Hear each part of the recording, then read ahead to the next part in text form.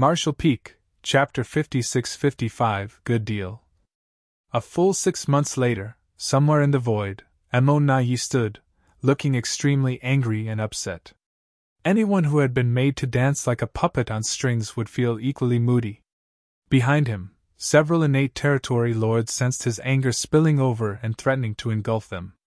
In order not to incur his wrath, they kept silent and stayed as far from him as possible. Behind them were 1,200 black ink disciples gathered in various scattered groups and areas, looking confused and disorganized.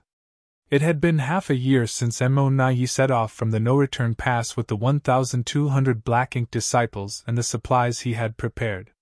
In this half a year, Yankai repeatedly changed the location for the transaction 8 times. Furthermore, there were times that he made Nayi wait for dozens of days without any updates. Nayi was furious, but could not do anything about it. He could understand Yankai being cautious and suspicious, as the royal lord had already instructed Nayi to seize any opportunity to kill this pest. However, with Yankai being so cautious, how could Black Ink Clan have any chance to do anything? If Nayi wanted to take action against Yankai, he had to first set up the 4 gates 8 palaces great pagoda array so that he could trap him in place. The Black Ink Clan had no way to arrange anything in advance, though, as Yankai repeatedly changed the meeting location. Thus, Nayi no longer held any hope of taking Yankai down.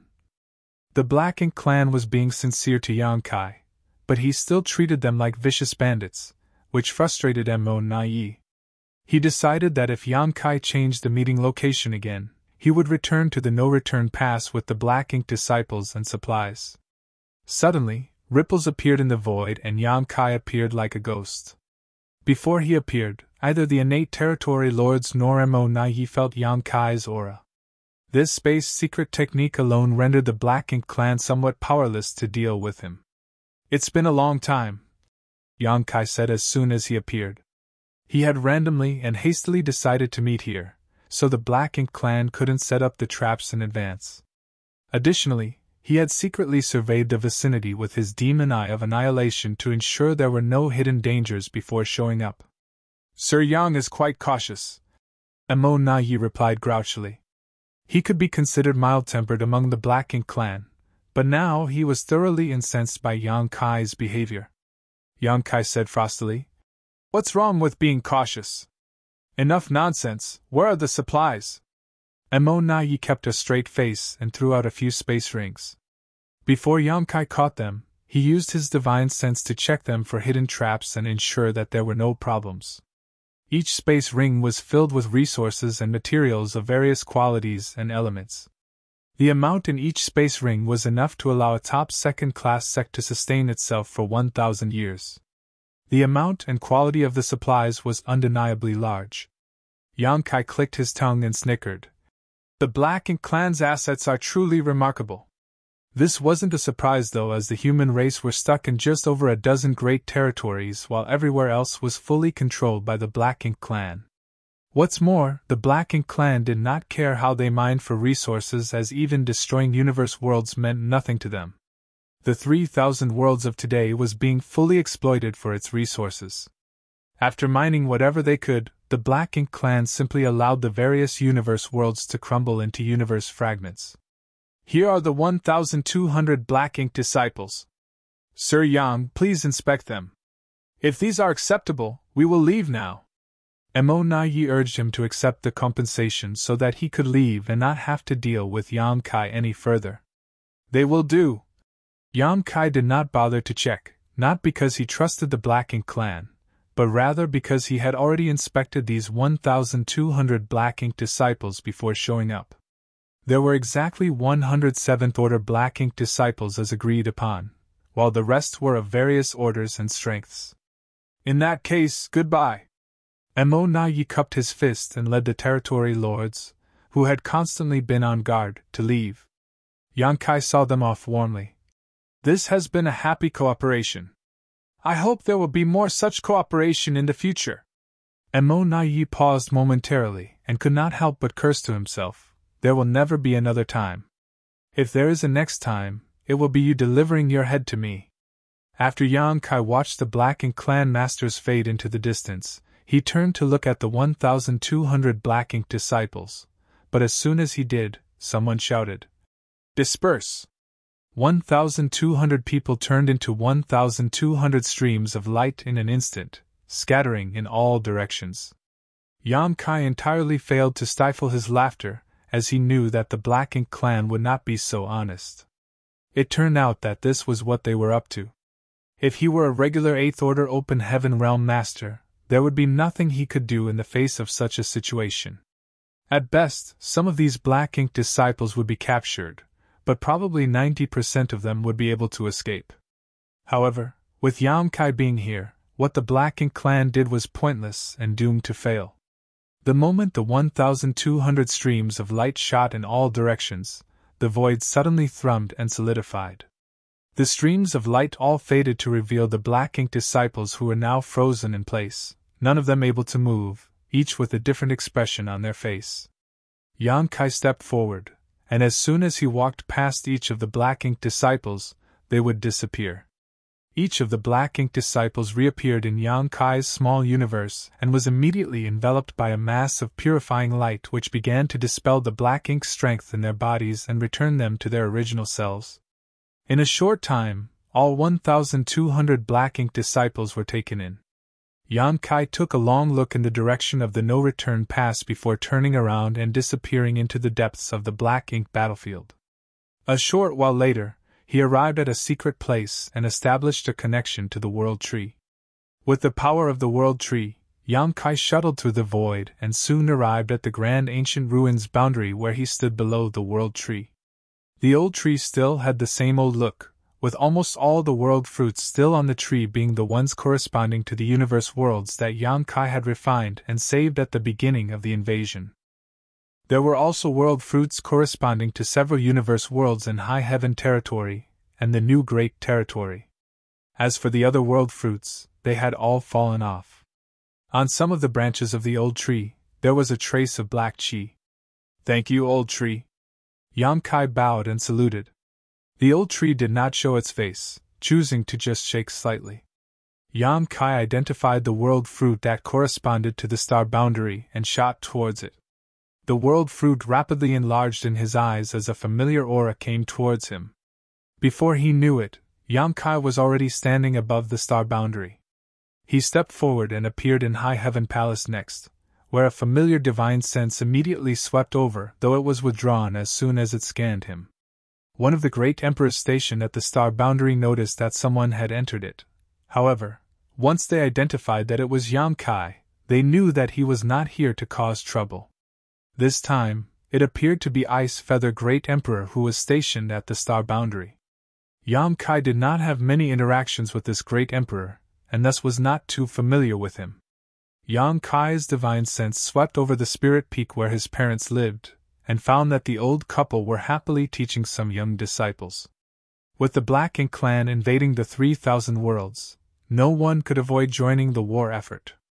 In fact, Yang Kai's parents had applied to join the army several times. However, High Heaven Palace always refused to allow them to go, claiming that they could contribute most by teaching the next generation of disciples. Naturally, no one, save for Yang Kai's parents themselves, raised any complaints about this. Yang Kai had made many invaluable contributions to the war over the years. In fact, if not for Yang Kai, the human race might have lost long ago. His wives, adopted son, and little sister were all fighting on the front lines as well. Since his parents were not that strong, and there was a high probability of something happening to them if they went to the battlefield, the higher-ups all tacitly agreed to keep them out of the fighting. After all, how could they explain to Yang Kai if something happened to them? Also, who would dare to say anything if his parents remained in the star boundary? Without bothering his parents, Yang Kai called Hua Qingxi and asked about the situation in the star boundary. He also asked about the new great territory, the Myriad Monsters world. He learned that everything was fine here at the star boundary, and the Myriad Monsters world was also doing well. The World Tree clone was showing its power, and after thousands of years of nurturing, many rising stars from the Myriad Monsters world had directly broken through to the 5th, 6th, and even seventh-order open heaven realm masters. A monster king had been recognized by the myriad monsters' world's will and been named the first great emperor with the title Thunder Shadow. He left the myriad monsters' world with some human companions, and had now made a name for himself on the various battlefields. Nowadays, there were several great emperors of the myriad monsters' world. In addition to the original monster race great emperor with the title of Thunder Shadow, there was one more from the monster race and 2 humans who had been certified as great emperors. The myriad monsters' world bottle still had positions open, so both monsters and humans were eager to attain the world's acknowledgement and seize this position for themselves. This was not only a matter of honor and prestige, of course, as anyone who obtained the great emperor position would see a dramatic increase in their speed of cultivation while in myriad monsters' world, allowing them to grow stronger more rapidly than their peers. As for the human race as a whole, everyone, from the supreme commander to the ordinary soldiers, could feel the stress of the approaching storm. Everyone knew that in the near future the peace between the humans and the Black Ink clan would break down completely and a battle to the death would begin. Once that happened, only the strong would be able to protect themselves. On the whole, the expectations of the human race were high but filled with potential. Have Xiao and Shuer sent any messages back? Yang Kai asked casually. Hua Qingxi pursed her lips and said, Yang Xiao did send back a message. He said that the palace master had caused them a lot of trouble. Now, they are constantly being hunted by the Black Ink clan. Whenever their whereabouts are exposed, they are bound to be pursued. It has taken them a lot of effort to repel the enemy. Yang Kai chuckled heartily and said, It looks like they're having a good time, I can rest assured then. This was probably due to the final lesson that Yang Kai gave his 3 disciples in Azure Sun territory. Although Yang Xiao, Yang Shui and the others were not present at the time, the Black Ink clan had sources of information. They would be able to find out about Yang Xiao and Yang Shui's relationship with Yang Kai and naturally wanted to handle them. Yang Kai was not too worried about their safety, of course. These little ones had all become 8th Order Open Heaven Realm Masters, so as long as they worked together and joined forces to defend themselves, the Black Ink clan, though strong, should not be able to harm them. Martial Peak, Chapter 56-56, Mi Jingluan's Speculation. Yang Kai did not stop for long at the star boundary. He exchanged a few words with Hua Qingxi and released a group of disciples who were ready to reach the open heaven realm from the Void Dao Temple, leaving them under her care. He instructed her on some matters and then left. After passing through the territory gate, he arrived at the neighboring Great Territory, which was numbered but remained unnamed. Any great territory that was only represented as a number on the universe chart was ranked as an extremely low-grade great territory. It meant that it did not have any notable great force overseeing it. A great territory such as this usually had few universe worlds and sparse resources. Generally speaking, such a great territory was isolated from the rest of the world. High Heaven territory was like this in the past. In the whole High Heaven territory, there were only 2 habitable universe worlds. One was the star boundary, and the other was the demon realm. The strongest masters were the great emperors and demon saints. There were no open heaven realm masters here. However, since the rise of the star boundary as an open heaven realm cradle, High Heaven territory made a name for itself. The neighboring great territory was not so fortunate, but it was the place where the supreme headquarters of the human race was located. Although the great territory was previously unknown and even deserted, it was now vital to the human race. Not only because it was the great territory that led directly to the star boundary, but also because it connected to more than 10 great territory battlefields. Just as the barren territory was the last barrier to the 3,000 worlds, this unnamed great territory was also the last bulwark for the human race today. If the Black Ink clan breached this place, they would be able to push straight into the heart of human territory. When that happened, the human race would have no choice but to completely fall back to High Heaven territory and the new Great Territory. With the supreme headquarters located here, this great territory was extremely bustling. No matter which battlefield the soldiers headed to or retreated from, they would transit through this place to rest and repair their equipment. Armies would be assembled here and be dispatched by the Supreme Headquarters as reinforcements to the Great Territory battlefields on a regular basis. Looking from afar, there were many human race soldiers coming and going in the void, and the glimmer of light from their bodies was as bright as stars. Yang Kai suppressed his aura and rushed to the universe fragment where the Supreme Headquarters was located. Without informing anyone, he flew straight to the main hall. Inside the main hall, Mi Jinglun was busy pointing at a territory map, and a few Seventh-Order Open Heaven Realm Masters who were in charge of transmitting orders nodded as they took careful notes. Yang Kai took a look and found the territory map was of Twin Poles territory. Noticing Yang Kai's arrival, Mi Jinglun looked up and gave him a light nod, signaling him to wait for a moment. Yang Kai made himself at home, found a seat, poured himself a cup of tea, and leisurely sipped it. After a little more than half an hour, the Seventh Order Masters were sent away. Mi Jinglun stood in place in contemplation for several moments before rubbing his forehead. He then walked over to Yang Kai, sat down, and pushed an empty teacup towards him. Yang Kai picked up the teapot and poured him a cup. Mi Jinglun heaved a long sigh and downed the tea like he was draining a bottle of wine. Yang Kai asked, "Things aren't going well in Twin Poles territory?" Mi Jinglun replied, "The Black Ink clan has intensified their attack on Twin Poles territory.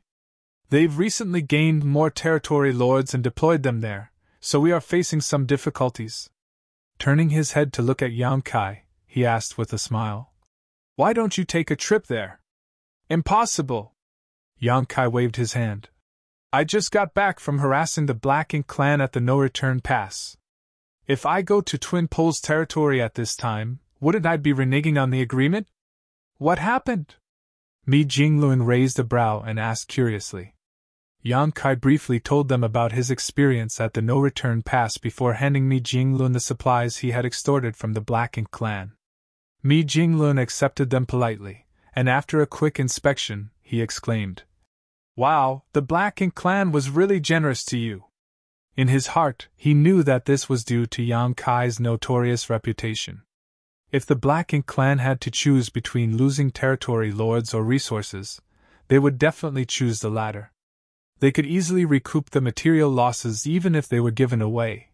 However, territory lords were all valuable assets, and it would not be beneficial to give Yang Kai an excuse to go on a killing spree. If Mi Jinglun tried to take advantage of the Black Ink clan like this, he would have been torn apart by the royal lord. Although he became an Eighth Order Master much earlier than Yang Kai, he had to admit that he was no match for the latter's strength. This was a positive development, though. The future of the human race would only be bright if the future generation could surpass the abilities of the current one. A few days ago, there was a report of many Black Ink nests scattered all over the Great Territories withering for no apparent reason. I figured it was you who went to the No-Return Pass to stir up trouble. From what you had just said, it seems my assumptions were correct. There was a precedent for this. Previously, Yang Kai went on a rampage at the No-Return Pass and destroyed 7 high-rank Black Ink nests. This naturally disrupted the flow of reinforcements to the Black Ink clan as all the mid-rank and low-rank Black Ink nests spawned from those high-rank nests were destroyed. The human race was not sure what had happened at the time, but later found out that it was Yang Kai's doing. So, when a similar event happened, it was easy for Mi Jinglun to make a guess. The Seventh Order Open Heaven Realm Masters who returned from the Ancestral Land explained in detail what happened there, and the small stone race army you provided has also been integrated into our forces. Mi Jinglun said solemnly. Junior brother, does the Black Ink clan really have the means to help an innate territory lords become a royal lord? When they heard this news, many Eighth Order Open Heaven Realm Masters at the Supreme Headquarters were shocked and decided to block the news immediately to avoid damaging the morale of the army. It was a pity that Yang Kai was like a dragon who shows his tail but never his face. Yang Kai came over whenever he wanted to see Mi Jinglun, but the reverse essentially never happened. It was as difficult as ascending to the heavens if Mi Jinglun wanted to find Yang Kai. Yang Kai drank another cup of tea and nodded. Indeed, the pseudo-royal lord I encountered at the ancestral land named Di Wu was created in such a manner. Unfortunately for him, he was too careless and was killed by me. Pseudo-royal lord? Mi Jinglun exclaimed with his eyebrows raised. It seems senior brother isn't aware of this point.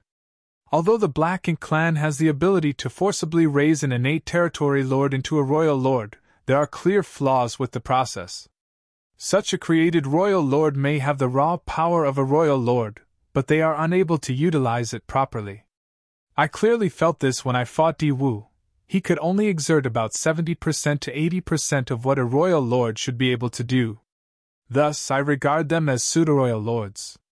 Mi Jinglun heaved a sigh of relief and said, If that's the case, then there's no need to be too concerned. A pseudo-royal lord who could only exert an average of 75% of his power was not nearly as threatening to 8th Order Masters as a true royal lord. It might only take a few 8th Order Masters in a battle formation to resist such an enemy, though killing one was probably impossible. But there is another pseudo-royal lord at the no-return pass right now. Mi Jinglun's eyes narrowed and asked, Who? Senior brother, do you remember that innate territory lord named Mo Nai? Him? How could Mi Jinglun not know who Mo Nai was? Mo Nai was one of the innate territory lords that the human race was highly focused on. This guy was far more intelligent and cunning than other territory lords. It was definitely not a good development for the human race for this Black Ink clansman to become a pseudo-royal lord. Mi Jinglun thought about it momentarily but decided not to dwell on it any further. Now that Mo Nai had become a pseudo-royal lord, it was useless to brood over it. If they really encountered him, they could only directly take him on.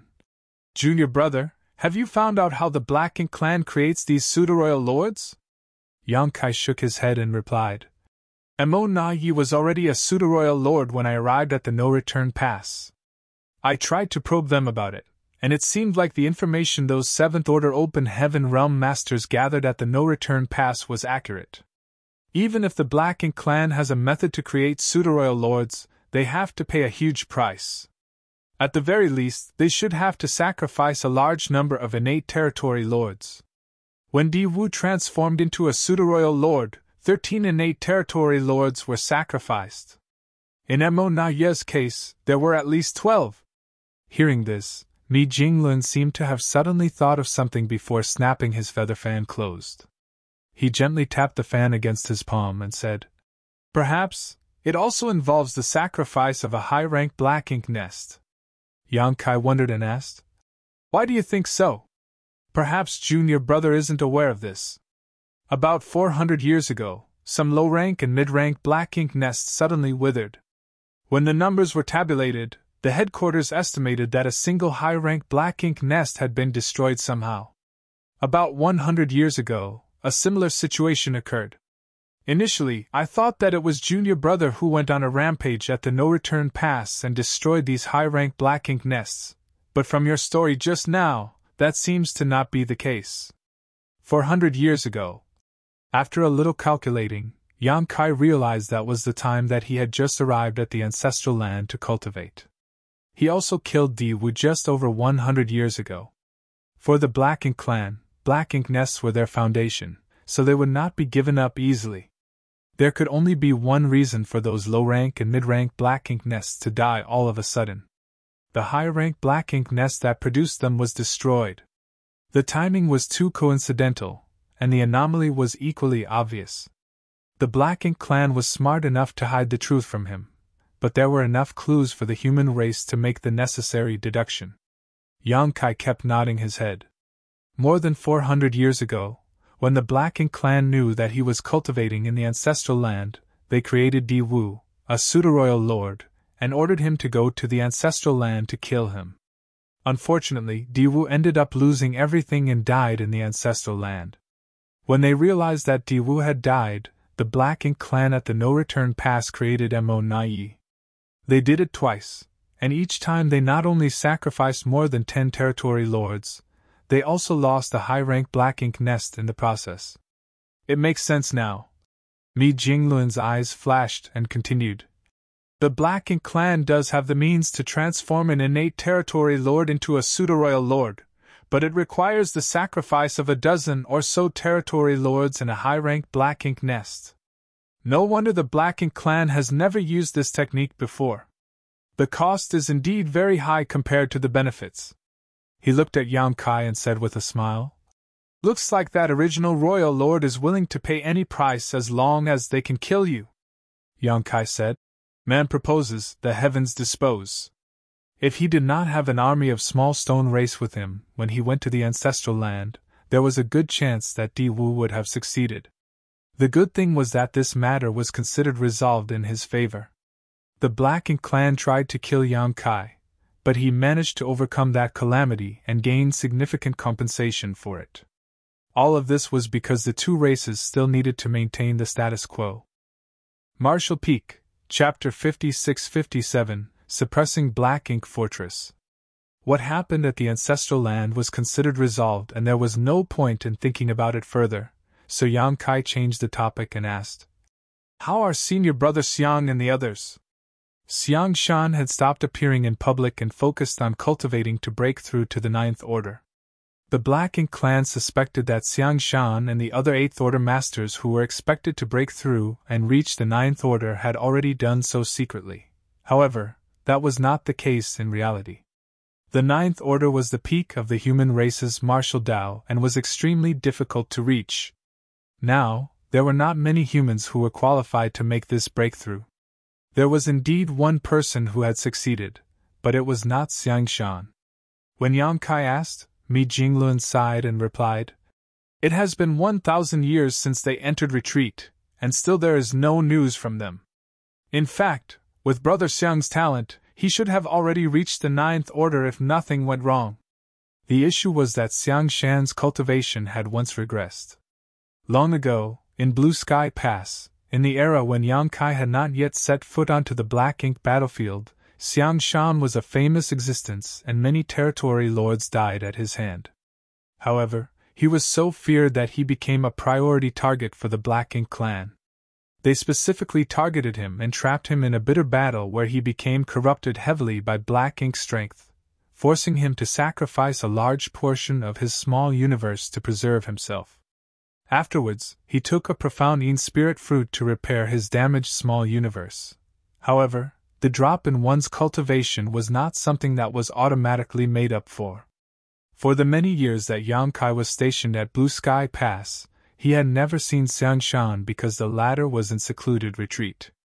It was not until the leaders of the human race decided to form the Great Evolution Army to recover Great Evolution Pass that Xiang Shan returned to the limelight. What Mi Jinglun meant was that if that incident had not occurred all those years ago, Xiang Shan would already be a Ninth Order master. The cave heavens and paradises were filled with talented people, but throughout history, few could match the reputation of Xiang Shan. It was a pity that his future accomplishments were greatly delayed, and now it seemed that dark injuries from that incident were preventing Xiang Shan from reaching the Ninth Order. The current situation between the two races was rather stable. Although the fighting never ceased, it was all in a managed situation rather than an all-out war. Thus, Xiang Shan took this opportunity to enter retreat and cultivate. Brother Xiang did mention that if necessary, he would come out to face the enemy, regardless of whether he had achieved a breakthrough. Yang Kai nodded lightly and asked, "What about the suppressing Black Ink fortress? What's the progress?" The suppressing Black Ink fortress was a massive mobile palace artifact that Yang Kai had convinced the Supreme Headquarters to refine in order to deal with the Black Ink clan. It was quite similar to the great passes of old, but far smaller. The current generation of artifact refiners, even compared to those from late ancient era, were not inferior. However, the human race sorely lacked resources at the moment. Great passes were enormous mobile palace artifacts built up and refined over hundreds of thousands of years, consuming an unfathomable amount of resources. The human race could not afford to spend so lavishly in their current situation. If they tried to build such an artifact now, it would likely cripple the cultivation progress of the entire race, which was a situation that absolutely could not be allowed.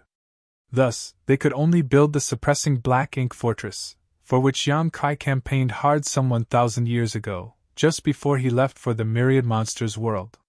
This mobile palace artifact was not destined for the great territory battlefields, however. When Yang Kai asked about the suppressing black ink fortress, Mi Jinglun replied, 300 years ago, the superstructure of the suppressing black ink fortress was completed, and over the subsequent years, various grand arrays and artifacts have been installed. It should be almost finished now. After a pause, he asked, Do you want to see it? Indeed. Yang Kai nodded. The two of them left the Supreme Headquarters together and shot off into the depths of the void. The construction of the suppressing black ink fortress was kept highly confidential, with only those participating in the project and the heads of the Supreme Headquarters being in the know. This giant weapon of war was located at an extremely remote place in the Great Territory and covered with multiple arrays to conceal it. Patrolling human race masters also ensured that no one without authorization approached this region. Yang Kai and Mi Jinglun traveled for about an hour before reaching a universe world that seemed to be covered in shadows. Although this universe world was ancient, its grand Tao and will were imperfect, thus, there was no vitality here. This was a rather common sight throughout the 3,000 worlds. Although such a universe world generally had a lot of precious cultivation resources, it was not suitable for the survival of living beings, thus it was essentially dead. A divine sense swept over from afar, but after confirming Mi Jinglun's identity, it allowed them through. Yang Kai, led by Mi Jinglun, flew for a while around the universe world before arriving at a certain spot and heading down. They passed through a layer of thick, dark clouds before being hit in the face with an imposing aura. A huge and lofty object immediately filled their view, one that looked like a massive steel beast. This was the suppressing black ink fortress. The suppressing black ink fortress was undoubtedly much smaller compared to a great pass from the black ink battlefield, being just 10% of the size. However, it was still a massive object. The entire suppressing black ink fortress looked like a small city with many structures, high walls and towers. Yang Kai could see people scurrying about inside the suppressing black ink fortress, carrying materials and working on construction projects. There were huge artifacts mounted atop of the city walls, and at a glance one could tell how extraordinary they were. There were also traces of numerous grand arrays, but none of them were currently active, so it was impossible to assess their might. The human race seemed to be in decline as it only held a dozen or so great territories because of the Black Ink clan. However, no matter how bad things were, they still had a profound heritage. When the Grand Army was defeated in the war outside the primordial heaven source Grand Restriction, the humans were forced to retreat to the no-return pass, and then to the barren territory. The death of countless soldiers was certainly heartbreaking, but the loss of a great pass inherited since the end of the late ancient era was also a massive strategic setback for the human race.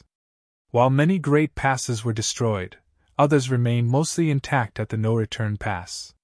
Many wanted to take the great passes away with them, but they were too massive even for a ninth-order old ancestor to fit into their small universe. Thus, they had no choice but to abandon them.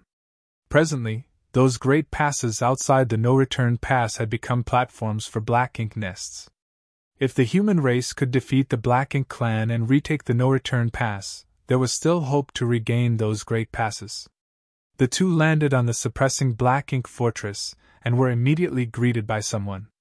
Yang Kai was dumbfounded and exclaimed, "Grand Master Donghua!" It was Donghua and Ping, who Yang Kai had met at Blue Sky Pass. He was an artifact refining great Grand Master from Divine Cauldron Cave Heaven and also the one who built the first purifying Black Ink battleship together with Yang Kai and a number of array masters. However, since Yang Kai left Blue Sky Pass, they had not seen each other again. Mainly because Donghua and Ping was in charge of artifact refining while Yang Kai's job was to kill the enemy. They fought on different battlefields, so it was natural for them not to meet each other. "Yang Kai!" Donghua and Ping also recognized Yang Kai immediately, and reached out his hand to slap his shoulder, as he happily declared, "I should call you Junior Brother Yang now." Yang Kai returned the greeting. "Senior Brother Donghua!" He was happy to see him. Although Yang Kai had met many people on the Black Ink battlefield, few survived until today. Donghua and Ping was also a bit emotional. When he first met Yang Kai, the latter was just an unknown sixth-order brat. He was only valued by Blue Sky Pass leaders at the time because he brought purifying light to the human race. Now, when Donghua and Ping saw him again, Yang Kai was already the powerful Profound Nether Army commander and a perpetual thorn in the Black Ink clan's side. Such growth was truly immense, as only 3,000 years had passed since then. Mi Jinglun said with a smile. Senior brother Donghua is one of the chief artifact refiners on the Suppressing Black Ink Fortress project. Junior brother Yang, if you want to know more about the Suppressing Black Ink Fortress, please feel free to ask senior brother Donghua. Many thanks, senior brother. Donghua and Ping simply waved his hand. Artifact refining is the job of this old master, it's not a big deal. However, can junior brother Yang tell me what this Suppressing Black Ink Fortress is going to be used for? This artifact is massive and took no less than 1,000 artifact refiners almost 1,000 years to construct. Although it is powerful, it is not suitable for the current war. Even if it is for a counteroffensive, one Suppressing Black Ink Fortress won't make much of a difference. If it weren't for Supreme Headquarters Special Orders, this old master would not have agreed to squander so many resources and so much manpower on this. The amount of resources poured into the thing could have benefited the Great Army in many other ways. It was clear that Donghua and Ping had strong opinions about the Suppressing Black Ink Fortress. As he said, this thing was not very useful for the situation the human race was currently in. Unless more Suppressing Black Ink Fortresses were built, they could not be used to attack the enemy. This was certainly a very sharp weapon of war. However, its disadvantages were also very obvious. It took far too many resources and too much time to build just one, so if it did not achieve its intended purpose, then it was all just a huge waste of time and money. Didn't senior brother Mi explain the situation? Yang Kai was stunned. Mi Jinglun said in return. It's better that fewer people know about this matter. Donghua and Ping glared at Mi Jinglun and snorted. What nonsense is this guy sprouting? He just said that it was a secret. What can this old master do to him if he refuses to say anything? Yang Kai smiled before quietly whispering something to Donghua and Ping. Donghua and Ping immediately turned solemn and remarked. I see. He had his suspicions considering the situation. However, Yang Kai just confirmed his guesses. He was a veteran from Blue Sky Pass who had experienced thousands of years of war on the Black Ink battlefield. If the Suppressing Black Ink Fortress was used in that place, it was indeed the perfect tool for the job. What are the chances of that happening? Donghua and Ping asked. Yang Kai replied. It's bound to happen, it's just a matter of time. Donghua and Ping replied. Fortunately, this old master did not cut corners when I built the Suppressing Black Ink Fortress, otherwise, it would have been a big mistake. Yang Kai laughed and said, Senior brother, please take us to look around. Donghua and Ping was immediately reinvigorated. Although he had some reservations about building the Suppressing Black Ink Fortress, it was also the greatest masterpiece of his life. Now that he had succeeded in building it, he naturally wanted to show it off to others. It was pointless for him to brag about it to the builders. Thus, when Mi Jinglun and Yang Kai came, he finally had an audience to lead around and introduce all the wondrous features of his creation. Marshall Peak, Chapter 56-58, Tiger Roar Cannon. When the Supreme Headquarters gave the order 1,000 years ago, Donghua and Ping led several artifact refining great grandmasters and brought over 1,000 artifact refiners to this place to work. Those artifact refiners had put their all into the Suppressing Black Ink Fortress, and it represented their proudest achievement. Divine Cauldron Cave Heaven contributed a huge amount of resources to create this artifact. Although each Cave Heaven and Paradise contributed a lot to this project, Divine Cauldron Cave Heaven were the experts at artifact refining and thus contributed the most. Presently, the Suppressing Black Ink Fortress had various grand arrays, artifacts, and even some architectural uniqueness, making it essentially a mobile city. All of this was influenced by Donghua and Ping, so he was intimately familiar with all aspects of the Suppressing Black Ink Fortress, making his introductions detailed and descriptive. Yang Kai soon began to appreciate the might of the Suppressing Black Ink Fortress. He was very satisfied with what he was hearing. Although the suppressing black ink fortress was only 10% the size of a great pass, its armaments and capabilities were basically on par with one. They paused for explanations and then resumed along the route. When the three of them arrived near a section of the city wall, Dong Gue and Ping pointed to a huge artifact mounted up ahead. The shape of the artifact looked like a crouching tiger with an elongated neck gazing forward. There were several artifact refiners nearby who were busy working on it. Dong Gue and Ping pointed at the artifact and said proudly, "This is a Tiger Roar cannon, the main offensive artifact of the suppressing black ink fortress. Over all four walls, there are a total of 1,200 of these. They were specially designed for the suppressing black ink fortress." Mi Jinglun looked at it for a while and asked, "How powerful is it?" Dong Gue and Ping stroked his beard and smiled. When tested, 3 6th-order masters working together were able to unleash a strike equivalent to a 7th-order open heaven realm master's full strength. If 3 7th-order masters worked together, the power unleashed would be similar to an 8th-order open heaven realm master's attack. Mi Jinglun raised an eyebrow and remarked, "Impressive, but creating such an artifact must have been expensive, right?" Dong Gue and Ping replied with a solemn nod. "Didn't Supreme Headquarters say not to skimp on the cost? Creating a single Tiger Roar cannon consumes resources equivalent to building a standard warship." Mi Jinglun winced at the thought of the cost. With 1,200 Tiger Roar cannons, it was like having 1,200 standard warships, and that was just for the main armaments of the suppressing black ink fortress. There were other various supplementary artifacts, as well as the grand arrays within the fortress, which also required a lot of resources. The entire suppressing black ink fortress was practically a weapon of war built from several generations of stockpiled wealth.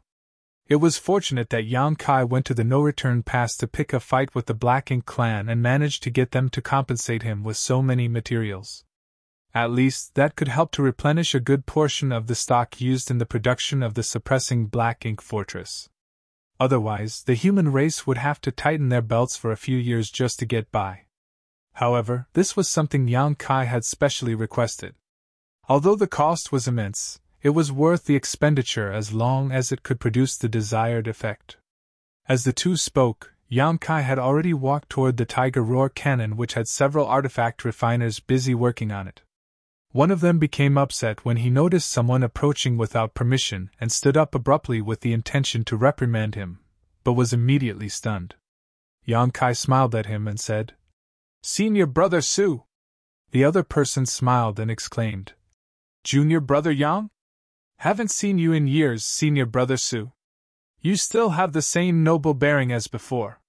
Yang Kai glanced at the chubby figure in front of him while comparing it to the one in his memories. In fact, there were no significant changes to Fatty Sujin except for the traces of aging after all these years. Furthermore, Sujin was already an 8th-order open heaven realm master. Dong Gue and Ping walked forward and asked curiously, "Junior Brother Yang, you know my martial nephew?" Although they were both in the 8th order, since they were born and raised in Divine Cauldron Cave Heaven, Dong Gue and Ping was still Sujin's senior, and thus of a higher rank compared to a rising star like Sujin. Furthermore, while they were cultivators in the same realm and from the same sect, there was still some difference in their strength and achievements. In contrast, although Yang Kai was much younger than the rest, as long as his cultivation was on par with theirs, he was considered equal in terms of seniority to Mi Jinglun and Dong Gue and Ping. "Of course I know him. I was drawn into the Grand Ancient Ruins boundary with Senior Brother Su. We went through a lot of hardships together," Yang Kai explained. Dong Gue and Ping suddenly understood. Over the past 10,000 years, the Grand Ancient Ruins boundary only appeared once. Sujin coincidentally got dragged into it, and apparently so did Yang Kai. Therefore, it was normal that they knew each other from the incident. Sometime later, Yang Kai and Sujin also met in the Blood Monster Cave Heaven. However, after Yang Kai went to the Black Ink battlefield, there was no longer any news of him. Sujin naturally heard about Yang Kai's exploits when the Black Ink clan invaded the 3,000 worlds. It was a pity that they could not meet until today. To construct the suppressing Black Ink fortress, Divine Cauldron Cave Heaven had deployed 30% of their sex artifact refiners, which was why Fatty Sujin was here. After some pleasantries, Sujin cupped his fist and said, "Marshal Uncle is here just in time. This Tiger Roar cannon has some problems linking together with the Grand Array. No matter how we tried, we just can't get it to work smoothly. Perhaps Marshal Uncle can figure out the problem." Donghui and Ping, who never backed down from a challenge, stepped forward and said, "Let me take a look." He approached the Tiger Roar cannon, carefully investigated, and quickly found the crux of the problem. He did not personally resolve it though, and instead carefully instructed Sujin and the others and let them do it. This was also a kind of on-the-spot education. The few artifact refiners soon became busy working on the cannon, and forgot all about Yang Kai and Mi Jinglun who were standing beside them. Yang Kai also knew something about the Tao of artifact refining, and although it was not as good as his mastery over the Taos of time, space, and spear, he was still an artifact refining grandmaster, so he could more or less understand what they were discussing and was also interested in it. On the contrary, Mi Jinglun, who knew nothing about the subject, stood by the side, bored to tears. Upon realizing this, Yang Kai said, "Senior brother Mi, we have basically finished with the tour of the suppressing Black Ink Fortress, but I would like to remain here and see the rest of the artifacts and spirit arrays. You should go on ahead first." Mi Jinglun nodded and said, "Good. I will make the rest of the arrangements at the Supreme Headquarters." Yang Kai made his requests without holding back. "I estimate it will take a minimum of 5,000 and up to 8,000 soldiers to fully mobilize the power of the suppressing Black Ink Fortress. I will have to trouble Senior Brother Me to prepare them as soon as possible. Additionally, please send the divine spirits that I brought back from the Grand Ancient Ruins boundary over here. Although they have been obedient over the years, the agreement I made with them was only for 3,000 years and will soon be up. It will be difficult for me to extend the pact, but there just so happens to be someone over on that side who can handle them." Mi Jinglun immediately understood and replied with a smile, "That's right, under that person's watchful eye, these divine spirits have no choice but to behave obediently. Naturally, the suppressing Black Ink Fortress needs a divine spirit with great sun and moon marks to be able to create purifying light to protect against the encroachment of Black Ink's strength. I'll make sure everything is prepared appropriately." Mi Jinglun quickly left and went back to the Supreme Headquarters to organize the troops while Yang Kai stayed. Once the suppressing Black Ink Fortress was ready for action, Yang Kai would be responsible for sending it to that place. Dong Wenping was still instructing Sujin and the others to solve the problem of the Tiger Roar cannon, when Yang Kai heard a soft voice in his ear. He was surprised and decided to follow the voice, leaving the suppressing Black Ink Fortress and heading towards a mountain valley some 3,000 kilometers to the west. He approached it, and was stunned by what he saw within it. The entire surrounding land was barren and silent, but this mountain valley was full of vitality, with an abundance of fragrant flowers and vegetation. However, under careful observation and inspection, he realized that all the greenery was nothing but an illusion. This was obviously an extremely profound manifestation of power. He then noticed a delicate figure sitting quietly in the middle of the sea of flowers. As Yang Kai waded through the sea of flowers, the flowers were disturbed, detached from their stems, and flew away from the branches. The flowers turned into yellow, red, and green butterflies dancing among other flowers. At that moment, the world was colorful and beautiful. Yang Kai was captivated by this beauty, even stretching out his hand and allowing a butterfly to land gently on his fingertips while flapping its wings. A few moments later, he approached the figure, bowed, and greeted, "Old Ancestor!" This was the only human who had advanced to become a ninth-order Old Ancestor since the invasion of the 3,000 worlds. Only a select few of the upper ranks knew about this. Yang Kai was curious about where she was after she had reached the ninth order, and it was only when he heard her voice that he realized that she had been here the whole time, guarding the suppressing Black Ink Fortress. The Supreme Headquarters must have arranged for this newly promoted Ninth Order Master to secretly guard the suppressing Black Ink Fortress to ensure that absolutely nothing happened to it. Luo Ting he smiled slightly, reached out her hand, and spoke gently. No need for formalities. In fact, I owe everything that I have to you. This Ninth Order Master of Inyan Cave Heaven was trapped in the Samsara Pavilion for 2,000 years. Many years later, Chu Huashan had entered the Samsara Pavilion vowing to live and die together with Yang Kai for 9 lifetimes or perish inside. Yang Kai managed to overcome this challenge and leave with Chu Huashan. It was through that opportunity that Luo Ting he was also able to leave the Samsara Pavilion. If Yang Kai had not gone through the 9th reincarnation and succeeded in awakening Chu Huashan, Luo Ting he would still be trapped in the Samsara Pavilion. She would not be where she is today. Old ancestor is too kind. What happened that day was pure coincidence, Yang Kai said respectfully. Back then, he had no idea Luo Ting he was trapped in the Samsara Pavilion. All he did was break Chu Huashan's heart seal and awaken her memories. It was pure coincidence that he managed to get Luo Ting he out as well. Coincidence or not, I still owe you a favor, Luo Ting he insisted. Yang Kai could not say anything else. Luo Ting he tilted her head and smiled as she said, I've been thinking about how to repay you for that. I originally thought of giving you some benefits after I reached the 9th Order.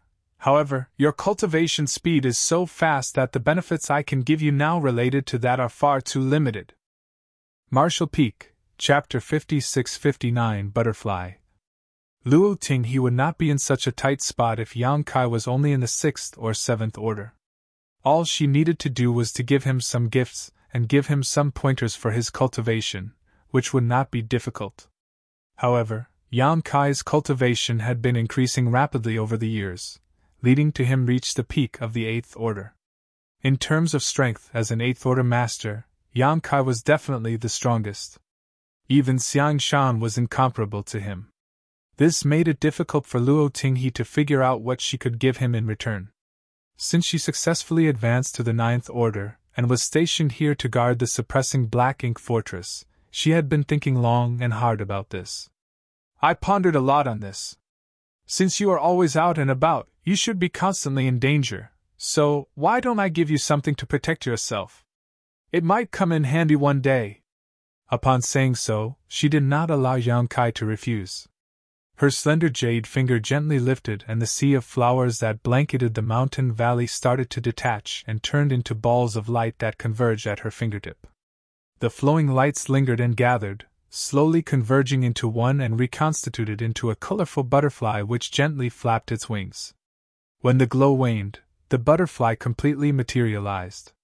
She was not finished yet though, as Yang Kai clearly felt Luo Ting he's world force surging madly and pour into the butterfly. The little butterfly, which was the size of a baby's palm, was like a bottomless pit, constantly swallowing world force from the 9th Order Open Heaven Realm Master. Yang Kai was immediately dumbfounded. Although he did not know what mysterious secret technique Luo Ting he had performed, he could tell that this senior, who came from Inyan Cave Heaven, was injecting the heritage from her own small universe into this butterfly. This was undoubtedly a huge loss to her. When this butterfly was activated, it would be as if Luo Ting he was present to take action. It was truly a treasure. Just as Luo Ting he said, Yang Kai traveled around regularly as he no longer needed to cultivate in retreat. Previously in the ancestral land, he was surrounded by powerful Black Ink clan masters, and when he went to the no-return pass, he faced 2 royal lords and countless territory lords. He really did encounter a lot of danger, so such a defensive treasure could be a life-saving token in certain critical moments. Setting other incidents aside, if he had this butterfly when he was at the ancestral land, would Di Wu have even been a threat to him? With the infusion of a 9th Order Open Heaven Realm Master's small universe heritage, the secret technique butterfly became increasingly dynamic, as if it really came alive and was ready to fly. Luo Ting he soon began to look fatigued. It was only after half an hour that Luo Ting he exhaled a long breath and severed the connection between her small universe and the secret technique butterfly. With a flick of her fingertip, the butterfly flew towards Yang Kai. Yang Kai opened his palm and the butterfly landed on it. The gorgeous light then dissipated and turned into a butterfly-shaped crystal. If you encounter a dangerous situation that you can't get out of, Activating this will certainly help. It contains my full power, but remember that it can only last for 30 breaths. Luo Tinghe warned. Although the butterfly felt light, Yang Kai's heart was heavy.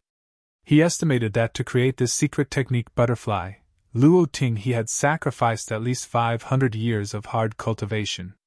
In other words, several centuries of effort had been used up to create this butterfly, which only lasted 30 breaths of time. In some sense, while such a secret technique was extremely damaging to Luo Tinghe, it was a potentially life-saving treasure to Yang Kai. Yang Kai put the secret technique butterfly away, bowed, and solemnly said, "Many thanks for old ancestors' generosity." Luo Tinghe smiled lightly and said, "You are now a pillar of the human race. We cannot afford any mistakes with your life." After a pause, she continued, "You have been out and about a lot, and understand far more than others about the situation between the two races today. Tell me, if the two sides were to go to war today, what are the chances of the human race winning?" Yang Kai pondered for a moment and said, "The odds of our victory are actually quite high, but we cannot just focus on the immediate crisis." It was not that the human race did not dare to fight back against Black Ink Clan in an all-out war today, but rather that they needed to not be short-sighted. Yang Kai gave up an absolute advantage in profound nether territory, and made peace with the Black Ink Clan to create a relatively safe environment for the next generation to grow up in. He did this because he realized that this was not a war that one person alone could control, and that the human race needed more masters if it truly wanted to win in the end. Later on, the scope of the peace talks extended to more great territory battlefield, and now that some 2,000 years had passed, the human race truly had nurtured many rising stars into powerful masters. The star boundary, the myriad monsters world, and even his small universe continued to witness the birth of such talents. Now, the human race had one more ninth-order open heaven realm master, so it could be said that their situation was much better than 3,000 years ago. If a full-blown war started today, the human race would likely win. Yang Kai alone would have a huge impact as he would be unshackled, able to slaughter acquired and innate territory lords freely. Although the Black Ink Clan could create pseudo-royal lords, they would have to sacrifice a lot of territory lords to do so, which would not be worth it as a dozen territory lords were actually more useful than one pseudo-royal lord. So, if a full-scale war broke out, the human race's chances of winning were more than 70%, though they would have to pay a terrible price to achieve victory. Such a war would likely result in 50% losses on the human side. The problem was what came after. The root cause of the Black Ink Clan was slumbering inside the primordial heaven source grand restriction. Even if the Black Ink Clan that invaded the 3,000 worlds was ruthlessly wiped out tomorrow, the problem would not be resolved until MO was completely eliminated. The human race needed to be much stronger to deal with what was to come. The suppressing Black Ink Fortress was one such preparation for that future. For the time being, delaying was the human race's best option. The longer they could delay, the greater their advantage would become. However, there was a limit to this. If Mo's true body completely awakened, the human race would have to deal with it, regardless of whether they were prepared or not. Thus, Yang Kai was willing to accept 1,200 Black Ink disciples and a multitude of resources to resolve his confrontation with the Black Ink Clan at the no-return pass. It was not because he turned soft to them, but that now was not the time to confront the enemy directly. Speaking of the 1,200 Black Ink disciples, Yang Kai suddenly remembered that they were still suppressed in his small universe. He had forgotten to release them back at Supreme Headquarters when he was there. There was no hurry though. Furthermore, they posed no danger as they remained in his small universe for the moment. Yang Kai had a long chat with Luo Tinghe, describing the situation of the two races while she listened intently. Although she was a ninth-order master, after leaving Azure Sun territory some 1,000 years ago, she had been stationed here the whole time. Thus, she really did not know much about the situation in the outside world. Yang Kai only knew so much because he was able to move around freely while the others could not. "I understand now." Luo Tinghe nodded lightly, then smiled and said, "You are so certain of victory?" Have you found a way to deal with that black ink giant spirit god? If the two sides were go to war, the Black Ink clan's biggest advantage was not the huge number of troops they had, or that the number of territory lords exceeded the numbers of Eighth Order masters. It was the Black Ink giant spirit god who was pinned down by the two veteran Ninth Order Open Heaven Realm masters in the barren territory. That was the true existence that could single-handedly tip the balance of power between the two sides. The Black Ink clan now had two Black Ink giant spirit gods. One was held in check by Ayer, so they did not need to worry too much about it. Those two had been fighting each other for several thousands of years, and neither side had gained any kind of advantage. It was the Black Ink giant spirit god that had once been subdued by the divine spirits in the ancestral land that they had to worry about. Once it freed itself from the old ancestors' restraint, it would be an absolute disaster for the human race. Before, while it was seriously injured, it was locked in place by the two Ninth Order masters using their secret techniques. However, after so many years had passed, most of its injuries should have been healed by now. Nevertheless, that alone would not be enough of a reason for Yang Kai to personally go to the barren territory to torment it. If the Black Ink clan was in a life or death struggle, the Black Ink giant spirit god would not stand idly by. In that situation, it would likely sacrifice its arm to fight back. If it broke free, then it would be difficult for the human race to counter it. However, from what Luo Ting he had heard so far, Yang Kai did not seem concerned about it, so he obviously had a way to deal with it. Yang Kai failed to stifle his laughter and said, "Old ancestor is truly sharp." While Luo Ting he mentioned this, she did not ask any more questions about it. Yang Kai left after some more small talk, and Luo Ting he continued to meditate to make up for the heritage that she had just used up. Instead of returning to the suppressing Black Ink fortress, Yang Kai flew directly up into the void, where he opened up his small universe and released the 1,200 Black Ink disciples he had received from the no-return pass. The Black Ink strength in their bodies had already been purged by purifying light, and they were now ashamed to face Yang Kai. If Yang Kai had not got them back from the Black Ink clan, they would still be working for the enemy. Yang Kai was not surprised by this, and did not say much to them. He only gave them instructions and then provided them in the direction of the Supreme Headquarters. The 1,200 saluted in unison, turned into a stream of light, and disappeared. The Supreme Headquarters spent months mobilizing the necessary troops. It was not an easy task to gather so many Open Heaven Realm masters. They could not draw too many from any single battlefield, otherwise, it may affect the situation on the front lines. They also needed to balance the personnel appropriately, which was no easy task. Before the arrival of the soldiers, a group of divine spirits came to Yang Kai to report. They were the divine spirits that he brought out from the Grand Ancient Ruins boundary. Since Yang Kai killed Tao Wu in Profound Nether Territory, these divine spirits had been performing much better on the battlefield because they were afraid of Yang Kai's ferocious methods. Tao Wu, who was comparable to an Eighth Order Open Heaven Realm master at the time, was beheaded by Yang Kai without being able to resist. None of the divine spirits wanted to be the next Tao Wu, so over the years, whatever the humans requested, they would do their best to complete. The divine spirits all stood in a field near to the suppressing Black Ink fortress. But when Yang Kai looked out at them, he suddenly felt rather saddened. Marshall Peak, Chapter 5660, Riding a Pirate Ship. Yang Kai brought just over 100 divine spirits from the Grand Ancient Ruins boundary. However, there were only about 60 of them standing in front of him today. A 40% casualty rate over 3,000 years of fierce battles was by no means small. Each of the divine spirits was more powerful than the average human race master in the same equivalent order, so one could imagine how perilous the war had been.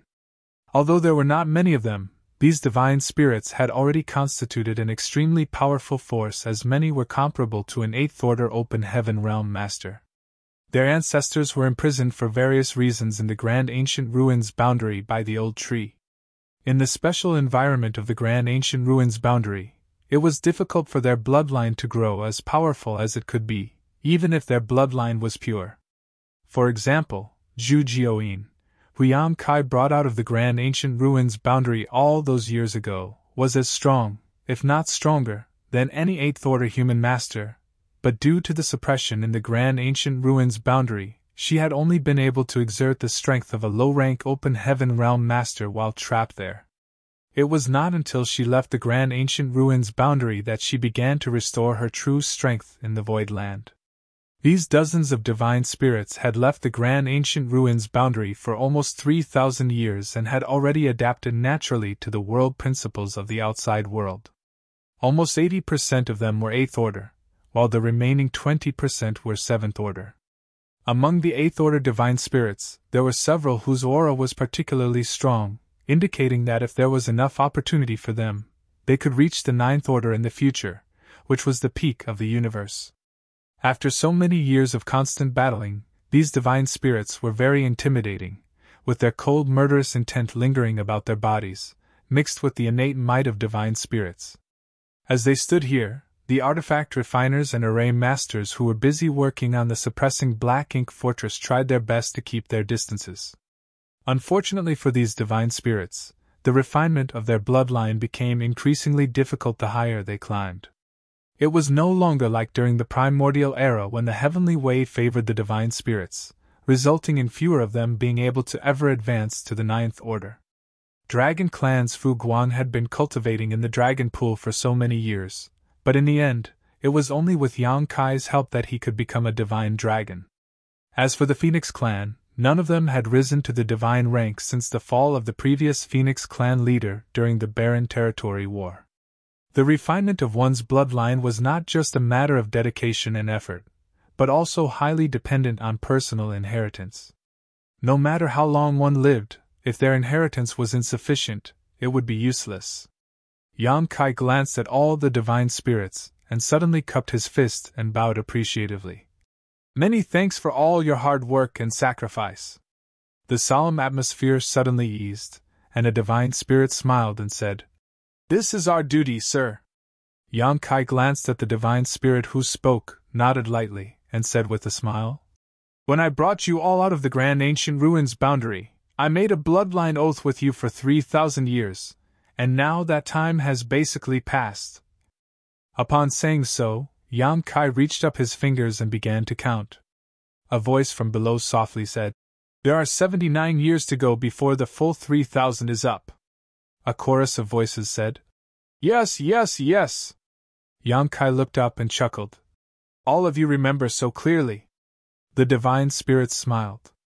How could they not remember this as it was related to their freedom? Yang Kai put his hands behind his back and said, "When I asked you to make that great oath, I said that I would set you free after the expiration of the agreement 3,000 years later. I have no intention of breaking my word. However, all of you must know the situation that we are in, so I would like to ask all of you now. After the expiration of the 3,000-year great oath, where do you intend to go?" The divine spirits exchanged looks with each other, and every one of them could see the indecision in each other's eyes. When they came out of the Grand Ancient Ruins boundary, they did not know the situation in the outside world was like this. But they were no longer ignorant like back then. Now, when the 3,000-year agreement was ending, where could they go even when they were free? A divine spirit with an ox head said, "Sir, now that all life is under threat by the Black Ink clan, we have nowhere else to go. I'm afraid we can only fight alongside the human race to drive out the enemy." Yang Kai looked at the divine spirit, and was surprised that it was Zhu Jian. He thought that these divine spirits could not wait to get far away from the battlefields after they regained their freedom. He did not expect them to be so righteous. He was relieved and asked, "Do all of you feel the same way?" A divine spirit yelled, "We're already riding this pirate ship, how can we get off now?" This caused many divine spirits to roar in laughter. Yang Kai nodded and said, "It is a blessing for my people, and all people, that you think this way. I, Yang Kai, hereby swear by my source and bloodline that in my lifetime, I will ruthlessly kill the Black Ink clan and eliminate them from this universe. When peace is finally restored, I will drink and celebrate with all of you. When that happens, you will be favored by the heavens, and perhaps restore the glory of your ancestors." At the end of his sentence, a golden illusory phantom flickered behind Yang Kai, which was a manifestation of his source great oath. All the divine spirits were moved. Zhu Jian immediately cupped his fist and said, "We are willing to serve, sir." The divine spirit also shouted in unison, "We are willing to serve." Excellent. Yang Kai nodded with satisfaction. "I have asked all of you to come here because I have a task for you. This matter is of utmost importance and victory or defeat in this war will depend on it, so you must think carefully before accepting it." Zhu Jian immediately asked curiously, "Sir, what task is it?" Yang Kai smiled profoundly and said, "There is no hurry. We still have to wait for the human side to finish its arrangements. When the time comes, I will send you to a place. I will explain in detail when the humans are ready." The divine spirits did not ask any more questions, and Yang Kai allowed them to disperse and find a place to rest, away from the still busy artifact refiners and array masters. The divine spirits did not respect ordinary humans as they were more intimidating and powerful.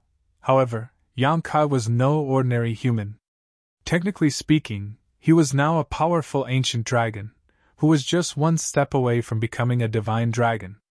Days later, 6,000 soldiers finally arrived at the suppressing Black Ink Fortress. These 6,000 soldiers included all sorts of talents, and were enough to operate the suppressing Black Ink Fortress like a real great pass. Mi Jingluan personally drafted these soldiers from across all the various battlefields.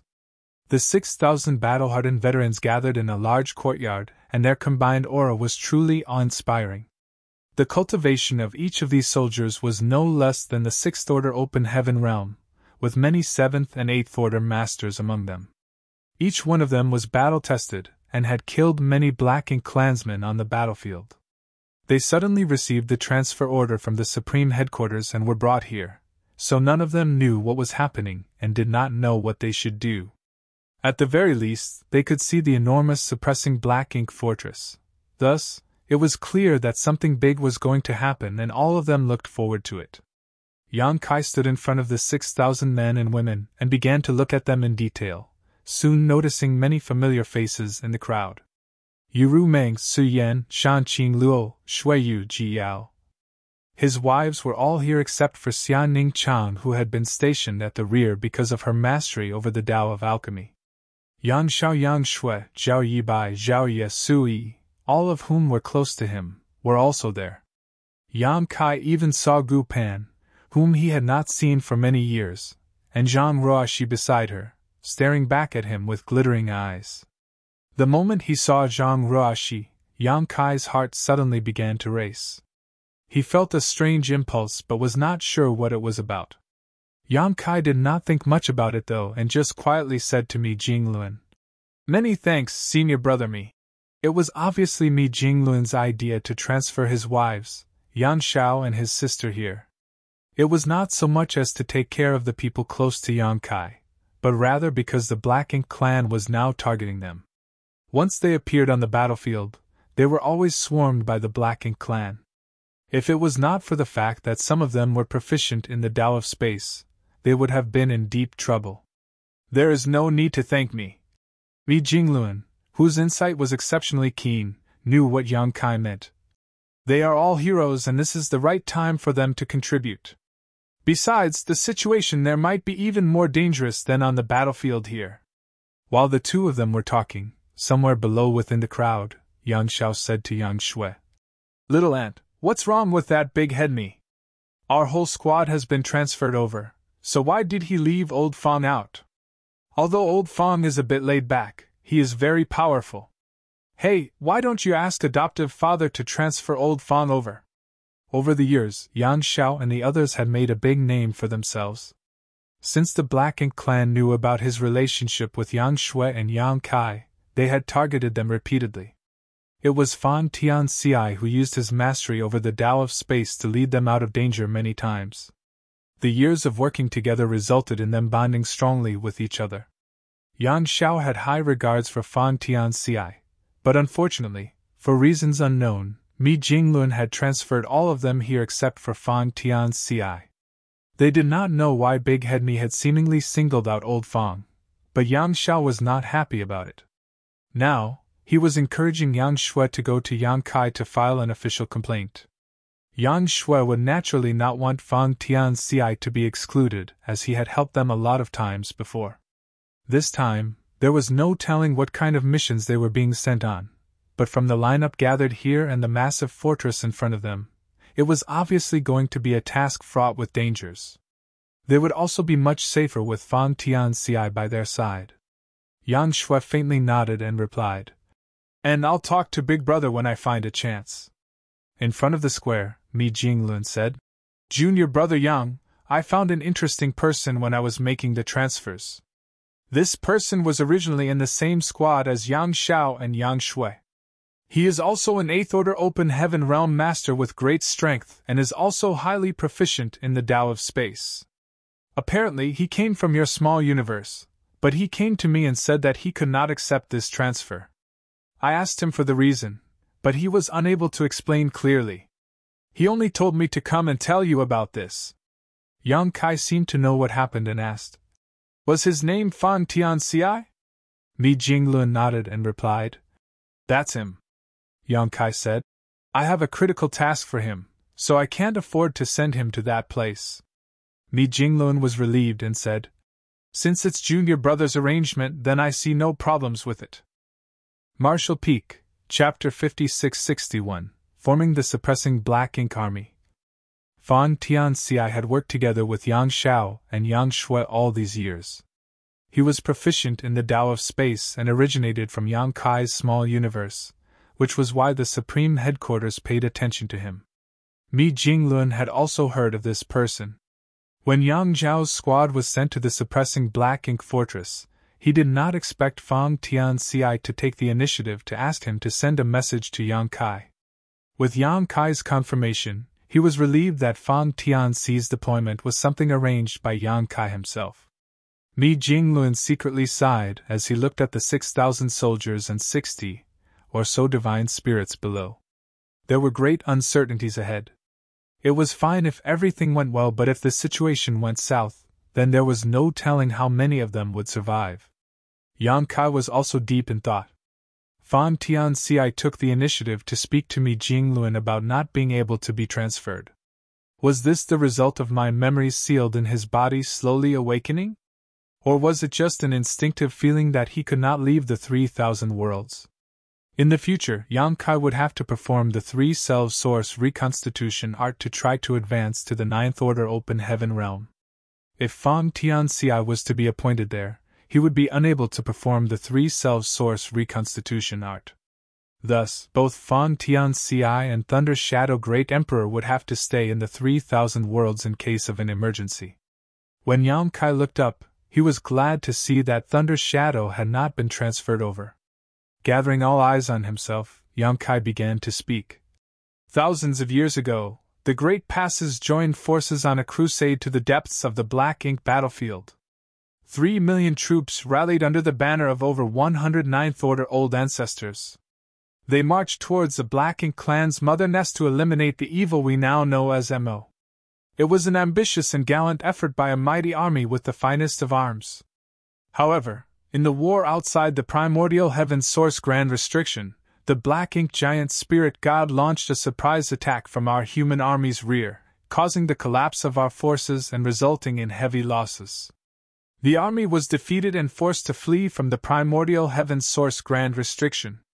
Great passes were destroyed and 9th Order old ancestors died in that battle, with we humans suffering massive casualties along the way. The remnants retreated to the no-return pass to establish a new defensive position with the assistance of the divine spirits. However, the sheer disparity in strength allowed the Black Ink clan to drive straight in and capture the no-return pass. The reconstituted forces were hit hard again, with the no-return pass being abandoned and many divine spirits being killed or injured. Fortunately, with the help of the giant spirit god Aer, the human race finally managed to stabilize its position in the barren territory. However, Mo's desire to wipe out our kind never waned.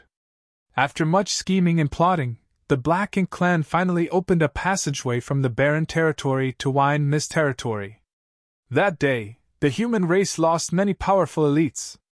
All but 2 of the surviving 9th Order old ancestors, and both the Dragon and Phoenix clan leaders sacrificed themselves in the final moments of that battle, taking with them all but one royal lord and severely injuring the Black Ink giant spirit god. Their sacrifice allowed the rest of the army to retreat to safety. Afterwards, the Black Ink clan invaded our 3,000 worlds and the human race retreated to the current Great Territory battlefields. So far, we have been guarding High Heaven territory as the last pure land for more than 3,000 years. Since the late ancient era, our people have always been the heavenly ways favored, but now, we have been forced by Black Ink clan into such a desperate state. We have failed to live up to the favor shown us by the heavenly way. Most of the 6,000 soldiers present had never experienced these great battles, but as they listened to Yang Kai's words, the tragic scenes from the past seemed to flash in their minds, and their hearts swelled with rage. It is undeniable that the Black Ink clan is strong and our human race is weak. In those battles, the Black Ink clan managed to break our hands and feet, but they could not break our backbone. The human race will never compromise with the Black Ink clan and will never surrender. Yan Xiao fumed as his dragon blood boiled. He could not help but yell with a high-pitched dragon roar. The human race will never surrender! Several dozen divine spirits who stood beside him looked at him strangely. They all felt a bit strange that a pure-blood dragon clansman would shout such words. Although they were willing to fight alongside the human race to drive away the Black Ink clan, so that they could find a place to live in the future, they never shouted such words as it was inconsistent with their identity. However, the eager fighting spirit of the 6,000 soldiers was completely ignited by Yang Zhao's roar. A loud thunderous roar shook the entire world. The human race will never surrender! The battle spirit was raging and every soldier thirsted for revenge. Their ferocious auras shot to the sky and seemed to penetrate the heavens, shaking the world itself. Thousands of years ago, when the old ancestors died in the last battle on the barren territory, the same earth-shattering cries could be heard. Yang Kai nodded lightly, waited for the chance to die down before continuing. All of you must be curious why you were transferred here. You are all heroes with great merits who have killed countless enemies in the past. All of you can be regarded as the elites of the army. Since you are all elites though, the duties entrusted to you will also be beyond normal. What you are standing on is the suppressing Black Ink Fortress, which is an artifact that has taken 1,000 years and countless resources to construct. It is designed specifically to defend against the Black Ink clan, and you have all been transferred here to operate it and resist the coming crisis. Thousands of years ago, the human race army was defeated outside the primordial heaven's source grand restriction. The true body of Mo fell into a deep sleep and there is no telling when it will awaken. Although some arrangements have already been prepared and are in place, nothing is certain. We need you all to head to the primordial heaven's source grand restriction to guard the place. The humans roared while even the divine spirits were moved.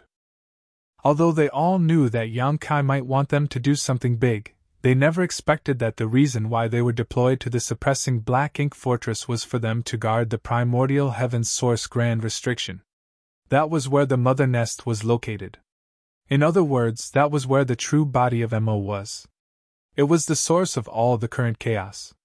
Those survivors of the primordial heaven's source grand restriction war looked grave as they could not help but recall the tragedy that occurred there. It could be said that the battlefield over there marked the first defeat of the human race which precipitated all the tragedies that followed. It was a traumatic experience for all those who lived through it.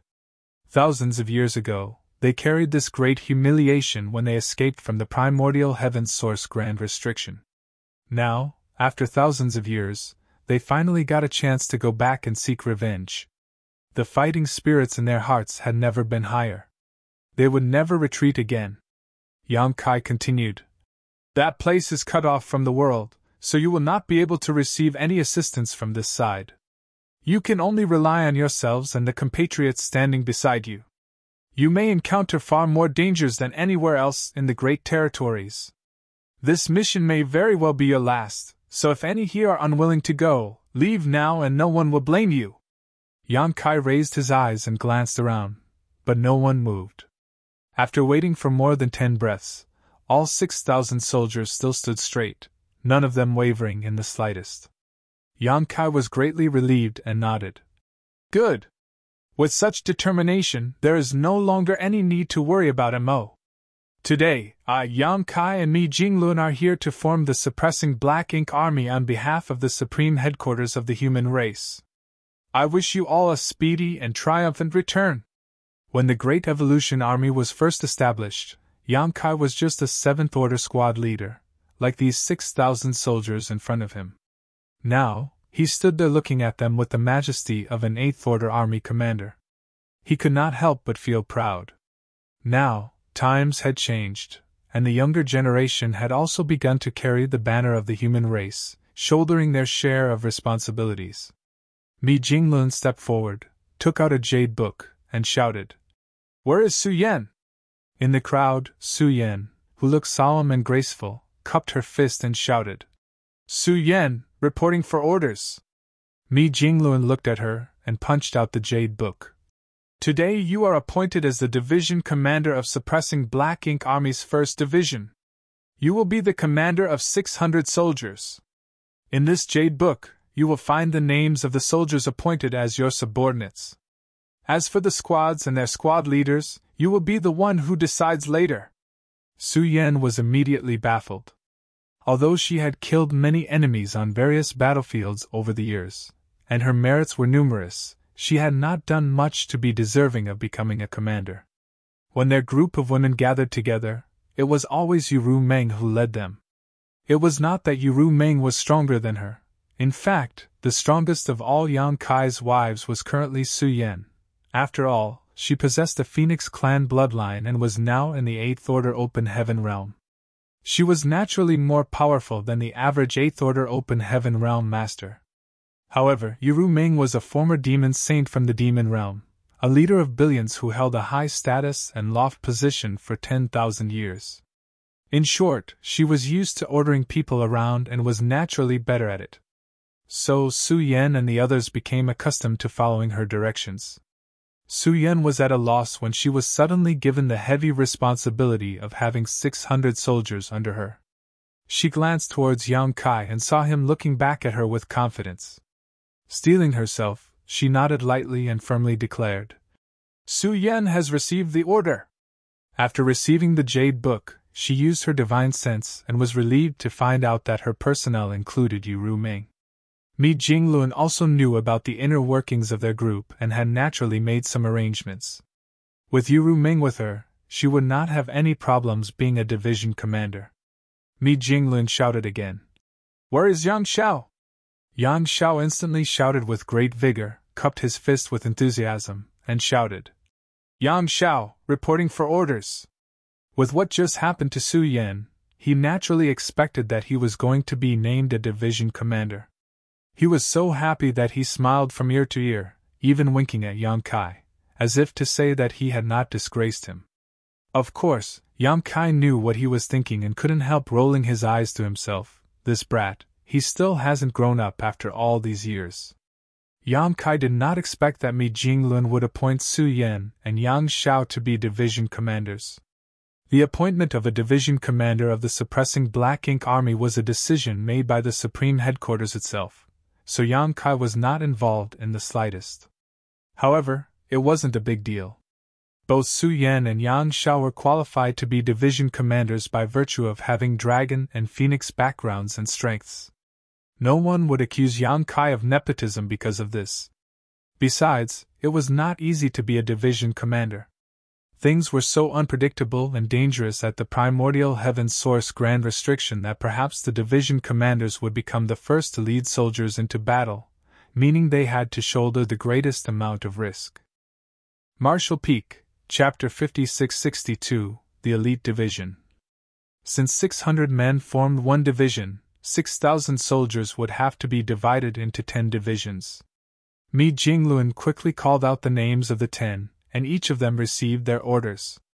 Among these 10 divisions, only 5,000 were combatants, with the remaining 1,000 taking care of logistics such as maintaining the Suppressing Black Ink Army's spirit arrays, artifacts, and even medical treatment. These soldiers were no less important, and those who fought on the front lines, but were also at least in the 6th Order Open Heaven realm. Even though these support personnel were not good at fighting, in a critical moment, they were also able to contribute to the battle. It was just that they were less powerful than those who spent their time on the battlefield. After appointing the 10 division commanders, Mi Jinglun took a step backwards, turned to Yang Kai, and left the rest to him. Yang Kai nodded, looked down, and asked, "Does anyone have any questions? If not, we will proceed." Everyone fell silent, except Yang Xiao, who raised his hand high. "Go ahead." Yang Kai glanced at this brat. Yang Xiao cupped his fist and asked, "Sir, may I ask which senior is the army commander of the suppressing Black Ink Army? Surely there would be an army commander, right?" His question immediately piqued everyone's curiosity. They were equally curious, as commanding such a big and powerful army was a heavy responsibility. However, Mi Jinglun only appointed 10 division commanders, but did not even mention anything about an army commander. The suppressing Black Ink Army must also have an army commander who was very strong and highly respected, otherwise the soldiers would not be able to fight effectively in the coming brutal war. The makeup of the suppressing Black Ink Army was exceptionally strong, with many 8th Order Open Heaven Realm Masters, not to mention the dozens of divine spirits who appeared like they were going along with the army. Thus, the army commander could not be a regular person. Among the current humans, there were only 2 or 3 people who were qualified to serve as the army commander of the suppressing Black Ink Army. Xiang Shan was one, Yang Kai was the other, while other 8th Order Open Heaven Realm Masters were nowhere near their capabilities. Yang Kai grinned and said to the curious soldiers, "There is naturally an army commander, but that senior is already standing by at the primordial heaven source grand restriction. Be patient, you will soon know who he is." His reply immediately sparked speculations. With Yang Kai's status, there were very few who deserved to be addressed as senior by him. Thus, although it was just a simple reply, many quickly guessed the identity of the army commander of the suppressing Black Ink Army. If it was who they thought it was, his suitability was truly indisputable. "Any more questions?" Yang Kai asked one more time. No one asked? Yang Kai nodded his head and ordered, "Division commanders, perform roll call and then assemble your squads. You have 1 stick of incense to deal with this." "Yes, sir." The 10 division commanders shouted in unison. Soon, the area became rowdy and chaotic as commanders called out to their troops and organized them into squads. Everyone knew what was happening and started to move to their respective divisions as their names were called. Moments later, the 6,000 soldiers were orderly divided into 10 divisions. Each division commander started to assign members to squads according to the information provided to them in their jade books. The suppressing Black Ink Army did not have battalions, instead choosing to form the division of squads from the start. Each division had 600 troops, and each squad had a standard 15 members. That meant that there were 40 squads in each division. The squad leaders were all 8th Order Open Heaven Realm Masters. In other words, although the suppressing Black Ink Army only had 6,000 men, there were 400 8th Order Open Heaven Realm Masters among them. When the Great Evolution Army was formed, it had a grand total of 120 8th Order Open Heaven Realm Masters. However, how many ordinary soldiers did the Great Evolution Army have back then? A full 60,000. 10 times more than the suppressing Black Ink Army. Although the human race was now facing an existential crisis, its heritage was actually several times stronger than back then, especially in terms of the number of mid- and high-rank Open Heaven Realm Masters. All this was naturally due to the Star Boundary, the Myriad Monsters world, and Yang Kai's small universe. Setting the Star Boundary and the Myriad Monsters world aside, just Yang Kai's small universe alone had brought out almost 10,000 people over the years, all of them directly advanced to the 5th, 6th, and 7th orders. And this was with Yang Kai being extremely selective of who was brought out of his small universe. The situation was entirely different for the Star Boundary and the Myriad Monsters world, which had population bases hundreds of times larger. Together with the influence of the World Tree clones, which could nurture one's talent and guide them in the martial Tao, as long as one wasn't completely hopeless in cultivation, anyone from the Star Boundary could break through to the 4th Order. There was now no one who directly advanced to the 3rd Order at all. Anyone who directly advanced to the 4th order had a chance to reach the 6th order in the future as long as they had sufficient resources. It could be said that, in time, there would no longer be any low-rank open heaven masters in the 3,000 worlds.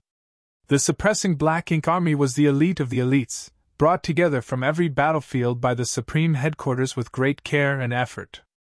The suppressing black ink fortress, manned by the suppressing black ink army of 6,000, was much more powerful than the original Great Evolution army from back then. Under Su Yan's command, Yiru Meng and the others were assigned as squad leaders, while Yang Shao assigned Zhao Yibai and the others as squad leaders. While the suppressing black ink army was organizing itself, Yang Kai had already connected with the World Tree and communicated with it. He planned to use the power of the World Tree to travel through the void and directly reach the primordial heaven's source grand restriction, which would not only be incredibly convenient but also save a massive amount of time. 3,000 years ago, when he sent Wu Kuang to the primordial heaven's source grand restriction, Yang Kai deliberately left a sealed universe world nearby so that he could go to the primordial heaven's source grand restriction at any time and from anywhere. However, after communicating with the old tree, Yang Kai realized that its current state was not optimistic. The World Tree was greatly affected by the destruction of the universe worlds of the 3,000 worlds, so the vast majority of its world fruits had withered and fallen, making the entire tree look old and sickly. To move outsiders from the 3,000 worlds to the grand ancient ruins boundary required the old tree to expend its energy. It was not a big problem for just Yang Kai and maybe 1 or 2 others to do this as the expenditure was minor. However, trying to move 408th Order Open Heaven Realm Masters was simply not feasible for the current World Tree and would quite likely be harmful. Upon realizing this, Yang Kai felt disappointed with himself for not thinking about this before. The old tree had once helped Yang Kai move 10,000 refugees from Acacia territory, and in the process suffered some damage. It was only now that Yang Kai recalled that event and realized how naive he had just been. There was no way for Yang Kai to borrow the old tree's strength for this endeavor, so Yang Kai could only adjust his plan. It was a good thing that there were other means of getting to the Black Ink battlefield. There were 2 other ways to get to the Black Ink battlefield. First, head to the Shattered Heaven, enter the barren territory, and then step into the Black Ink battlefield. This path unfortunately led to needing to pass through the No-Return Pass, which would attract retaliation from the Royal Lord. If they did not go via this main route, then they would have to take the secret passageway in Black Territory. However, there were also problems with this second plan as the secret passage was a highly dangerous void corridor. It was harmless for Yang Kai to go through this void corridor alone, and even taking several people with him should be alright. However, 408th Order Masters all at once. Yang Kai would have to monitor and control all 400 at once. After all, in order for him to avoid the 8th Order Open Heaven Realm Masters getting lost in the void, he would also need to use space principles to keep them together. Even for Zhao Yibai and the others who practiced the Tao of space, their safety was not guaranteed.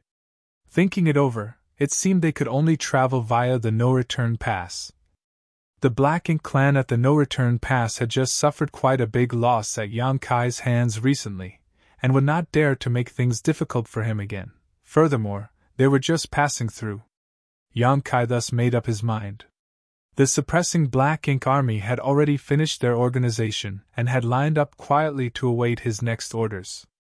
Yang Kai scanned the troops and was satisfied. They were worthy of being the elites drawn from the major battlefields. He then shouted, "All 8th Order Open Heaven Realm Masters, open your small universes and take in the soldiers of your respective squads." All the 8th Orders received the order, and the aura of world force instantly surged as portals to their small universes were opened. Those in the 7th Order and below soon poured inside. An 8th Order Master's small universe was large enough to accommodate a squad of 15 people. However, it would undoubtedly affect the utilization of their strength. In an instant, there were only around 400 8th Order Masters left out of the original 6,000 soldiers.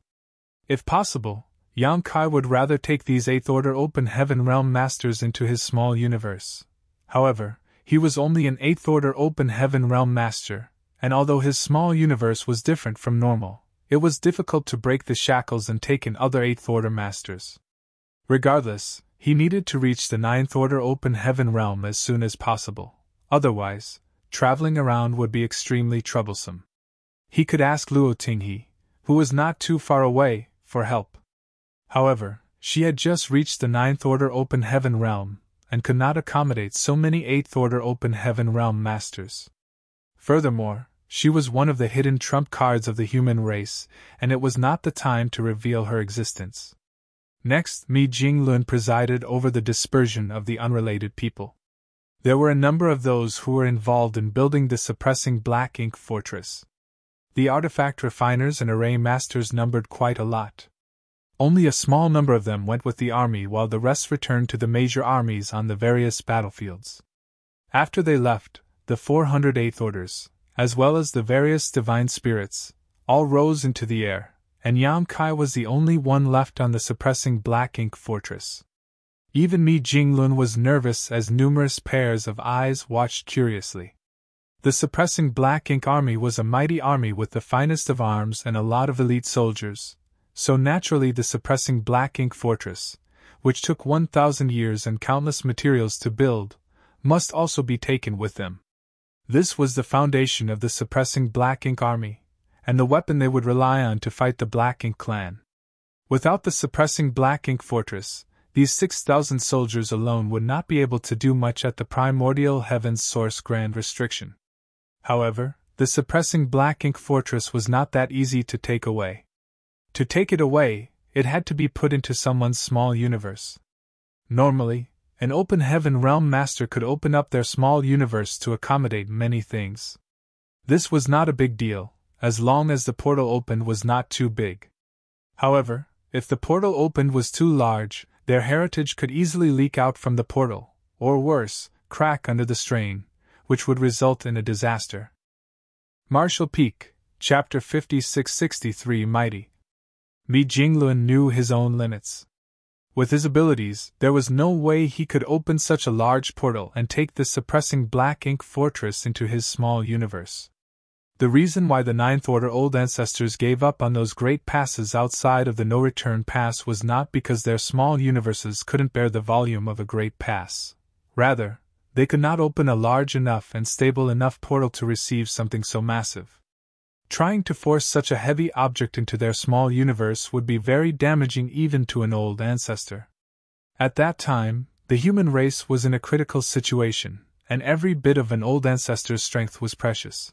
Thus, although the great passes were precious, they had to abandon them at the no-return pass, benefiting the Black Ink clan. Although the great passes were abandoned, each of their cores was removed. The core used to build the suppressing black ink fortress was one of the cores brought back from the no-return pass. Mi Jinglun was now curious as to what Yang Kai would do to bring the suppressing black ink fortress away. Not only was he curious, but all the 8th Order Open Heaven Realm Masters of the suppressing black ink army were exchanging puzzled looks.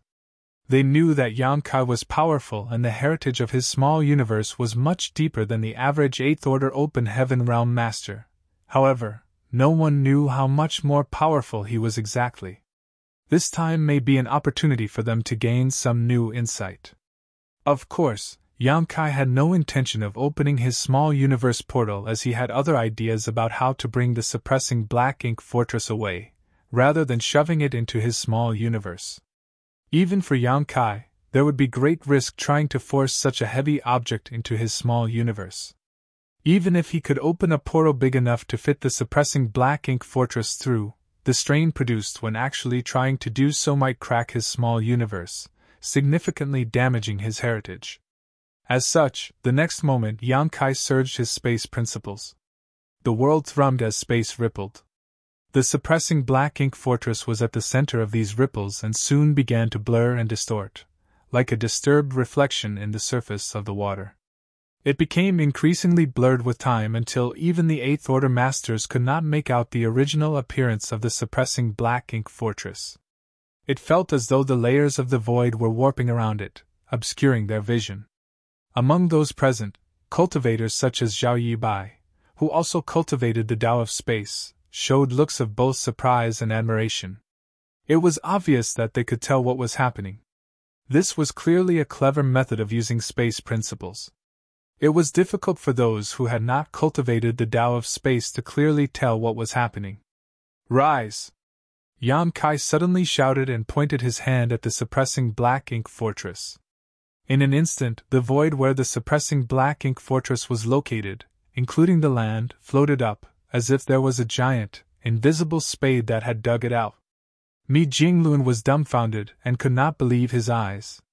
Only cultivators who had cultivated the Tao of space could do this, and it was difficult for anyone else to emulate it.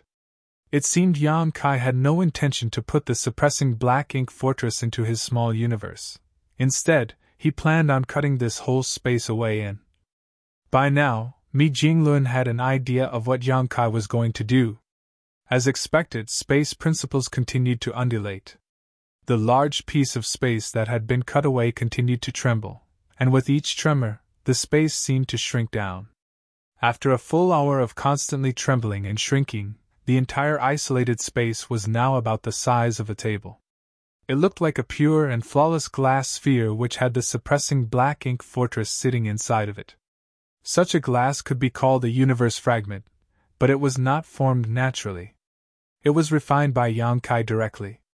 Yan Kai had successfully refined entire universe worlds into world beads, so cutting off a piece of space and refining it into such an orb was not a big deal to him. If he continued, he could shrink it even further, but this was enough for now. The round table-sized glass was casually thrown into his small universe. Thereafter, he took out a purifying black ink battleship, and shouted, "Board!" Everyone embarked on the purifying black ink battleship, and went about operating it without Yan Kai having to give any instructions. Yan Kai stood on the deck, cupped his fist to Mi Jinglun, and called out, "Senior brother Mi, I'll give them a ride. I'll trouble senior brothers to handle the rest over here." Mi Jinglun returned the salute, and said, "May you all have a safe journey ahead and a swift return. Let's go!" Yan Kai waved forward and the purifying black ink battleship buzzed and immediately turned into a stream of light, heading straight for the territory gate. Mi Jinglun stared in the direction of the purifying black ink battleship's departure until the huge warship disappeared from view, a certain sense of solemnity covering his face. There was no telling how many, if any of these 6,000 soldiers could come back alive. Turning back, the space that had been cut was filled with void turbulence, and would likely take many years to fully heal itself. Mi Jinglun again turned his head to look in a certain direction, bowed and saluted respectfully as he said, "It's done. While there is no need to remain here, the time is still not ripe yet. Old ancestor, please continue to wait." "Sure." A response sounded in his ear, though he could not tell how the old ancestor did this. Nonetheless, Mi Jinglun did not stay long and soon departed. For the first time in 1,000 years, this whole place fell silent. After passing through the territory gate, the purifying black ink battleship crossed the battlefield and attracted the attention of the Black Ink clan armies, all of them wondering what the humans were up to with this single warship sailing forward. Naturally, Black Ink clansmen were shocked when they took a look inside the ship. There were hundreds of 8th Order Open Heaven Realm Masters gathered openly on this ship. Even in the current situation, hundreds of 8th Order Open Heaven Realm Masters gathered in one place was enough to cause a lot of damage to the Black Ink clan. Soon, news of this discovery would be transmitted in all directions via the Black Ink nests, and the constant fighting on the original battlefield calmed down for a while. Naturally, the Black Ink clansmen quickly went into hiding until the purifying Black Ink battleship left the current Great Territory battlefield. Yan Kai had already informed everyone of the goal of their trip. Thus, the 8th Order Masters were excited that they would be crossing the no-return pass this time.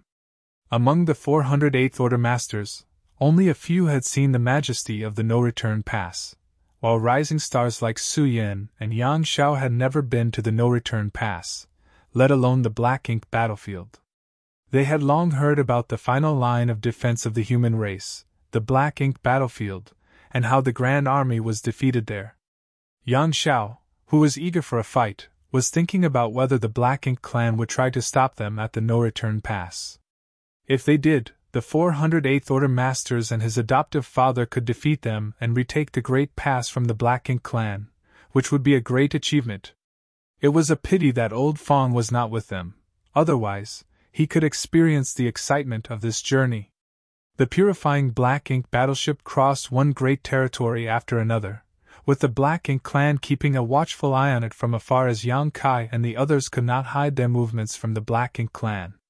Meanwhile, the no-return pass went on high alert, because the route of this purifying Black Ink battleship seemed to be heading straight for them. It was not the hundreds of Eighth Order Masters who they were worried about though. They were most concerned with the presence of the Killing Star on the purifying Black Ink battleship, Yang Kai. Both the Royal Lord and Mo Na Yi were particularly concerned by his presence. The Royal Lord was still fuming about what happened when Yang Kai was here previously. Although the loss of a large amount of supplies and 1,200 Black Ink disciples were nothing to the Black Ink clan, the loss of face was difficult for him to stomach. Now, Yang Kai was leading so many Eighth Order Open Heaven Realm Masters in the direction of the no-return pass. Does that bastard have no regard for me at all?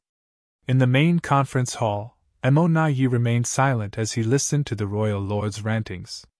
After finally calming down a bit, the Royal Lord asked, Mo Na Yi, what do you think Yang Kai is up to? Mo Na Yi deliberated for a moment before saying, Judging from the route of that purifying Black Ink battleship, it is indeed heading towards the no-return pass. From the reports of our scouts, they have already reached the Shattered Heaven and will soon enter the barren territory. The Royal Lord snarled furiously. Yang Kai is really asking for it now. If he dares to come, he will not leave this place alive. Previously, the Royal Lord ordered his men to set up the heaven-sealing earth-locking array at the territory gate. However, Yang Kai did not come through the territory gate, and instead showed up from the depths of the Black Ink battlefield. Hence, the arrangements proved useless. Now, since Yang Kai was coming through the territory gate, the previous setup would work. Mo Na Yi quickly said, Sir, please calm your anger. Although Yang Kai is despicable, we just settled the incident of the ancestral land. We should not provoke him and give him an excuse to act out against us. If he was alone, there might be a chance to trap him in the Grand Array at the no-return pass, however, with hundreds of Eighth Order Masters accompanying him. Even if we can trap him with the Grand Arrays, he would immediately be able to break out with so many strong helpers. The Royal Lord was filled with anger, but he had to admit that Mo Na Yi had a point. Even he could not take lightly the presence of hundreds of Eighth Order Open Heaven Realm Masters, and there was certainly no way the Grand Array could not trap so many powerhouses.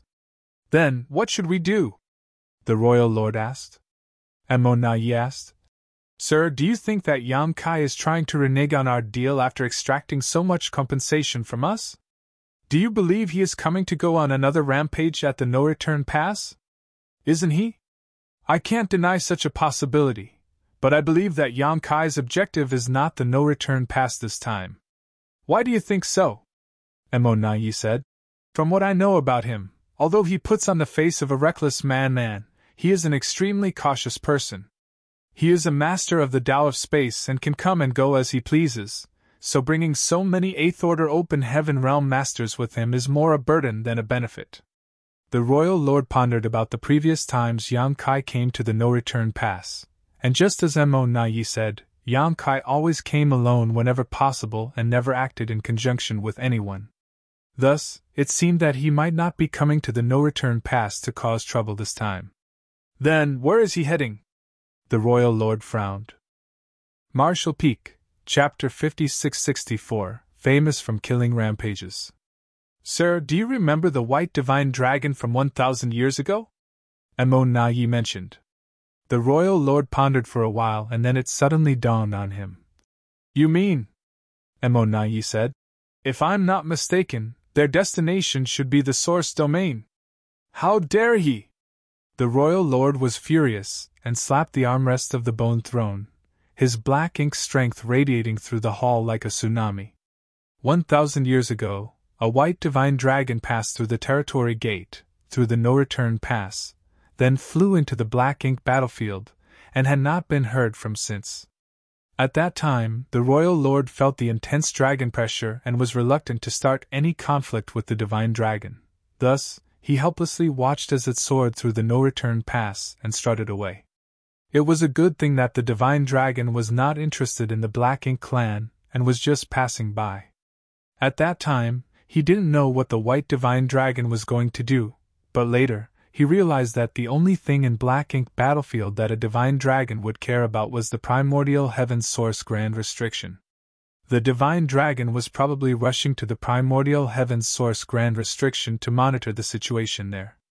In this regard, the Black Ink clan could not do anything. Now, after more than 1,000 years, Yang Kai led hundreds of 8th Order masters aboard a purifying Black Ink battleship towards the no-return pass. The royal lord thought that Yang Kai was going to create trouble at the no-return pass, but Emo Na Yi saw his real objective with a glance. Thus human force was most likely heading to the primordial heaven's source grand restriction. The mother nest was the root of the Black Ink clan, and it was also the place that the human race feared the most. How could they not pay more attention to it?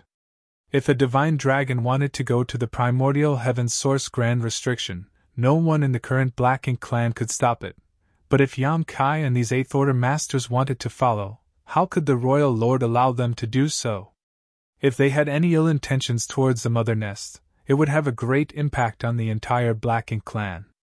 Thinking this, he shouted immediately, "Emo Na Yi, quickly recall the territory lords who can fight! Those humans must not leave here alive!" Emo Na Yi, however, shook his head.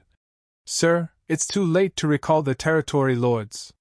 The purifying Black Ink battleship should have reached the barren territory by now, and would soon arrive at the no-return pass." There was no time to recall the other territory lords. The royal lord got up and paced back and forth several steps, before declaring with determination, "If that's the case, then let's gather all our strength and fight." Emo Na Yi exclaimed. "No!" The royal lord turned and glared at Emo Na Yi angrily, as he was displeased that he had opposed his order. He suppressed Emo Na Yi so forcefully with his pressure that the latter quickly bowed and explained, "Sir, if a war breaks out at the no-return pass, countless Black Ink nests will be destroyed regardless of who wins." There were hundreds of territory lords stationed here, many of them healing in the Black Ink nests at the no-return pass. Together with a true royal lord, a pseudo-royal lord, advantageous terrain, and a huge Black Ink clan army, they could certainly put up a good fight with the incoming humans. However, as Emo Na Yi said, once the fighting started, the Black Ink clan would incur enormous losses. Furthermore, many Black Ink nests would be lost. The Black Ink nests were critical to the Black Ink clan, as without them, they could sustain themselves. What Emo Na Yi said immediately dampened the royal lord's anger. He took a deep breath, sighed and frowned for several moments, before sitting back down on the bone throne. He then said with some resignation, "Yes, there is a need to guard the Black Ink nests. Emo Na Yi, you are right." Emo Na Yi understood the royal lord's near depression well. In some sense, it was torture for a powerful being like the royal lord to be sitting here at the no-return pass for thousands of years, unable to do anything. The Black Ink nests were the foundation of the Black Ink clan, but they were also an invisible shackle that bound the only royal lord here. In the battle at the barren territory, almost all of the 9th Order Open Heaven Realm Masters were killed, including the Dragon and Phoenix clan leaders. That final battle was a huge victory for the humans, as they killed almost all the royal lords and even managed to seriously hurt the Black Ink giant spirit god. The battle that took place over 3,000 years ago, and had a profound impact on both sides to this day.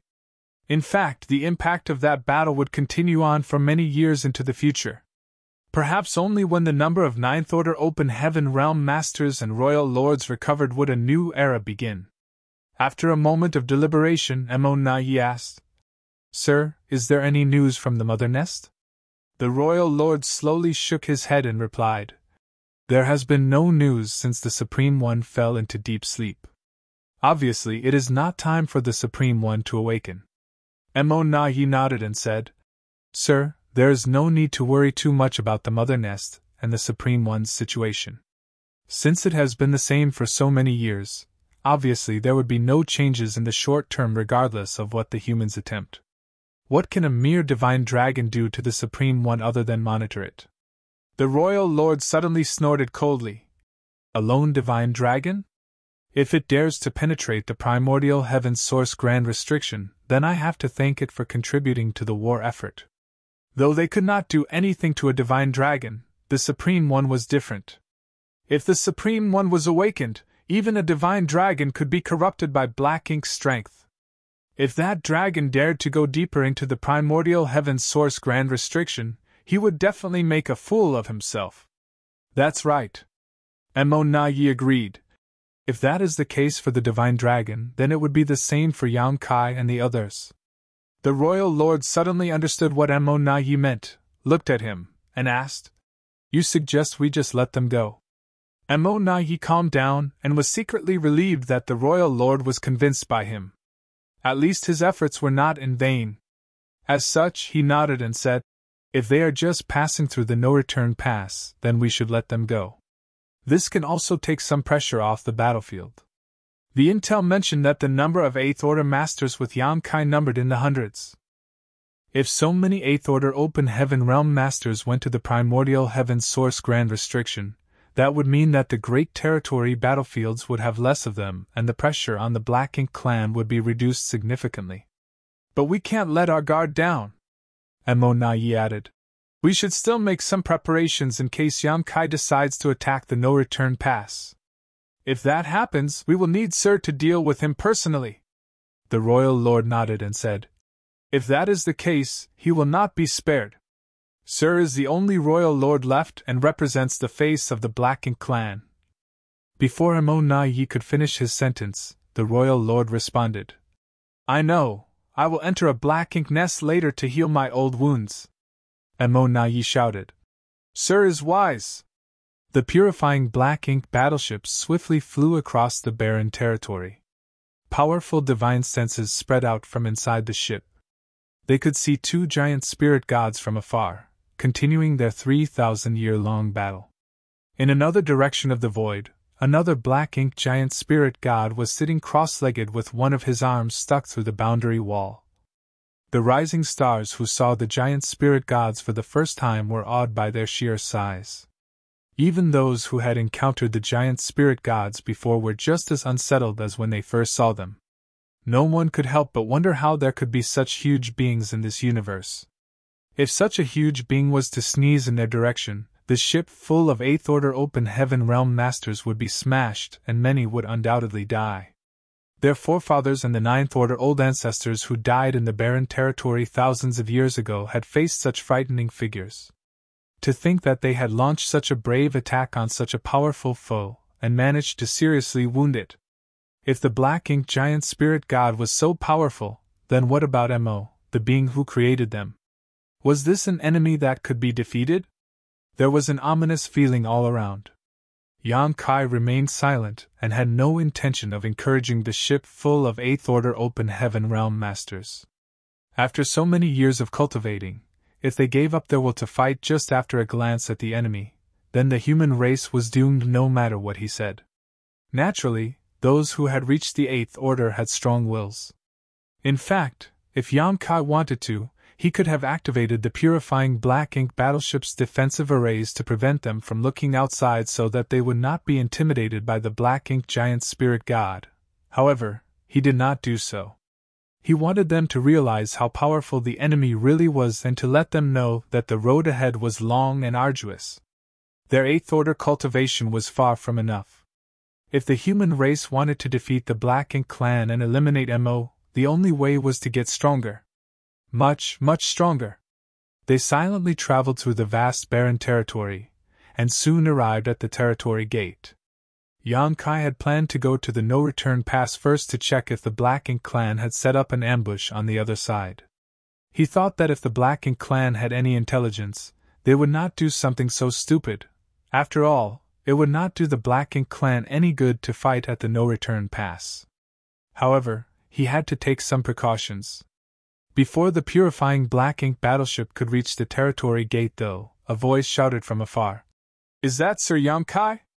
Yang Kai looked up and saw a sturdy figure waiting in the distance and felt the aura of an innate territory lord. Interesting, did the Black Ink clan arrange for someone to welcome us? Aboard the warship, the group of 8th Order Master had a change in expression. Most of them had already fought against territory lords on the battlefields, but they hardly spoke with one another and instead just fought to the death. It was also the first time they heard a human addressed as Sir by a territory lord. Yang Sha whispered to Yang Shui, "Little aunt, adoptive father is so powerful. Even before we arrived, a territory lord came from afar to welcome him. His fame from all his killing rampages must be truly remarkable." Yang Shui lightly pursed her lips and smiled. "There is no need to envy him. The Dragon Clan is not bad either." Yang Shao sighed and said, "It's not the same. I'm afraid I can only look up to my adoptive father in my entire life. However, Old Fawn still has some hope." Old Fawn had also made a name for himself amongst the Black Ink clan over the years and was widely known as Little Yang Kai. Not only was he proficient in the Tao of Space, but he was also extremely powerful and had a deep heritage. He was much stronger than average 8th Order Masters, but although that was the case, he remained calm and honest. Marshall Peak, Chapter 5665, One Day. Yang Shao felt sorry for Old Fong as he knew that the latter had always regarded his adoptive father as his role model. If Old Fong was here and saw this scene, he would surely have been proud of Yang Kai. He had complained about Mi Jinglun's decision that the entire squad was transferred to the suppressing Black Ink army, but Old Fong was left behind. While Yang Shao was sulking, Yang Kai shouted a response from the front of the deck. "It is this Yang!" In fact, there was no need to respond. The territory lord had already seen his figure from afar. To all the Black Ink clansmen, they need not remember any human except for Yang Kai. His image and features had been sent across the entire Black Ink clan, for all of them to study him closely. Everyone in the Black Ink clan was very familiar with this face. The purifying Black Ink battleship stopped not far from the front of the territory gate. The territory lord who shouted the greeting was clearly tense, his Black Ink strength involuntarily undulating. He never expected to be placed in such a position before, staring down a warship with Yang Kai at the front. He suddenly felt that the world was dark and there was no hope or future for him. This territory lord could barely resist the anxiety in his heart, which compelled him to charge towards Yang Kai in a desperate bid to attack. However, he managed to calm down, because he knew that if he tried to strike Yang Kai, he would die. Yang Kai had already proven his ability and skill with countless of his dead comrades. He cursed Mo Na Yi in his heart. Just because he had some verbal disputes with Mo Na Yi when they were both innate territory lords, he was sent here by the latter in a kind of personal vendetta. If he was killed by Yang Kai, Mo Na Yi would not be bothered by it. There need not be any mention of avenging his death, or even a report to the royal lord. With fear and trepidation, the territory lord mustered a smile on his face and cupped his fist towards the human and said, "By order of Sir Mo Na Yi, I am here to receive Sir Yang. Sir Mo Na Yi has instructed me to ask Your Excellency one question. What is the purpose of Sir Yang Kai's visit today?" Although he was smiling, he seemed to be whimpering as his voice trembled. Aboard the warship, the 8th Order Open Heaven Realm Masters watched on coldly while they marveled at how much guts it took for this lone territory lord to face Yang Kai and hundreds of 8th Order Masters. This ship did not just contain ordinary 8th Order Masters, but the elite amongst the elite of the human race. Of course, the Black Ink clan only feared and respected Yang Kai while they scorned the rest and did not even bother to remember their names. "Mo Na Yi," Yang Kai murmured. "This guy is as perceptive as ever. Though I did not hide our movements, stationing a territory lord here means that he must have figured out what we are up to." "What if I say that I'm just passing through?" Yang Kai responded indifferently. The territory lord's tense heart immediately relaxed and his smile became much more sincere as he sidestepped and made a welcoming gesture. "Sir Mo Na Yi said that if the humans are only passing through, then go ahead. Please." Interesting, Yang Kai grinned and did not want to waste any time on this territory lord, so he ordered, "Defensive positions!" Although Yang Kai believed the Black Ink clan would not risk starting a fight here, they still had to be on guard. Once he gave the order, the Eighth Order Open Heaven Realm Masters immediately took up a defensive stance. Yang Kai waved his hand forward and the purifying Black Ink battleship sailed into the territory gate and disappeared. After the purifying Black Ink battleship entered the territory gate, the territory lord heaved a long sigh of relief, feeling as if he had returned from the gates of death. At the no-return pass, the purifying Black Ink battleship emerged from the territory gate. Yang Kai stood alone at the front of the deck, straight as a post, and saw a gathering of powerful foes ahead. Territory lords gathered in large numbers, led by Mo Nai. Fortunately, all the territory lords had revealed their whereabouts and there was no sign of any grand array being activated. Otherwise, Yang Kai would have suspected that the Black Ink clan were here to ambush them. On the warship, the Eighth Order Masters surged their world force as they met the territory lords in front of them with a tinge of anxiety. Both sides exchanged solemn looks as the atmosphere grew extremely tense. The two races had long fought ruthlessly for innumerable years, and a vicious blood feud now existed between the two sides.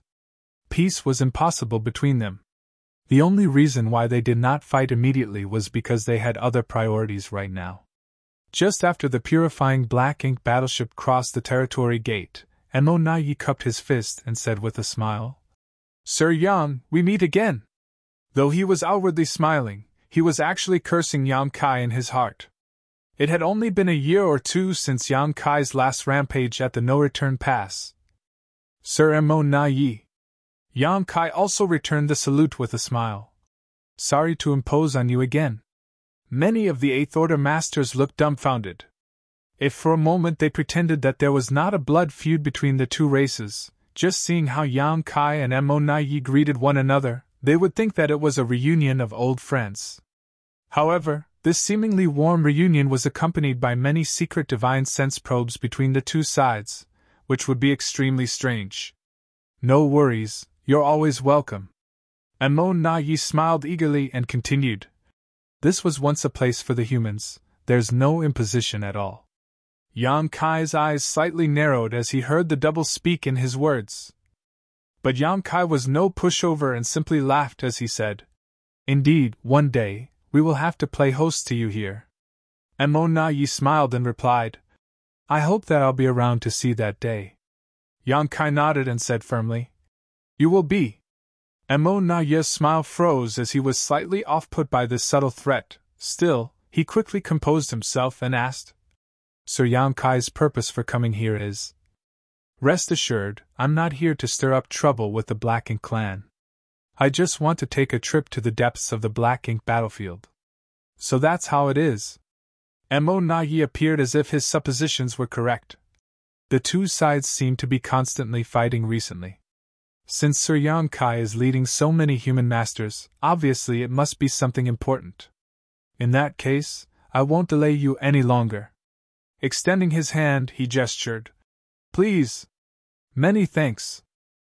Yang Kai replied courteously and took a step out of the purifying Black Ink battleship. The next moment, Mo Nai realized that Yang Kai was standing side by side with him. Mo Nai was surprised by this move, and could not resist as he turned to look at Yang Kai for a moment. He would not have thought of anything if Yang Kai had stayed aboard the purifying Black Ink battleship. But now that he suddenly came so close to him, things were different. Was Yang Kai not afraid of being attacked? With his strength as a pseudo-royal lord, if Mo Nai struck, Yang Kai might not be able to retreat even with his space secret techniques. If the royal lord came out from the Black Ink nests, they might very well have the chance to trap Yang Kai. No, it is impossible for him to be that foolish. If he was, then he would have died many times over. But what does he want to do? What the hell is he up to? Mo Nai nervously thought. Yang Kai grinned at him and casually asked, "Where is Sir Royal Lord? Why haven't I seen him?" If it was before, he really would have kept his distance from Mo Nai. A pseudo-royal lord was also a royal lord and not someone he should take lightly, but now that he had a life-saving trump card, he was not afraid of Mo Nai. Acting in a way that seemingly disadvantaged oneself was a good way to confuse one's opponents. When dealing with a smart guy like Mo Na Yi, Yang Kai could not just force his way through things. He should act with a certain degree of eccentricity to keep the other side off balance. The fact that Yang Kai asked him about the royal lord made Mo Na Yi even more wary. It was one thing standing so close to him, but Yang Kai was now even casually inquiring about the royal lord. What the hell is this bastard up to? Many thoughts flashed through Mo Na Yi's mind, before in the end he still casually answered. Sir Royal Lord has minor injuries to deal with and is now resting in the black ink nest. Sir Royal Lord's injuries were caused by me years ago, weren't they? Mo Na Yi was dumbfounded by this question. A rather odd scene was now playing out at the no-return pass. Yang Kai and Mo Na Yi were chatting casually as they walked side by side, the purifying black ink battleship following closely behind, and a mass of territory lords lining up on either side. The atmosphere was tense but peaceful. The two sides continued to walk further and further away. Only after sending them 1,000,000 kilometers away from the no-return pass, did Mo Na Yi stop and say, "I believe this is far enough, Sir Yang." Yang Kai said with a smile. "Good, I will return to the no-return pass to enjoy a drink with you soon, when I have time. The fine wine of the human race cannot be missed." Mo Na Yi immediately declared, "I never drink wine. All the more reason to try it." Yang Kai laughed and said, "It has been decided." After saying that, he did not care how Mo Na Yi reacted and just dashed back to the purifying black ink battleship before giving the order. The purifying black ink battleship immediately turned into a stream of light and shot off into the black ink battlefield. Looking at the direction where the light disappeared, Mo Na Yi felt a headache setting in. Yang Kai was leading so many 8th Order Masters to the primordial heaven's source grand restriction and certainly would not be back soon. Nonetheless, he would soon return to the front lines of the battlefield. As for how long soon was, that could not be determined. In other words, Yang Kai had hit the final nail with that one statement. The no-return pass currently had Mo Na Yi and the Royal Lord jointly stationed here so that they could keep the black ink nest safe. If Mo Na Yi left and the Royal Lord was alone, he might not be able to stop Yang Kai from causing trouble. While Mo Na Yi could freely roam the battlefields, Yang Kai could then freely destroy the black ink nests at the no-return pass. He sure is a tough nut to crack. After leading the territory lords back to the no-return pass, Mo Na Yi thought about it, but eventually decided not to leave unless another pseudo-royal lord was created by the Black Ink clan. Unfortunately, the cost of creating a pseudo-royal lord was immense, and the Black Ink clan could not afford it. Aboard the purifying Black Ink battleship, the group of 8th Order Open Heaven Realm Masters fell silent. It was not because they had transited the no-return pass peacefully, but rather because they felt a strong sense of shame. This could not be helped. When passing through the no-return pass, they saw the great passes that had been abandoned by the human race. Within the great passes were a large number of black ink nests which were buzzing with activity. Those were the human race's greatest weapons of war against the Black Ink clan on the Black Ink battlefield, inherited from their ancestors dating back to the late ancient era. Countless soldiers had shed blood to defend those great passes, and recorded on the monument of heroes within each one were the names of all those heroes who sacrificed their lives to defend the 3,000 worlds. But now, they had become trophies of the Black Ink clan. Marshall Peak, Chapter 5666, Divine Spirit Nemesis. After leaving the no-return pass, a tense silence fell on everyone on the warship. Even Yang Xiao, who was normally the most boisterous, had become solemn and filled with trepidation. However, there seemed to be a fire burning in the eyes of every 8th Order Master, the flame of hatred and humiliation. One day, this fire would burn so intensely that it would sweep across the universe and burn away all their enemies. It was not until several days later that the oppressive atmosphere gradually dissipated. Aboard the warship, the 8th Order Masters were chatting among themselves in various groups. Among the 400 8th Order Masters, most of them were rising stars like Yang Xiao, but some veterans of the human race army had successfully retreated from the Black Ink battlefield. These veterans had spent a lot of time on the black ink battlefield, with many of them having made the breakthrough to the Eighth Order in the various great passes. Unfortunately, the human race crusade was defeated, lost the black ink battlefield, and had to retreat with its remnants to the 3,000 worlds. After thousands of years, they finally returned to this place. Those rising stars who had never set foot onto the black ink battlefield were naturally eager to ask these veterans for some advice about this place. All of them wanted to hear stories about the human race army of the past and the majestic great passes. The great passes were all either broken or abandoned now. Many were around the no-return pass while the rest were scattered about. It was hard to imagine what it was like in the past. Yang Kai was standing at the front of the deck, keeping watch, and at the same time guiding the purifying black ink battleship forward. The journey to the primordial heaven source grand restriction would take at least 10 years at the warship's cruising speed, so if there was even a slight deviation from the proper course, they would be thrown off by millions of kilometers and delayed for a significant amount of time. Yang Kai did not dare to be careless. Zhu Jian, encouraged by a group of divine spirits, came to Yang Kai at one point and said with a smile, "Sir?" Yang Kai asked. "What is it?" On the warship, the divine spirits and the Eighth Order masters rarely interacted. It was not that the Eighth Order masters did not want to socialize with them, but rather that these divine spirits from the grand ancient ruins boundary still held on to their aloof arrogance that made it hard to interact with them. If not for their abrasive personalities, Yang Kai would not have thought of bringing them to the primordial heaven source grand restriction. These divine spirits could only be subdued by two people, so until Yang Kai could pass that responsibility onto the other individual, keeping an eye on them personally was really the only choice he had. Zhu Jian scratched his head and said, "Sir, that chap, Fei Yi, asked me to ask you about the situation in the ancestral land." On hearing this, Fei Yi could not help but roll his eyes and curse this bastard for tossing the responsibility onto his head. The divine spirits were naturally concerned about the ancestral land, which was their birthplace. When a divine spirit reached adulthood, they would feel a bloodline calling and be able to sense the existence of the ancestral land.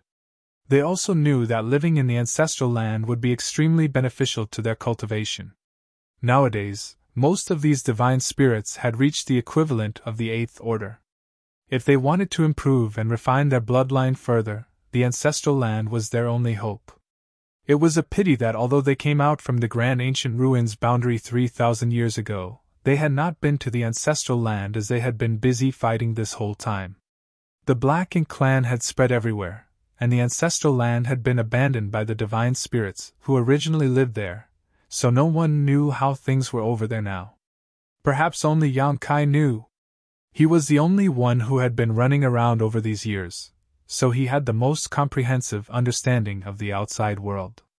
On hearing Zhu Jian's question, Yang Kai more or less knew what was on their minds. He knew that he had to assure them if he wanted their continued support for this venture, so he casually explained, "Don't worry, the ancestral land is fine. I just returned from there a year ago. However, I'm afraid it will take some time for it to restore its ancestral strength." Zhu Jian ignored the second half of the sentence and said excitedly, "Just as I thought. The ancestral land is a holy land. How could it possibly suffer anything untoward? That fool Fei Yi even said that the Black Ink clan had irreparably ravaged the ancestral land." Yang Kai chuckled and said, "Rest assured that the ancestral land is very special. Even if the whole universe falls apart and crumbles, the ancestral land will not be broken." Yang Kai witnessed the birth of the ancestral land when he watched its history in reverse. Thus, he was more qualified than anyone else to come to this conclusion. The battle between him and Di Wu in the ancestral land was fierce enough to destroy countless universe worlds, but the ancestral land remained unscathed. A long time ago, the battle between the Dragon Emperor, Phoenix Empress, and the Black Ink giant spirit god raged across the entire ancestral land, but even that was not enough to break it. The ancestral land would have been destroyed long ago if it had been as fragile as an ordinary universe world. If the Black Ink clan problem is eliminated, you and the others can return to ancestral land to cultivate," Yang Kai said, reassuring them. Zhu Jian's eyes lit up and nodded firmly. I'm certain that day will come. In the past, these divine spirits who came out of the grand ancient ruins boundary were bound by their bloodline oath and participated in the war between the human race and the Black Ink clan. Now, the time of the great oath was coming to an end, so it was important to provide them with some hope so that they would still give their best efforts. The ancestral land was where their hope lay. Yang Kai asked them about the divine spirits' dealings with other divine spirits. The divine spirits who were on the side of the human race were not only the ones who came out of the grand ancient ruins boundary. There were 3 groups of divine spirits, in fact. One of the other groups was the Dragon and Phoenix clans, originally from the No Return Pass, while the other was from the ancestral land. These 2 groups of divine spirits were fundamentally from the same source and got along fairly well. However, they did not like Zhu Jian and the others.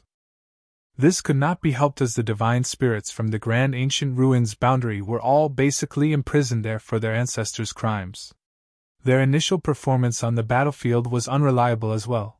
Thus, the different groups of divine spirits did not interact much with each other. Zhu Jian was also rather helpless when it came to this matter. If he ever returned to the ancestral land in the future, he would have some problems trying to get along with those divine spirits. At that moment, another person walked over, drawing Yang Kai's attention. Junior sister Gu. Senior brother Yang. Gu Pan replied with a smile. She was a core disciple of Langya Paradise from Yang Kai's generation that he had met in the grand ancient ruins boundary. After thousands of years of cultivation, she had also reached the 8th Order Open Heaven realm and became one of the pillars of the human race. Zhu Jian also knew Gu Pan and nodded to her. It was not surprising that they knew each other, as Gu Pan was chosen as a bearer by Qin Yo in the grand ancient ruins boundary, and had gained some benefits from the latter. Gu Pan had naturally met Zhu Jian back then. Seeing how his business was finished, Zhu Jian said, "Sir, please excuse me, I'll take my leave now." On saying so, he turned around and left. When he passed by Gu Pan, she opened the portal of her small universe and a figure came out. Zhu Jian instantly froze as he seemed to sense something. He turned his head and looked towards the figure that had just appeared. Before him was a human woman whose cultivation was only at the 7th Order Open Heaven realm. This made him frown slightly. After a brief look at her, he did not notice anything worthy of his attention, so he just shook his head and left. When he returned to the divine spirits, they saw his serious expression and a divine spirit asked, "What happened?" Zhu Jian scratched his head, looked back and said, "Nothing, perhaps I was mistaken." The moment he brushed past that female 7th Order human who appeared from Gu Pan's small universe, he suddenly had an ominous feeling, as if he had met some kind of nemesis. He would naturally not mention this to Fei Yi and the rest, lest they laugh at his cowardice. However, that feeling did not seem to be an illusion. Something was odd about that 7th Order woman. The woman who appeared from Gu Pan's small universe was none other than Zhang Ruoxi. Over these years, she and Gu Pan were essentially inseparable. With a core disciple like Gu Pan and Yang Kai having close relationships with her, Zhang Ruoxi's life in the Langya Paradise was quite comfortable. It was a pity that she only advanced directly to the 5th Order. Otherwise, she would have been more valued by Langya Paradise. Earlier, Yang Kai asked the 8th Order Masters to take in the other suppressing Black Ink army soldiers. Thus, Zhang Ruoxi was taken into Gu Pan's small universe. "Sir!" Zhang Ruoxi bowed elegantly. Yang Kai reached out and helped her up, smiling happily as he said, "Ruoxi is now in the 7th Order too." Back at the star boundary, many great emperors joined hands to fight great demon god Emoshing. He and Zhang Ruoxi also participated in that great battle, after which they left the star boundary together. Unfortunately, halfway through their trip, they were separated.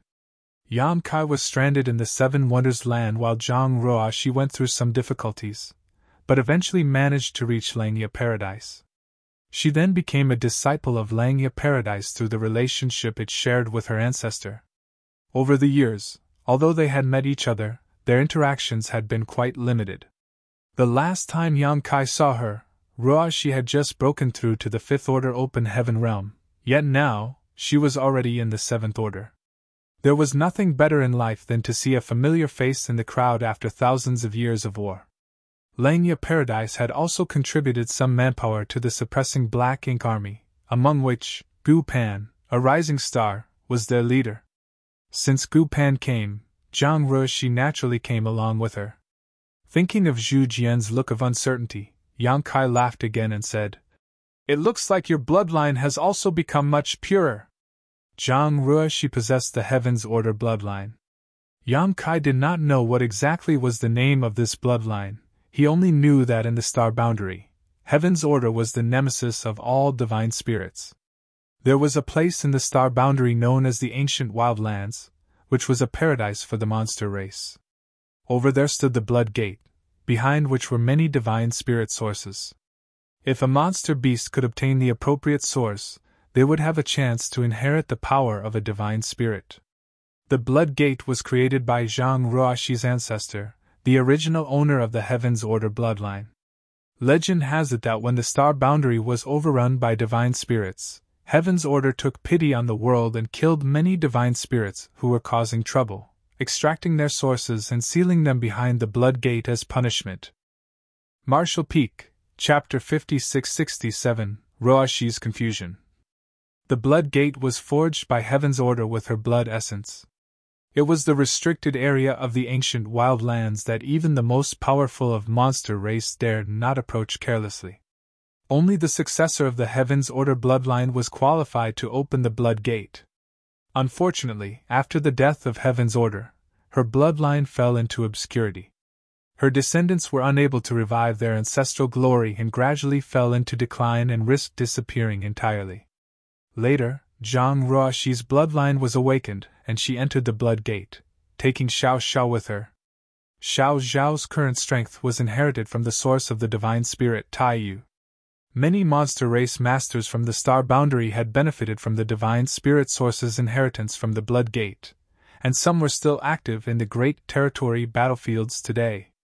This included Luan Feng and Fan Wu. While they only had a trace of divine spirit bloodline in them originally, which was far from pure, when they obtained the appropriate source, they could be called true divine spirits. Afterwards, many of them even journeyed to the divine spirit ancestral land to cultivate, further purifying their bloodlines. Yang Kai suddenly looked a bit confused when he thought about this. If the divine spirits had their bloodline, then what was the Heaven's Order bloodline Zhang Ruoxi had? This kind of bloodline had a natural restraint on all divine spirits, which could be seen only from Zhu Jian's reaction just now. Just by walking by each other, a master on Zhu Jian's level felt uneasy around Zhang Ruoxi, a mere 7th Order Open Heaven Realm master. In fact, when Zhang Ruoxi stood in front of Yang Kai, even he could not help but feel an innate sense of unease coming from his dragon vein. However, due to their familiarity with each other, and knowing that Zhang Ruoxi couldn't harm him, this uneasiness was easily ignored. If it had been someone else, that feeling would be enough to trigger Yang Kai to be more cautious. Oddly, he had never felt this way in the past. Either Zhang Ruoxi's Heaven's Order bloodline had grown tremendously, or Yang Kai's dragon vein had grown so pure that it was now able to sense Ruoxi's bloodline more strongly. "Sir, you are very knowledgeable, so Ruoxi has a question for you." Zhang Ruoxi spoke softly. Gu Pan had already waved her hand and created a barrier that surrounded the three of them, separating them from the outside. Yang Kai immediately understood that what Ruoxi wanted to say must be extremely personal to her. Otherwise, Gu Pan would not have been so cautious. He immediately nodded and said, "Go ahead." Zhang Ruoxi said, "Sir, you know that after Ruoxi condensed her Dao seal, refined appropriate materials, and became a 5th Order Open Heaven Realm Master, the final realm I could reach was the 7th Order Open Heaven Realm, right?" Yang Kai nodded. He naturally knew about this matter, because he had once asked Zhang Ruoxi if she wanted to start over and refine 6th Order materials. After all, there was still a gap between the 5th Order and 6th Order. Back then, he still had some Tai Yi soul cleansing water on hand. As long as Ruoxi was willing to try, then she could wash away the powers accumulated in her Dao seal and begin from scratch. However, Doing so involved a great deal of risk, as the Tao seal was at stake and any slight carelessness could be fatal. She also felt that refining sixth-order materials was a bit too much for her aptitude, which was why Yang Kai did not insist on it. Now that she is a seventh-order master and has reached the peak of her cultivation, she then continued to explain. She followed Gu Pan around the battlefield over the years to kill countless enemies and had accumulated countless military merits, so she was never short of cultivation resources. The current environment for the human race soldiers had a multitude of dangers as well as opportunities. As long as they dared to dedicate themselves to the war, they could use their military merits to exchange for anything they wanted. It was unlike before when all the good stuff was hoarded by the cave heavens and paradises, out of reach of ordinary cultivators. She was very hardworking and exchanged her military merits for lots of resources. Thus, she was always cultivating, which was why it was not surprising that she could reach the peak of the seventh order.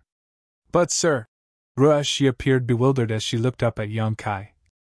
She still feels that her cultivation has not reached its limits, like there are no shackles on my small universe. Yang Kai was listening attentively, and now his expression was even more intense as he asked, "Is that true?" What she said was not that alarming initially, but her final words sent shockwaves through Yang Kai's heart. Why can she not feel the shackles on her small universe? It's too strange. The moment Yang Kai broke through the eighth order, he could already feel the shackles on his small universe, and they only became more noticeable the more he cultivated. The human open heaven realm method had a major flaw which limited one's ultimate potential, a fact that Yang Kai only recognized recently. Tsang and his 9 compatriots went to the World Tree to gain enlightenment regarding the open heaven realm method, so that the originally weak human race could rise up. It could be said that these martial ancestors had contributed immensely to the human race. Without the open heaven realm method, the human race would not be what it is today. It was because of these 10 martial ancestors that the future generations of the human race were able to achieve their current success, and Yang Kai was full of respect for them. However, it was undeniable that the open heaven realm method was imperfect. If it was perfect, then it would not put unbreakable limits on one's future achievements. A truly perfect method would allow one to continue treading their martial Tao as long as they were willing to put in the necessary effort. In a sense, the open heaven realm method was a dead end. Anyone who initially broke through to the fifth order would have a hard limit of the seventh order in the future. The sixth order would end at the eighth order. A world fruit from the world tree could extend that limit by a single order, allowing a person to climb a little higher on their martial Tao, but it was still limited. Yang Kai achieved the fifth order open heaven realm, then took a mid-rank world fruit. He was now at the eighth order open heaven realm, and although he was not quite at the peak, he was nearly there. When he was still cultivating in the Star Boundaries World Tree clone, he felt the invisible shackle on his small universe growing tighter with time. The shackle was like a lock that pinned down his martial Tao to prevent any possibility of it moving forward. It also locked his small universe from further expansion. This became more obvious as Yang Kai's own heritage increased. Every master who had reached the end of their own martial Tao could clearly feel this invisible shackle on their small universe. The shackle existed with the birth of one's small universe when advancing to the open heaven realm. However, she said that she could not feel this shackle, which was rather unbelievable. If Ruashi's cultivation was at the peak of seventh order, she should have clearly felt this restriction long ago. It was no wonder Gu Pan blocked this area. This was a big deal, and would spread like wildfire if it got out. Who else knows about this? Yang Kai asked solemnly. Ruashi turned her head, looked at Gu Pan, and said, "Besides you, only senior sister Gu knows about this." She wanted to ask Yang Kai for advice as soon as she realized her situation. Unfortunately, Yang Kai was now in a high position and his whereabouts were highly unpredictable. Strong in will but weak in strength, she could only keep this secret to herself for the time being. Luckily, she was able to see Yang Kai during the formation of the suppressing Black Ink Army. Otherwise, she really did not know what she should do. In Langya Paradise, although some elders cared for her, she could not totally trust them. Furthermore, she believed only Yang Kai could handle this. Yang Kai was the only person in the world who could make her feel totally unreserved. Yang Kai nodded slightly as Ruashi's caution was appropriate. The limits of one's small universe was the eternal bane of all human masters. If they could find a way to break this shackle, the human race would certainly have many more masters.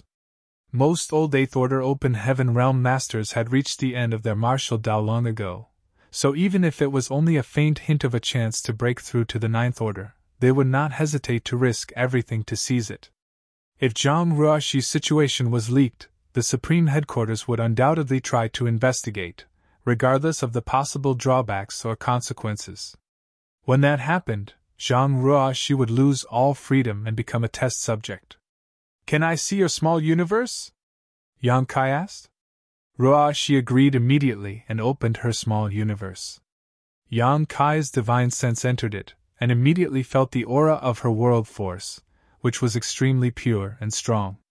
This small universe itself was nothing special, other than its territory being larger than a normal 7th Order master's.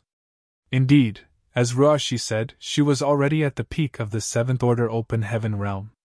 However, Yang Kai soon chuckled and asked, "Why are you hoarding so many small stone race members?" Ruashi's small universe had fully materialized as she was in the 7th Order, and it seemed she had purposely transplanted many flowers and plants into it, making it both beautiful and vibrant. However, in a corner of her small universe, there were some 200 small stone race members of both the Yang and Yin variety. They were both equally distributed, and most were very strong. There were even some 1,000-meter-tall 8th Order small stone race masters among them. Yang Kai naturally knew the origin of these small stone race members. Previously, in the ancestral land, he handed the small stone race soldiers he borrowed from Big Brother Huang and Big Sister Lan and passed them to those 7th Order array masters, tasking them with bringing them back to the Supreme Headquarters. The Supreme Headquarters naturally distributed these small stone race members to strengthen the human race soldiers. Naturally, the cost for a small stone race soldier would correspond to its order, so the powerful ones were not cheap. Human soldiers would obtain these small stone race members from the various bases in the Great Territory battlefields, and then refine them to use against the enemy. Generally speaking, a single person could only refine a handful of small stone race soldiers as their sentience was too low. They were very rebellious, and even when refined, it was very difficult to command them when there were too many. Yang Kai was well aware of this. Thus, nowadays, when the human race soldiers were fighting with the Black Ink clan on the various battlefields, most of them had a few small stone race members with them. Quite often the human race soldiers relied on the bravery of these small stone race soldiers to get out of tricky situations or to kill strong enemies. In this way, they were of great help to the humans. Yang Kai was a bit puzzled about why Ruashi hoarded so many though. After all, these things were exchanged for military merits, and their cost was not cheap, especially for those in the 8th Order. After all, having something equivalent to an 8th Order Open Heaven Realm Master would give her a significant boost in fighting strength. Martial Peak, Chapter 56-68, The Mighty Heavens Order Bloodline. These 200 small stone race members alone represented a massive amount of military merits. What made Yang Kai feel even stranger was that he did not feel any traces of refinement from these small stone race members.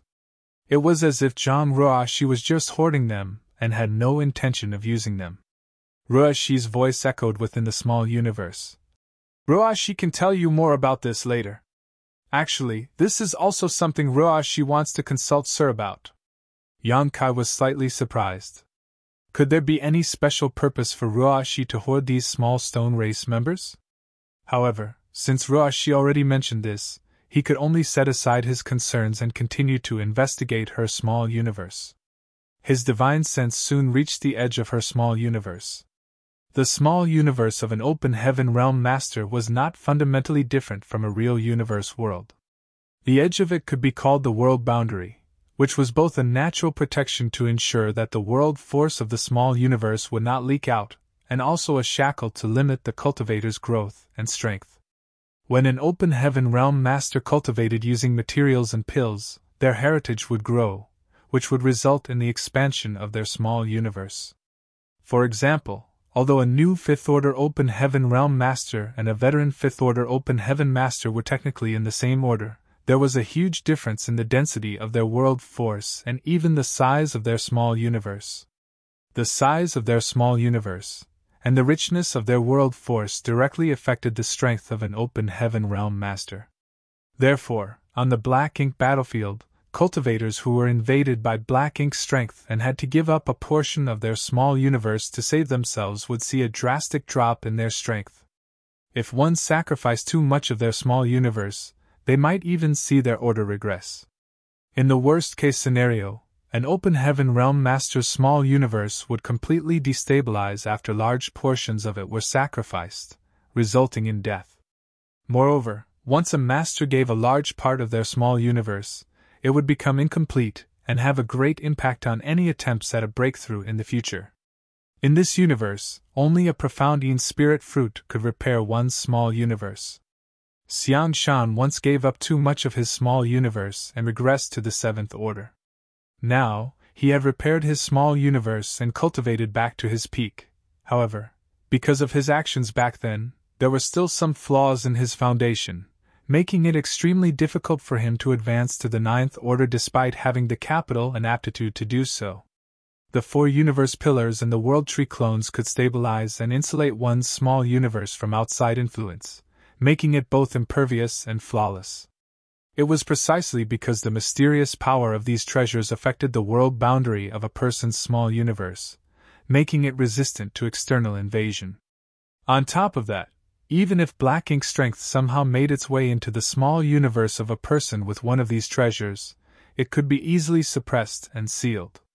A cultivator would reach a bottleneck when the expansion of their small universe reached its limit. If they broke through this limit, the master would advance to the next order, and their small universe would expand greatly. Naturally, the strength of that cultivation would dramatically change as well. Ruashi was now at the peak of the Seventh Order, and her small universe should have hit its limit, one that should be insurmountable in her life. It was reasonable to say that her world boundary couldn't expand any further. Knowing this, Yang Kai conducted a small test to push the limit. In an instant, a mountain shook in the Ruashi's small universe and the world boundary rippled. Yang Kai was surprised and immediately withdrew his energy. After all, a cultivator would feel uncomfortable when their small universe was disturbed from the inside. Luckily, Yang Kai was able to quickly retract his energy, and did not cause any harm to Ruashi. Gu Pan asked from the side, "How is it?" "It's really strange." Yang Kai frowned and continued. "Ruashi does have the potential to continue improving her cultivation." Through this test, Yang Kai was able to determine that Zhang Ruoshi's cultivation had reached a bottleneck, but not the end of her martial Dao. With a little more effort, she could break through this bottleneck and advance to the Eighth Order Open Heaven realm. This was shocking. Yang Kai had traveled all over the universe for many years and had come into contact with all kinds of cultivators, including many high-ranking Open Heaven Masters, but none of them could overcome their innate shackles like Ruashi could. Even he himself was now restricted by the invisible shackle of his small universe. Gu Pan was both happy and relieved to hear Yang Kai's assessment. She had looked into Zhang Ruashi's situation before and came to the same conclusion. However, she was not confident in her own judgment. Now that Yang Kai had come to the same conclusion, it was basically a certainty. This was good for Zhang Ruashi. Previously, her peak was the Seventh Order Open Heaven realm. However, now she might be able to become an Eighth Order or even a Ninth Order Master. Yang Kai thought for a moment and asked, "Has Ruashi ever eaten a world fruit?" Zhang Ruashi shook her head and said, "No, I haven't." Yang Kai nodded at the expected answer. World fruits were so precious that ordinary people could not get a hold of one. If Ruashi had eaten a world fruit, then she would not be as doubtful of her situation. "Sir, can you figure out what's going on with Ruashi?" Zhang Ruashi asked. Yang Kai shook his head. "I've never heard of a situation like this before, but I can see that the foundation of your small universe is solid and your heritage is strong. So, there's nothing wrong with it, and it should be beneficial to you, rather than harmful. As for why this is the case, I have a speculation. Please enlighten me, sir. Zhang Ruoshi looked at him eagerly. Yang Kai said, It concerns your bloodline. The Heaven's Order bloodline you awakened should have some peculiarities. It should be this peculiarity that allows you to overcome the innate shackles of the open heaven realm. What sir means is... Let's put it this way. Yang Kai explained. Your bloodline is different from that of the human race. If you look at the vast universe, only the divine spirits have true bloodline inheritances. The divine spirits do not have limits on their cultivation. They just need to constantly refine their own bloodline and awaken their ancient inheritance to advance. In other words, they can continue to get stronger as long as they put in enough effort and have enough resources. Humans, on the other hand, who cultivate using the open heaven realm method, have innate limits. Divine spirits clearly have incomparable advantages. Your Heaven's Order bloodline may also be related to a divine spirit bloodline, so the growth of your strength is somewhat similar to that of a divine spirit. At this point, Yang Kai suddenly realized the problem with his theory. If the Heaven's Order bloodline was really a divine spirit bloodline, then Zhang Ruoshi should also have innate shackles because she relied on the open heaven realm method of the human race to cultivate. Take Yang Kai himself, he could be considered a pure-blood dragon clan member now, but because he used the open heaven realm to cultivate, no matter how pure his dragon vein was, he was still limited by his innate shackles to the peak of the Eighth Order. Even his powerful dragon vein was restricted. It seemed he could not take that last 1-meter step to become a divine dragon even when he cultivated in the ancestral land. Only when he reached the Ninth Order open heaven realm would his dragon vein naturally be able to advance to the next stage. Although Su Yan had a Phoenix clan bloodline, as long as she relied on the open heaven realm method, she would suffer from this shortcoming as well. The open heaven realm method was inherited from the 10 martial ancestors, which was in line with the heavenly way. It was certainly not perfect, but it had helped with the cultivation of the human race for countless eons. If the masters wanted to be free from the restrictions, then they should not cultivate using the open heaven realm method. However, as soon as they used it to cultivate, they would definitely be limited by it in the future. Divine spirits did not need to cultivate using the open heaven realm method. They were the first to be blessed by the heavenly way and ruled all under the heavens long before the 10 martial ancestors gained enlightenment about the open heaven realm method. They have been using their bloodline as their main way to cultivate since ancient times. The purer their bloodline, the more powerful they were. Zhang Ruoshi also used the open heaven realm method to advance to the open heaven realm though, so even if the Heaven's Order bloodline was really a kind of divine spirit bloodline, it should be limited by the restrictions of the open heaven realm method, but she was not.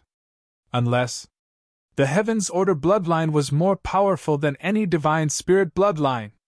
Such power would be sufficient to overcome the innate shackles of the open heaven realm method. Considering all these, Yang Kai could not help but feel bothered. Was the Heaven's Order bloodline much more powerful than the divine spirit bloodlines? He really had not thought about it before. However, after careful consideration, it seemed that it was possible. Back in the star boundary, Heaven's Order was the nemesis of all divine spirits. All the divine spirits that plagued the world were captured by Heaven's Order and stripped of their sources, which she then sealed in the Blood Gate for countless years. Even when Zhang Ruoshi was only in the 7th Order open heaven realm, an 8th Order divine spirit like Xu Jian could feel a sense of suppression just being near her. Even Yang Kai felt so when she was close to him. All signs indicated that Zhang Ruoshi's Heaven's Order bloodline was much more powerful than any divine spirit bloodline. What exactly is the Heaven's Order bloodline? Yang Kai was now considered to be very knowledgeable and had seen many things. However, he had never heard of the Heaven's Order bloodline anywhere else except in Zhang Ruoshi. Yang Kai had a hunch about the truth, but he was unsure about it. Sir? Zhang Ruoshi whispered when she saw that he was lost in his thoughts. Yang Kai came back to his senses. As Sir said, my current situation is similar to the divine spirits, so can I become an 8th Order open heaven realm master? She asked excitedly. The human race was now at war for its very survival, and although a 7th Order Open Heaven Realm Master wasn't weak, any random territory lord could easily kill them, especially the innate territory lords who were far more powerful than the acquired ones. Zhang Ruoshi had been able to stay safe and sound all these years mainly because she had been following Du Pan around. Due to her relationship with Yang Kai, Langya Paradise had taken great care of her. If she was just an ordinary 7th Order Open Heaven Realm Master, it would be much riskier for her on the battlefield. However, if she could become an 8th Order Master, then she would be much safer in the future and more lethal to the enemies on the battlefield. Yang Kai nodded and said, "Advancing to the 8th Order is not a problem. I saw your small universe, and you are at the limit of the 7th Order Open Heaven Realm. Once things have settled down, you should enter retreat and cultivate hard. I will personally stand guard for you until you break through to the 8th Order." "Many thanks, sir," Zhang Ruoshi said with a beautiful smile. Martial Peak, Chapter 5669, 3rd Order 9 Palaces Formation? There was no doubt that Zhang Ruoshi would advance to the 8th Order. Nevertheless, Yang Kai could not be absolutely sure if what he thought was correct. If it was as he thought, it would still be astonishing that the Heaven's Order bloodline could circumvent the drawbacks of the Open Heaven Realm method, which was something that even a Divine Spirit bloodline could not achieve.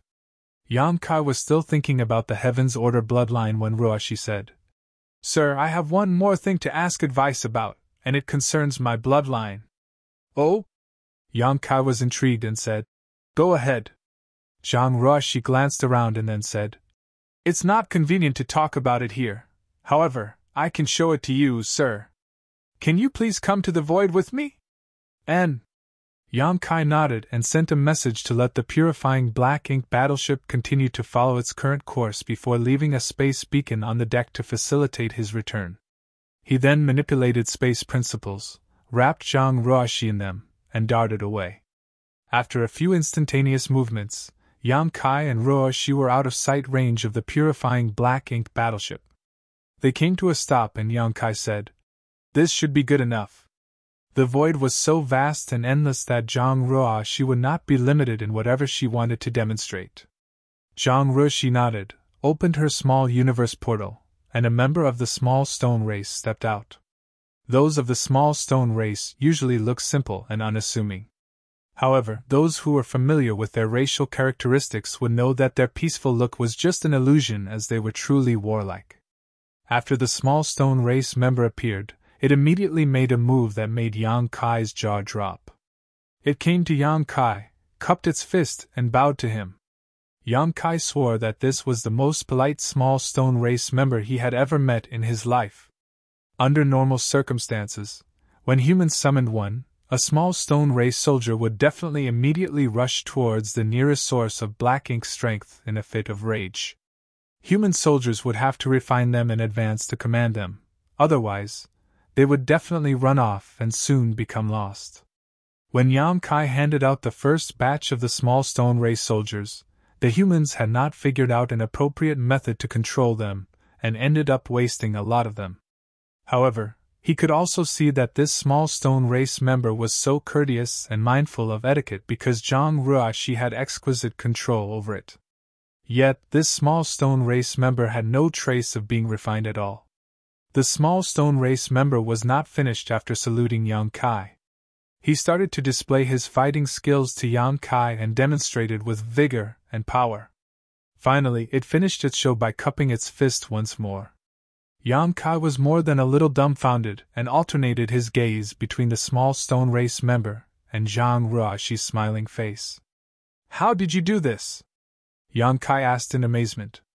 In fact, Yang Kai could have done this too if he had been the one controlling this small stone race soldier, but that was because he had the great sun and great moon marks given to him by Big Brother Huang and Big Sister Lan. This small stone race member was brought out from the chaotic dead territory, where the burning light and serene glimmer had spent the last millennium nurturing it. These small stone race members could be regarded as pieces of living yellow and blue crystals. Thus, the great sun and great moon marks condensed from the burning light and serene glimmer's source held absolute authority over them. Yang Kai could even use the power contained within them to generate purifying light. On the other hand, Zhang Ruoshi did not have the marks, which Yang Kai had brought out of the chaotic dead territory and distributed to the divine spirits. Zhang Ruoshi said, "Sir, please continue to watch." She did not answer Yang Kai's question immediately because there was more to show him. As she spoke, 2 more soldiers came out of her small universe, joined together with the previous one, linking their auras. Their bodies vibrated, and then in the blink of an eye, they formed a 3 fortunes formation. This 3 fortunes formation was far more solid than a battle formation formed by ordinary human soldiers. Their auras were completely connected, without any form of roughness or instability. Next, a continuous stream of small stone race members emerged from Zhang Ruoshi's small universe and joined the battle formation. The 3 fortunes became a 4 symbols, then a 5 elements, a 6 paths, and finally a 9 palaces formation. But that was not the end, as more and more small stone race soldiers rushed out and formed more 9 palaces formations. With the 9 palaces formation as the base, the formation grew again. 27 small stone race members, forming what could only be called a Great 3 Fortunes formation. 36 small stone race members formed the Great 4 Symbols formation, and finally, the 81 small stone race members formed a massive Great 9 Palaces formation. Yang Kai was in absolute awe as he watched this scene in utter bewilderment. He finally understood why Zhang Ruoshi had accumulated so many small stone race members in her small universe. He thought that she was keeping them as backup for some kind of emergency. After all, they were easily killed on the battlefield, so it was prudent of her to keep more in reserve if she planned to take on powerful masters like a territory lord. However, now it seemed that this was not the case. Zhang Ruoshi was really capable of commanding and controlling this many small stone race members. Yang Kai could as well.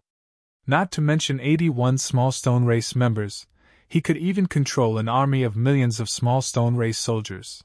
However, he needed to use the marks to command them in a general manner, while the scene before him was completely different. He could only give simple orders to such a small stone race army.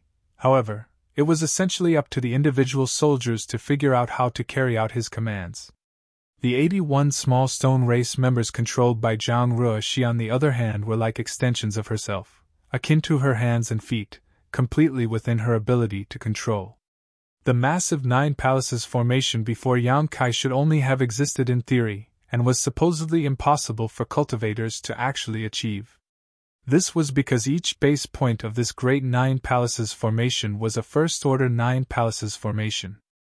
9 cultivators were needed to form the initial battle formation, and these 9 people had to adjust their auras to link with each other without clashing. Essentially, they needed to become one in both heart and mind. On a real battlefield, forming a 9 palaces formation was already the absolute limit, so trying to form this kind of great 9 palaces formation was nothing but a fantasy. Considering the small stone race members' low sentience, it was unbelievable that Zhang Ruoshi was able to control them to such a fine degree. Yang Kai had already sensed the crux of how this happened though and remarked, "Bloodline power?" When the number of small stone race members was small, Yang Kai did not sense anything. However, with Zhang Ruoshi using 81 small stone race soldiers, he did notice that there was a faint fluctuation of bloodline power from her body. So, it was obvious she was controlling the small stone race members with her bloodline. And Zhang Ruoshi nodded. This was exactly the bloodline mystery that she wanted to seek Yang Kai's advice on. It was only recently that she had discovered this ability. There were only 2 times that Yang Kai had provided the human race with small stone race soldiers. Once was 3,000 years ago, when he was traveling around the great territories to refine universe worlds.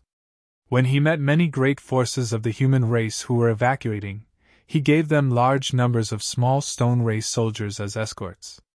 However, almost all of those small stone race soldiers he sent out at that time had their own owners, and Zhang Ruoshi was not able to attain any. Recently, though, Yang Kai tasked some 7th-order open heaven realm masters in the divine spirit ancestral land to bring back several million members of the small stone race. Thereafter, the Supreme Headquarters distributed them to the armies in the Great Territory battlefields. They were placed in the individual armies' war materials departments for the soldiers to exchange for military merits. Out of curiosity, Roashi acquired a few of them and found that she could very easily control them. Thus, she began to exchange her military merits for more. If the Army's resource department did not stop her, her small universe would have many more small stone race members inside, at least far more than a mere 200. Yang Kai did not know about any of this, but looking at the 9 palaces formation in front of him, he was amazed that such a battle formation formed by 81 small stone race soldiers could be this powerful. The strength of the small stone race that made up this formation was not high, generally only equivalent to second or third order open heaven realm masters. However, after they assumed this formation, the aura they radiated reached the intensity of the 7th order.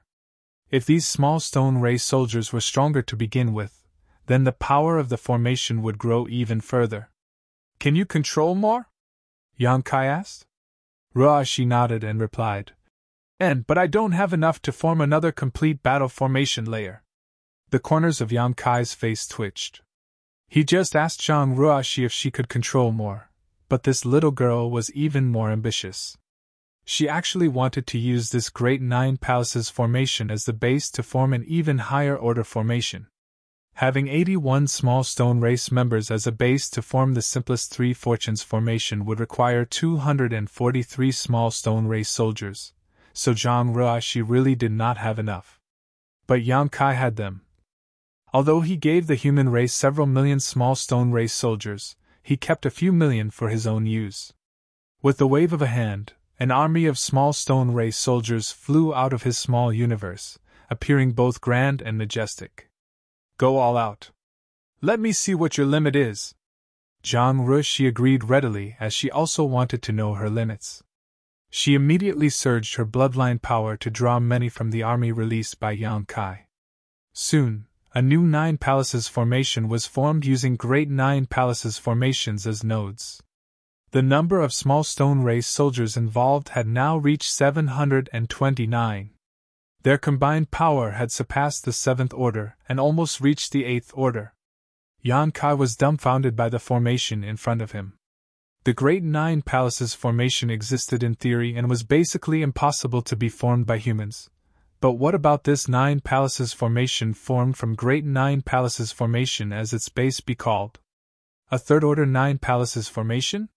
If a normal 9 palaces formation was the first order and a great 9 palaces formation was the second order, then there should not be any problem calling this one third order.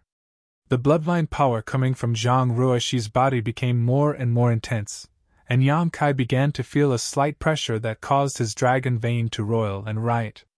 This kind of pressure was somewhat similar to a dragon clan bloodline suppression. So, it seemed like his suspicions were true. This Heaven's Order bloodline was more powerful than any divine spirit bloodline. All of a sudden, his thoughts became clear and he understood what was happening with Zhang Ruashi and her bloodline. Martial Peak, Chapter 5670, Divine Spirit Family Patriarch?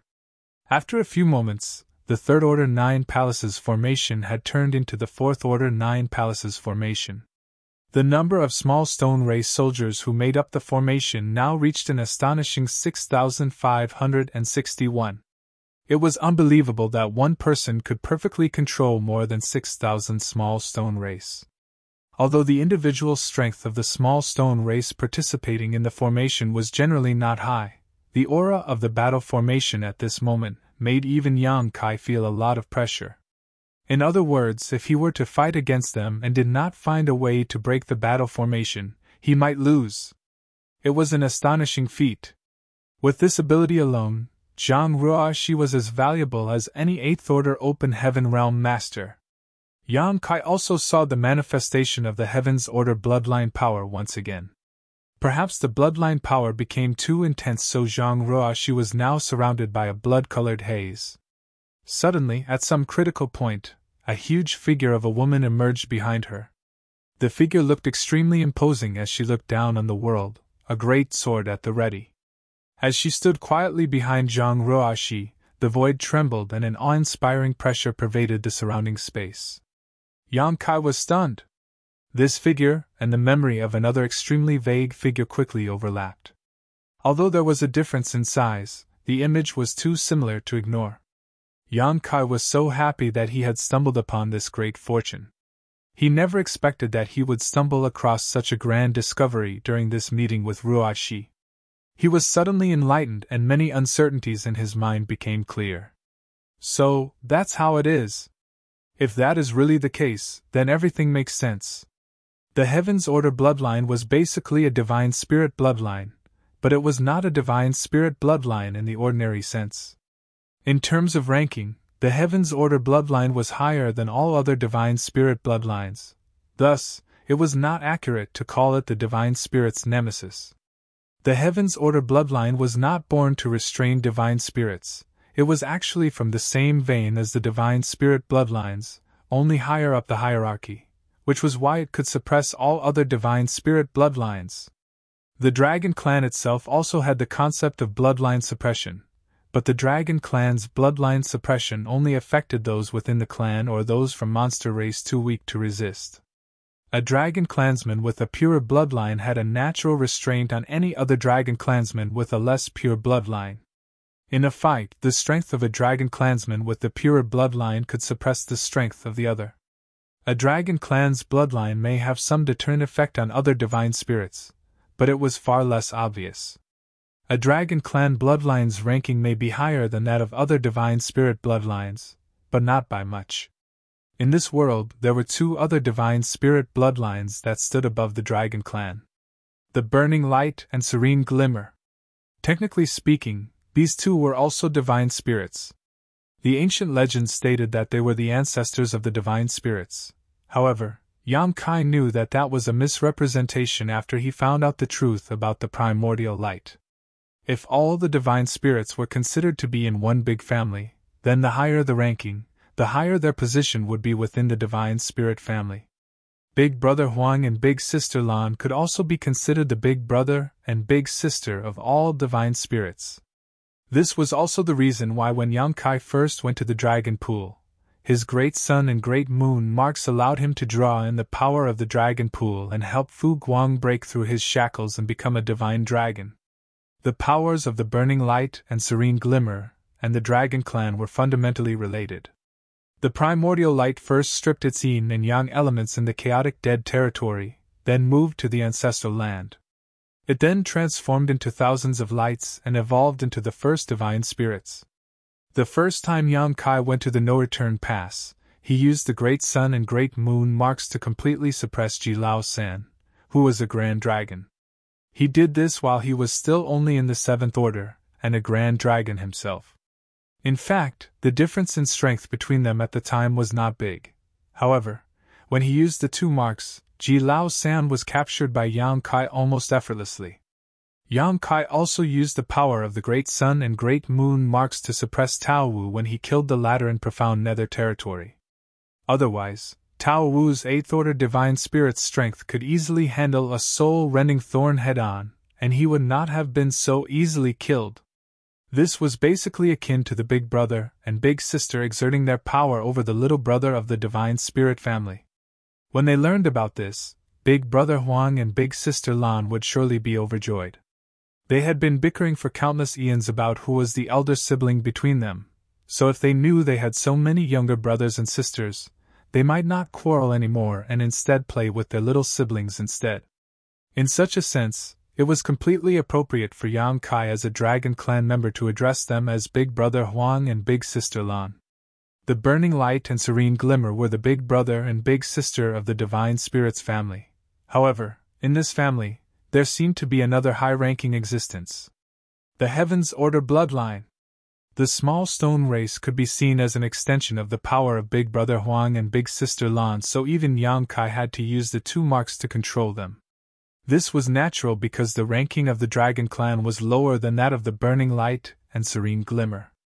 On the other hand, Zhang Ruishi only relied on her bloodline to precisely control thousands of small stone race soldiers to form a massively complicated 9 palaces formation. When Yang Kai understood this, he immediately recalled the strange scene that he had witnessed in the rewinding time.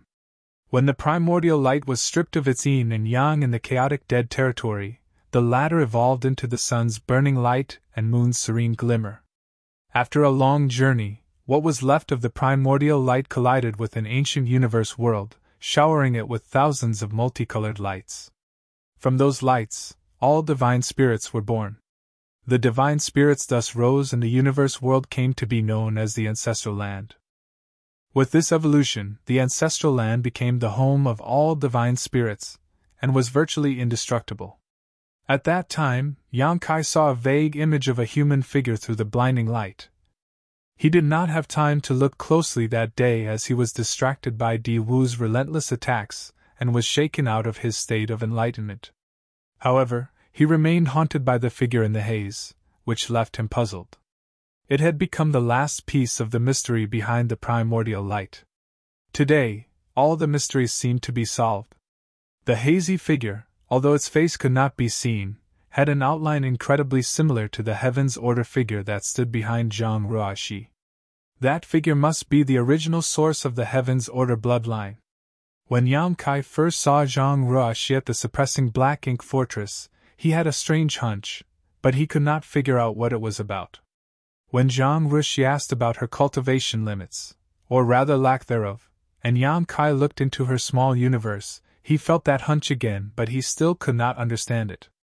Yang Kai finally understood after seeing Zhang Ruoxi control the small stone race army. The bloodline of an ordinary divine spirit was insufficient to break through the shackles created by the open heaven realm method. Even a pure dragon clan bloodline was insufficient. Otherwise, Yang Kai could continue to refine his bloodline and advance to the Ninth Order open heaven realm by first becoming a divine dragon. At that time, he would even be stronger than an ordinary Ninth Order master. However, there were always exceptions to everything. Though a divine spirit bloodline could not accomplish this, that did not mean that the Heaven's Order bloodline could not break through these innate shackles. In the divine spirit family, the Heaven's Order bloodline was most likely the highest in ranking. In fact, the burning light and serene glimmer might be inferior to it. Instead of saying that the Heaven's Order bloodline was the big sister of all divine spirits, it might be more appropriate to call it the matriarch of this entire family. Yang Kai wore a look of composure as he observed the massive Fourth Order Nine Palaces formations that was formed by over 6,000 small stone race soldiers. But inside he was in a state of complete and utter shock. A few moments later, Zhang Ruoxi exhaled a long breath and all the small stone race soldiers within the formation orderly dispersed, gathering quietly behind her, waiting for further orders. In the end, the number of small stone race she could control precisely was less than 10,000, so she could not form a Fifth Order Nine Palaces formation. This was not because her bloodline was not strong enough, but rather because of her low cultivation. With her concentration being spread out over so many small stone race soldiers, she eventually hit a limit. In other words, her Seventh Order open heaven realm cultivation was the bottleneck. However, this was already an eye-popping feat. "Sir, this is the most I can do." Although she was exhausted, Zhang Ruoxi's eyes were gleaming. She always wanted to know what her limits were. However, she could not test them with a mere 200 small stone race soldiers. With Yang Kai's help, she was able to get an answer today. This way, she would be able to play a much bigger role on the battlefield than using her own Seventh Order open heaven realm strength. Moreover, as long as she could advance to the Eighth Order, she had the confidence to form a Fifth Order Nine Palaces formations.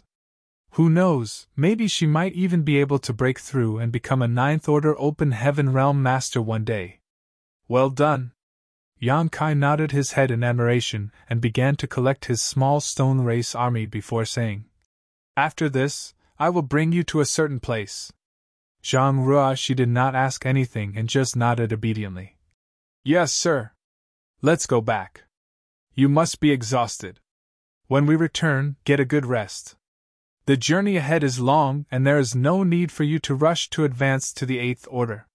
Zhang Ruoxi nodded with a smile. He manipulated space principles and the two figures instantly disappeared. With the help of the space beacon, Yam Kai easily returned to the purifying black ink battleship with Zhang Ruoshi. She then went back to her cabin to rest while Yam Kai continued to stand at the helm. He could not help but wonder what interesting things would happen if he took Ruoshi to that place. The journey continued through the Black Ink clan's territory, and then past the breached royal cities before heading into the depths of the Black Ink battlefield.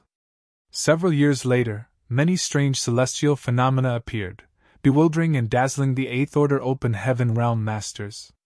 The 3,000 worlds had once been filled with these huge celestial phenomena, but almost all of them had been exhausted after millions of years of human activities. However, in the rear of the Black Ink battlefield, far away from any activity at all, these celestial phenomena had been preserved. These celestial phenomena were all left behind from the beginning of time, when heaven and earth first split apart. The large ones were the size of whole great territories, while the small ones were even smaller than universe worlds, but each celestial phenomenon contained its own mysterious power and was extremely dangerous. Martial Peak, Chapter 5671, Fu Guang and Wu Kuang. At one point, Yang Xiao could not stand the boredom, so when they passed by a certain celestial phenomenon, he rushed out in curiosity and was almost caught in it.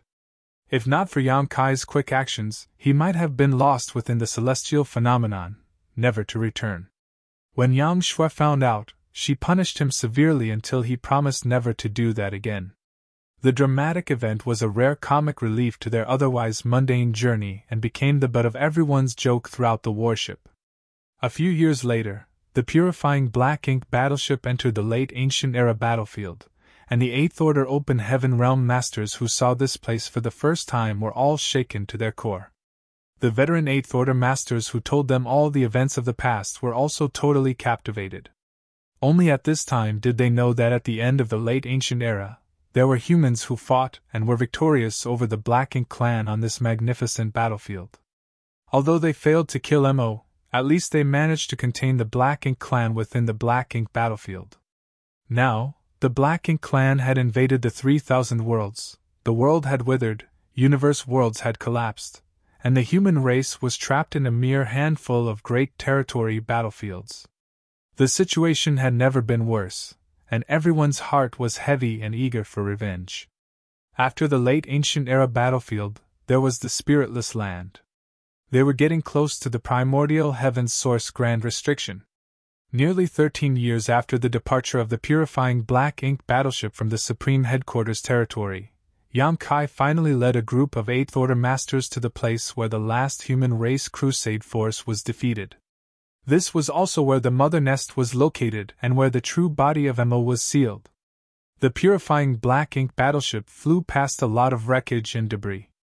There were even damaged warships quietly floating across the void, as well as skeletons and corpses of humans and Black Ink clansmen alike. These were the remnants of the last Great War, the final battle outside the primordial heaven's source grand restriction. Yam Kai was not present during that battle as he was targeted by a royal lord because of Tsang, and had no choice but to flee. He fled for years before entering the Great Sea celestial phenomenon, and started his cultivation to break through to the Eighth Order Open Heaven realm. After he emerged from the Great Sea celestial phenomenon, Yam Kai managed to kill the royal lord who was chasing him. It was only after that he learned of the fierceness of this final battle. The human race should not have been defeated here. They had more than 100 great passes and a grand army numbering in the millions, all of whom were in the Fifth Order Open Heaven realm and above, with over 100 Ninth Order old ancestors assuming command. With such a lineup, they were definitely the strongest army the human race had mustered since the late ancient era millions of years ago. However, from within the primordial heaven source grand restriction, a Black Ink giant spirit god emerged to challenge the army. From the opposite side, another fallen Black Ink giant spirit god, who roamed the late ancient era battlefield, was revived by the Black Ink clan. The two powerful Black Ink giant spirit gods pincered the human army, and together with countless royal lords and territory lords, the human race grand army was defeated and forced to retreat. The sight in front of everyone was tragic, and even if they were not personally involved in that battle, they could easily imagine its fierceness. The atmosphere aboard the purifying black ink battleship was heavy as people were scurrying about, trying to collect the corpses of the human race soldiers. When the great army retreated back then, they did not even have the time to collect the bodies of the fallen, so the battlefield was still littered with corpses. Su Yen activated her great sun and moon marks to create purifying light to disperse the black ink cloud in the void. However, she soon gave up as there were far more dead black ink clansmen than human race soldiers, causing the residual black ink cloud to be too large to disperse. Although they did not lack yellow crystal and blue crystal, they should not waste them unnecessarily. A potent divine sense suddenly spread over from afar, and all the Eighth Order Masters were astonished when they felt its might. This was not the divine sense of an Eighth Order Master, but that of a Ninth Order Master. The Eighth Order Masters became excited by the possibility that there was a Ninth Order Master stationed here. A moment later, the divine sense was withdrawn after having found out the identity of Yang Kai and the others. Following the battlefield's numerous ruins, the purifying black ink battleship soon came to a huge piece of debris. It was debris that belonged to a great pass that had been destroyed. Looking at its appearance, it should be the Great Pass main square. On top of the debris stood a figure with flowing white hair and white robes, his arms folded behind his back, looking in the direction of the purifying black ink battleship. Upon seeing this person, many Eighth Order Open Heaven Realm Masters immediately realized that it was not just any Ninth Order Master here, it was him. No wonder we've not heard about this senior for so many years. He must have been stationed here by the Supreme Headquarters a long time ago. Yang Kai jumped down from the purifying black ink battleship, came to the white-haired man, and cupped his fists. "Greetings, Senior Fu Guang!" This man in all white was the current Dragon Clan leader, and the only divine dragon. Yang Kai had sent Wu Kuang here a long time ago, but although the latter claimed that he would advance to the Ninth Order within 3,000 years, and that he could guard the primordial heaven source grand restriction effectively at that point, Yang Kai had to prepare for the unexpected. Therefore, over 1,000 years ago, Yang Kai had already suggested that the Supreme Headquarters prepare someone to assist Wu Kuang outside the primordial heaven source grand restriction, just in case. However, the humans had limited manpower and very few were capable of carrying out such a mission. There were 2 old ancestors who met the requirements, but they had to stay in Wind Mist territory to restrain the Black Ink Giant Spirit God. Part of restraining the Black Ink Giant Spirit God was that they too could not move. After much consideration, only Fu Guang could be deployed. However, during the Battle of the Barren Territory, Fu Guang was severely injured and almost died on the spot. If the Dragon Clan leader at that time did not go all out to rescue him, Fu Guang would have been among those who fell that day. After the retreat from the Barren Territory, Fu Guang spent many years in the depths of the Dragon Pool, drawing upon its power to heal himself. It was not until some 1,000 years ago that he finally recovered from his injuries. He immediately set off for this place after his recovery. On the way, Fu Guang passed by the no-return pass, which caused the Black Ink Clan to panic as they thought that he was there to pick a fight. Fortunately for them, Fu Guang had no such intentions and just passed by. The Black Ink Clan had since been wondering what a divine dragon from the Dragon Clan was doing in the Black Ink battlefield. By all accounts, Fu Guang had been here, alone, for at least 1,000 years. "Many thanks for your hard work, Senior," Yang Kai said. 1,000 years of solitude was not easy to endure, even for a powerful divine spirit. Fu Guang smiled and shook his head. His eyes then looked up and down Yang Kai and said with a little surprise, "Your dragon vein." Yang Kai secretly praised this divine dragon for his strong perception. It should also be because they were both part of the Dragon Clan, so, even if Yang Kai did not use the powers of his dragon vein, Fu Guang would sense something about it. Yang Kai explained, "I obtained some gifts from the ancestral land." Fu Guang understood what he meant and replied, "That is indeed a great opportunity." He was wondering how Yang Kai's dragon vein had grown so quickly. The last time Fu Guang saw Yang Kai, the latter was just a 70,000-meter ancient dragon.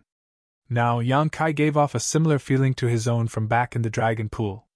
In other words, it was very likely that Yang Kai was in the same situation as he was back then, stuck at the last step before becoming a divine dragon.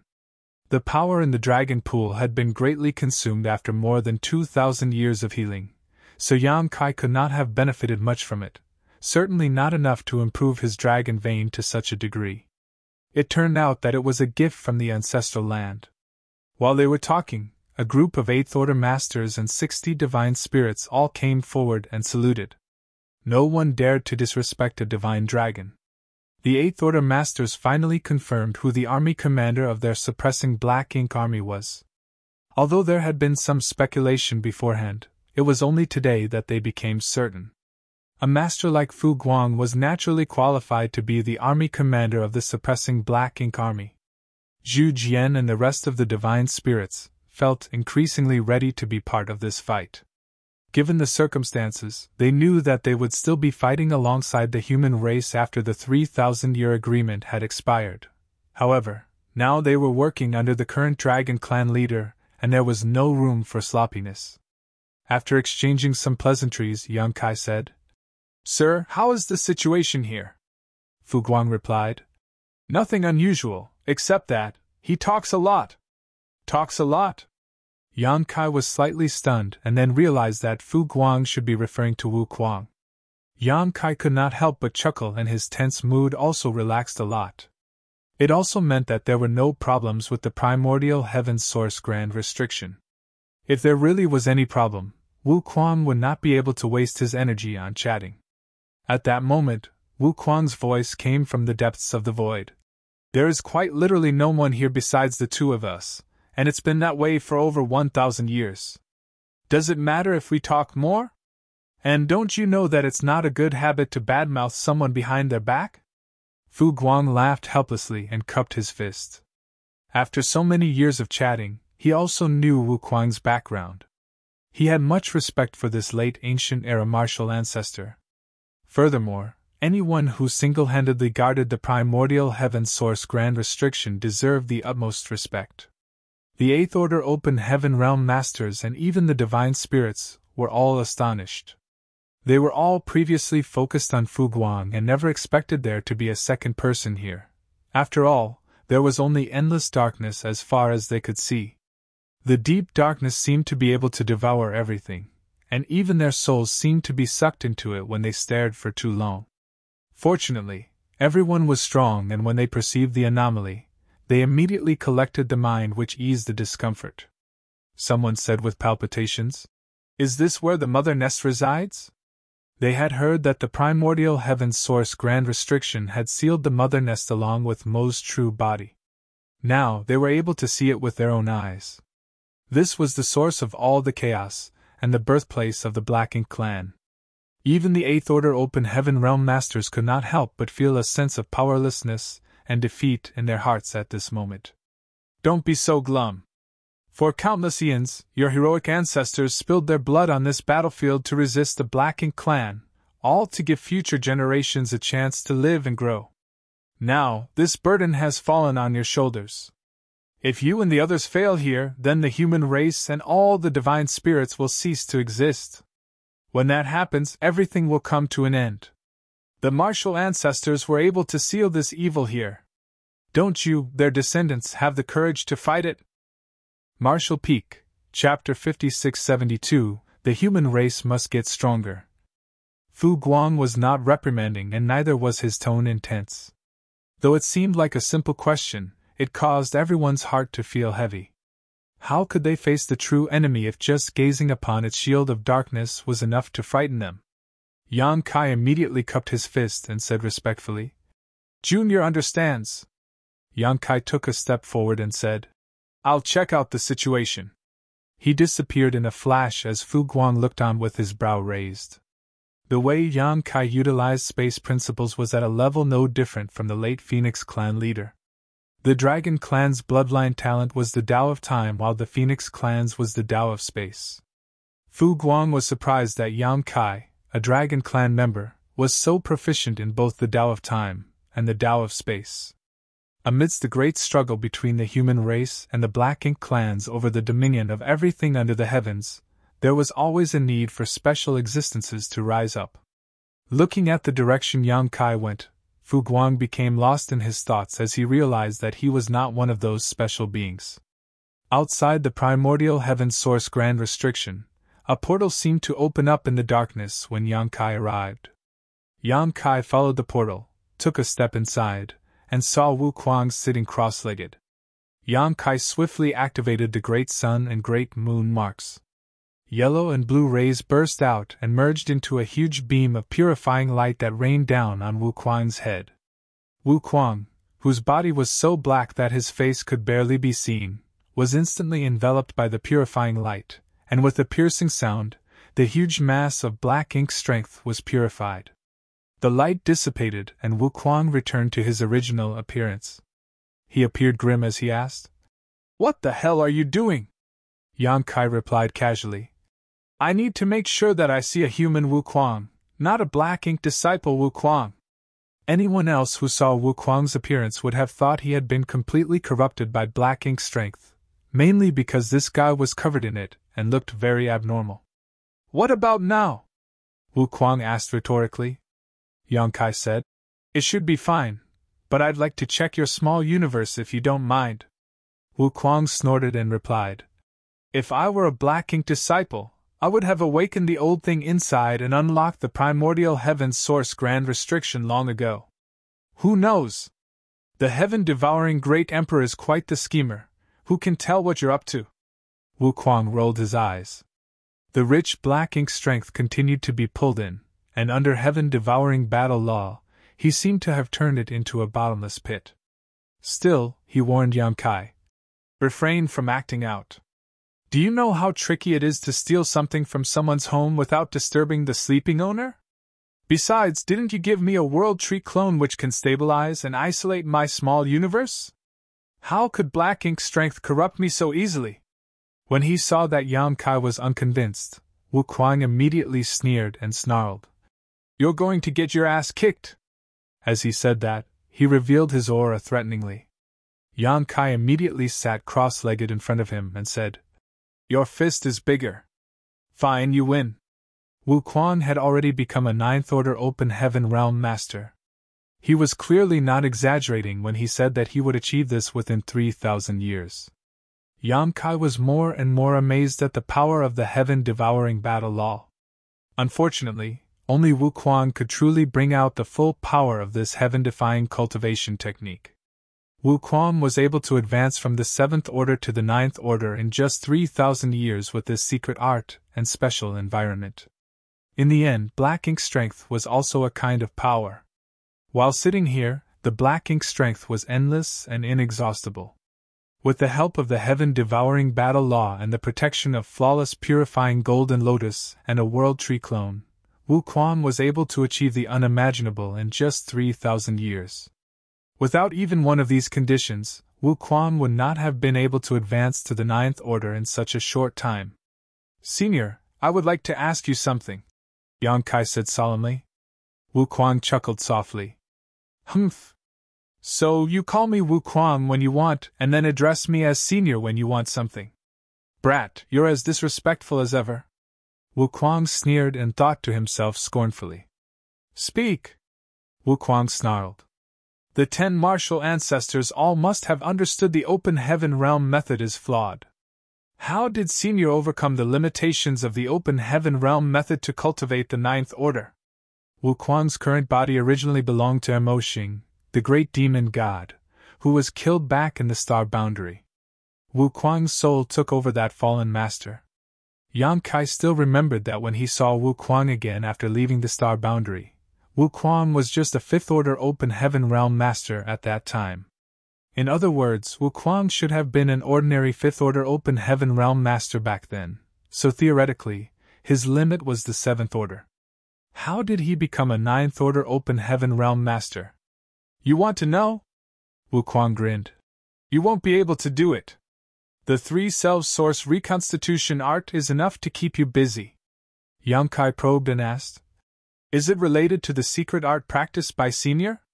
Back in the days when Wu Kuang was still sure, he already perceived the drawbacks of the open heaven realm method and knew that the 10 martial ancestors alone could only confine MO but could not completely destroy it. He needed more power and to reach a higher realm to destroy MO. The 3 selves source reconstitution art was one of the methods Sure deduced that could potentially solve the limitations of the open heaven realm method. However, this method had extreme limitations. If Wu Kuang did not know that Yang Kai had the soul-warming lotus, he would not have taught it to him. After all, the mere process of cutting one's soul in half was essentially like committing suicide if not for the supreme treasure. Since Sure had formulated the 3 selves source reconstitution art, but did not practice it, there must be another way to overcome the drawbacks of the open heaven realm method. Yang Kai guessed that this should be the heaven-devouring battle law. Wu Kuang nodded. And it is related to the secret art that I practice. The heaven-devouring battle law was not only the fastest method to improve one's strength, there are other subtleties involved with it that you cannot understand right now. To avoid the limitations of the open heaven realm method, the flawless purifying golden lotus is also indispensable, so only I can do this in this world. As for the others, Wu Kuang slowly shook his head and his message was self-evident. Yang Kai was silent for a moment, and then he suddenly said, "Senior, I saw the primordial light." Tsang told the Ninth Order Masters that finding the primordial light was the best and most secure way to resolve the issue of MO and the Black Ink clan.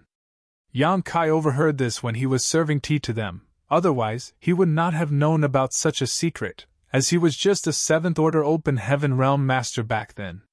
However, of those 9th Order old ancestors who were present, only 2 of them were still alive today.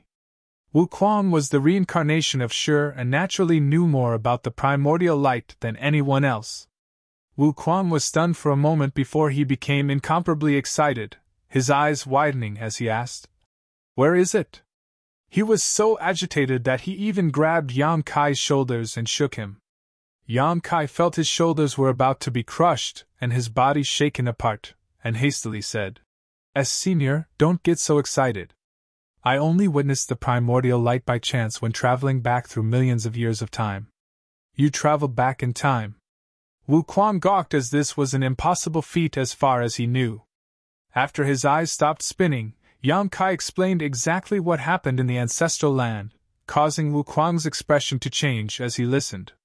After Yang Kai finished explaining, Wu Kuang's expression became extremely odd and he could not tell whether he felt relief or not.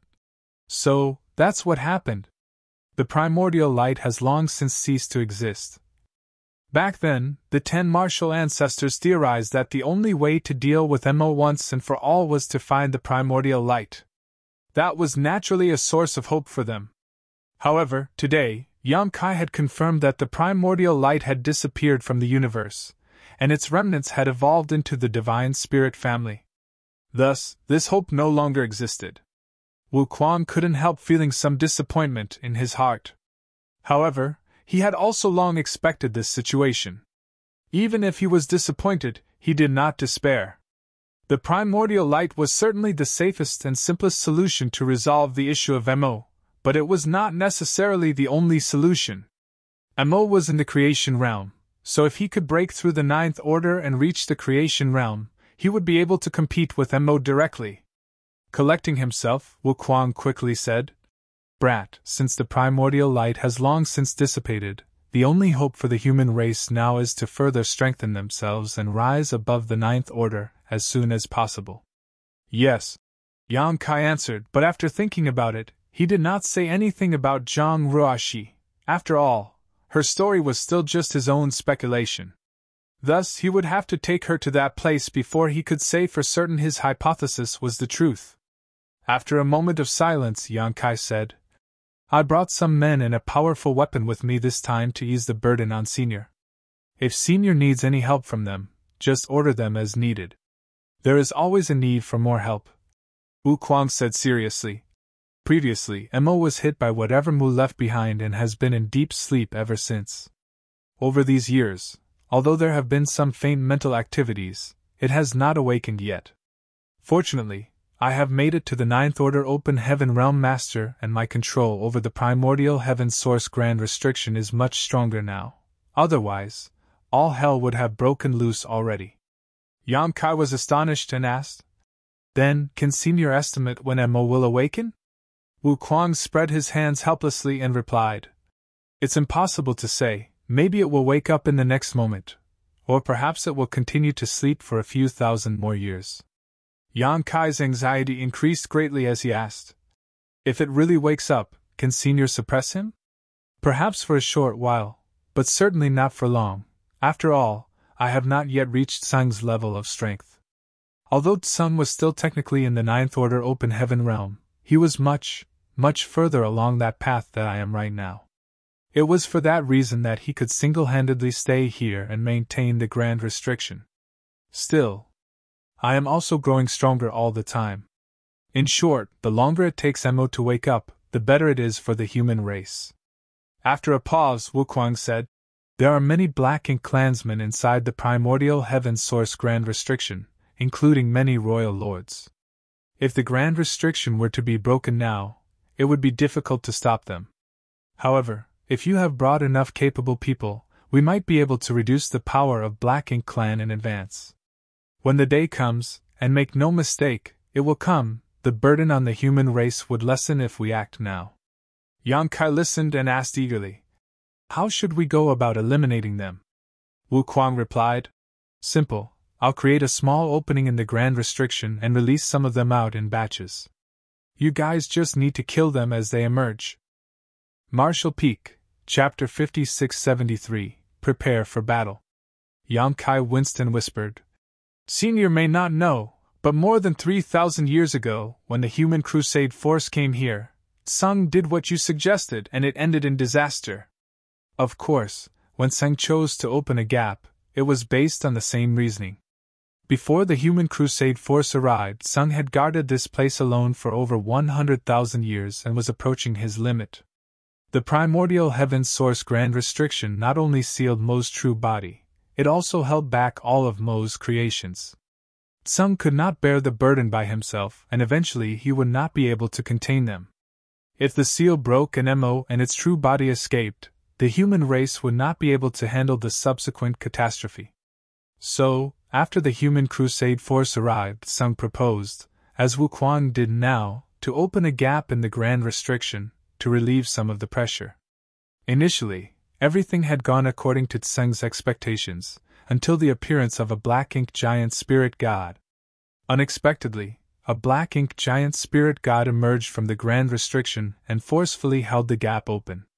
The Black Ink clan army swarmed out and overwhelmed the human race army. All the Black Ink clansmen who died in that battle left behind massive amounts of Black Ink strength, which was then absorbed by the Black Ink giant spirit god, increasing its power. In the end, Tsung was forced to use the last card Mu left behind and sacrificed his body to reseal and reinforce the primordial heaven source grand restriction, while Mo fell into a deep slumber. However, the Black Ink giant spirit god who had been roaming in the late ancient era battlefield had been awakened and struck from the rear to rout the crusade force. Although Yang Kai was not present for many of those events, he was at least involved up until the emergence of the first Black Ink giant spirit god. Thus, when Wukuang proposed this same strategy 3,000 years later, Yang Kai was naturally a little worried. Wukuang had obviously heard about what happened back then and chuckled. "Accidents are inevitable," Yang Kai said solemnly. "Is Senior certain that you can reseal the grand restriction at any moment?" Wukuang said bluntly. "There is no guarantee." Yang Kai's face twitched. If Wukuang did not dare to make this guarantee, then how could he propose such a risky plan? The hidden ace that Mu had left behind had been used up. The human race could not afford another mistake of that magnitude. However, Yang Kai soon realized what the problem was and asked, "Is Senior's burden so great that you are unable to bear it?" Yang Kai hit the nail on its head, so Wukuang could not help but sigh and reply, "I just became a Ninth Order Master and my strength is incomparable to Tsung. It's only a matter of time before the primordial heaven source grand restriction breaks apart." "Why didn't Senior just say so then?" Yang Kai said with some displeasure. Listening to Wu Kuang's tone earlier, he thought this guy was having an easy time staying here at the primordial heaven's source grand restriction. Who would have thought that his life was hanging by a thread all this while? Wu Kuang simply replied, "Don't I need some face?" Yang Kai was immediately incensed and did not know how to respond.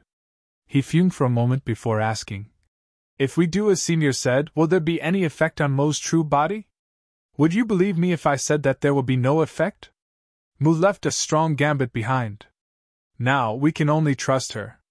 "Then what about black ink giant spirit gods?" Yang Kai asked again. "There is no way a newly promoted Ninth Order Master like me could sense what's going on inside the primordial heaven's source grand restriction when even Sung, Shi, and the others could not back at their peak.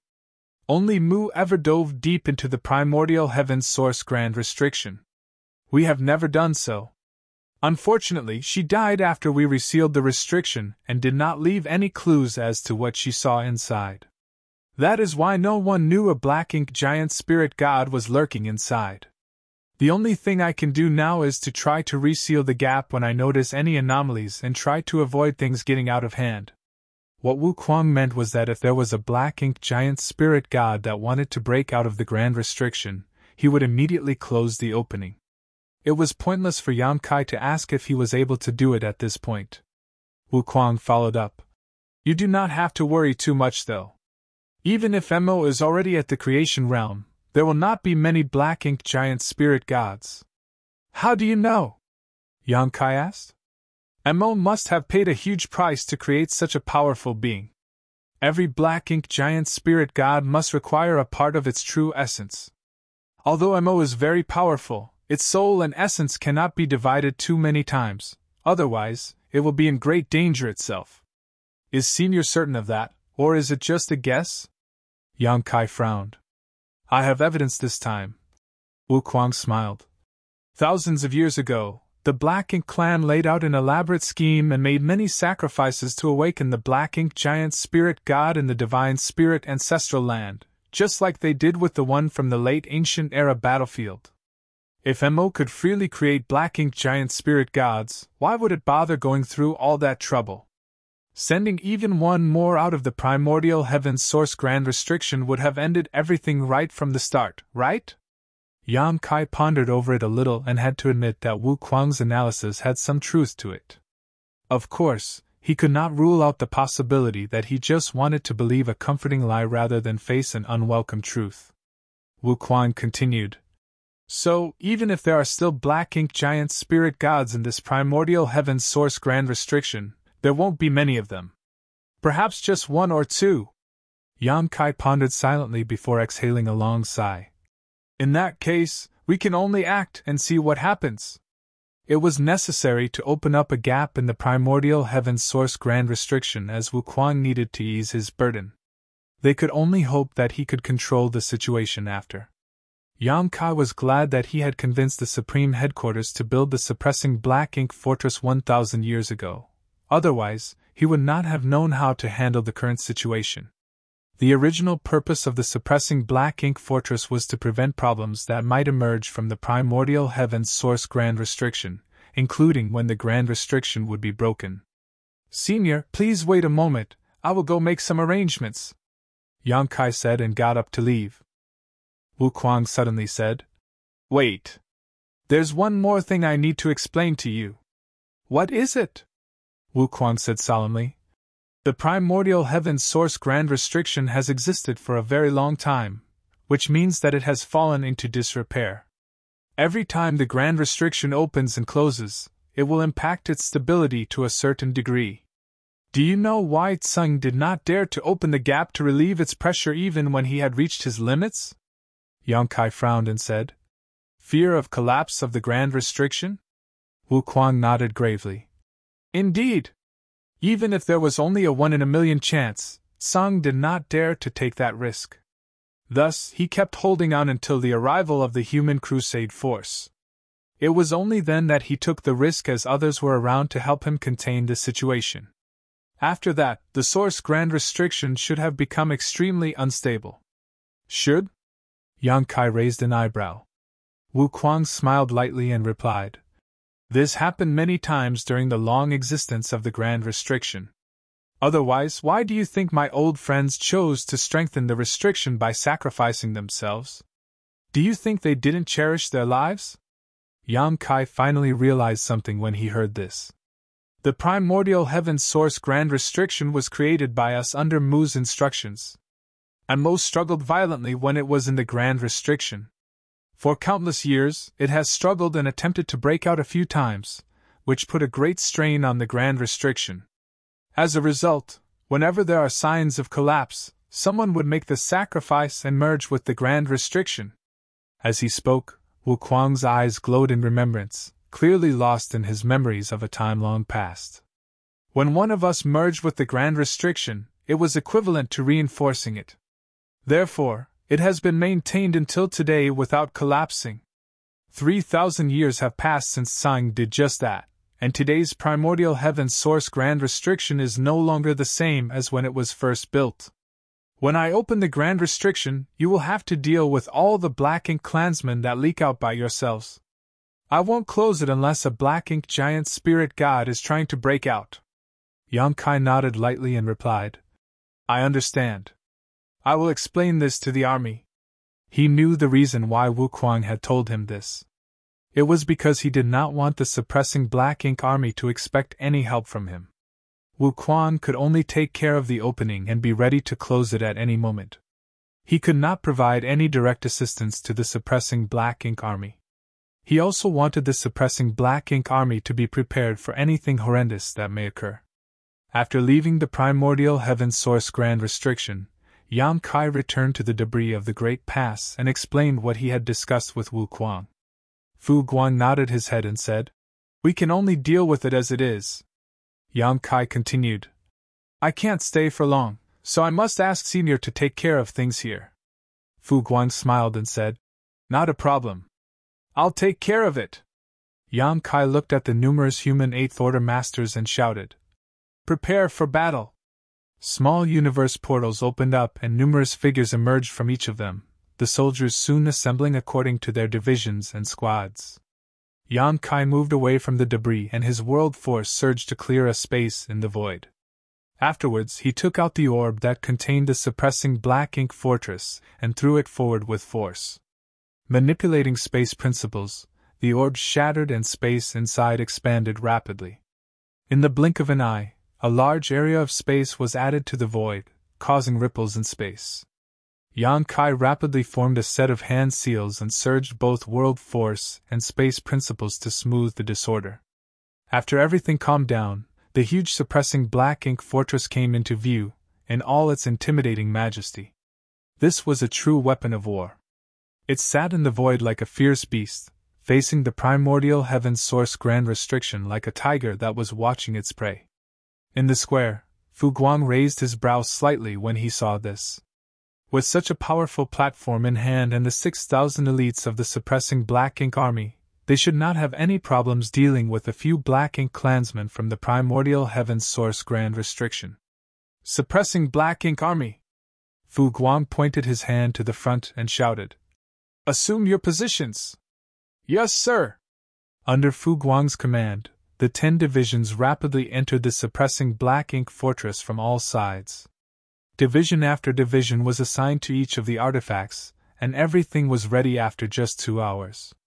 Fu Guang stood proudly in the middle of the void as this huge suppressing Black Ink fortress came to life and prepared for war.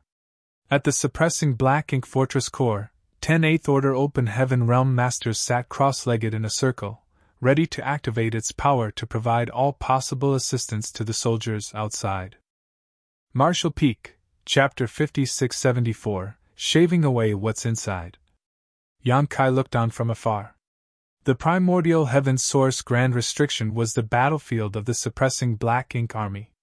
As he told Fu Guang earlier, he could not stay here for long, thus, he could only observe and did not intend to intervene in this battle.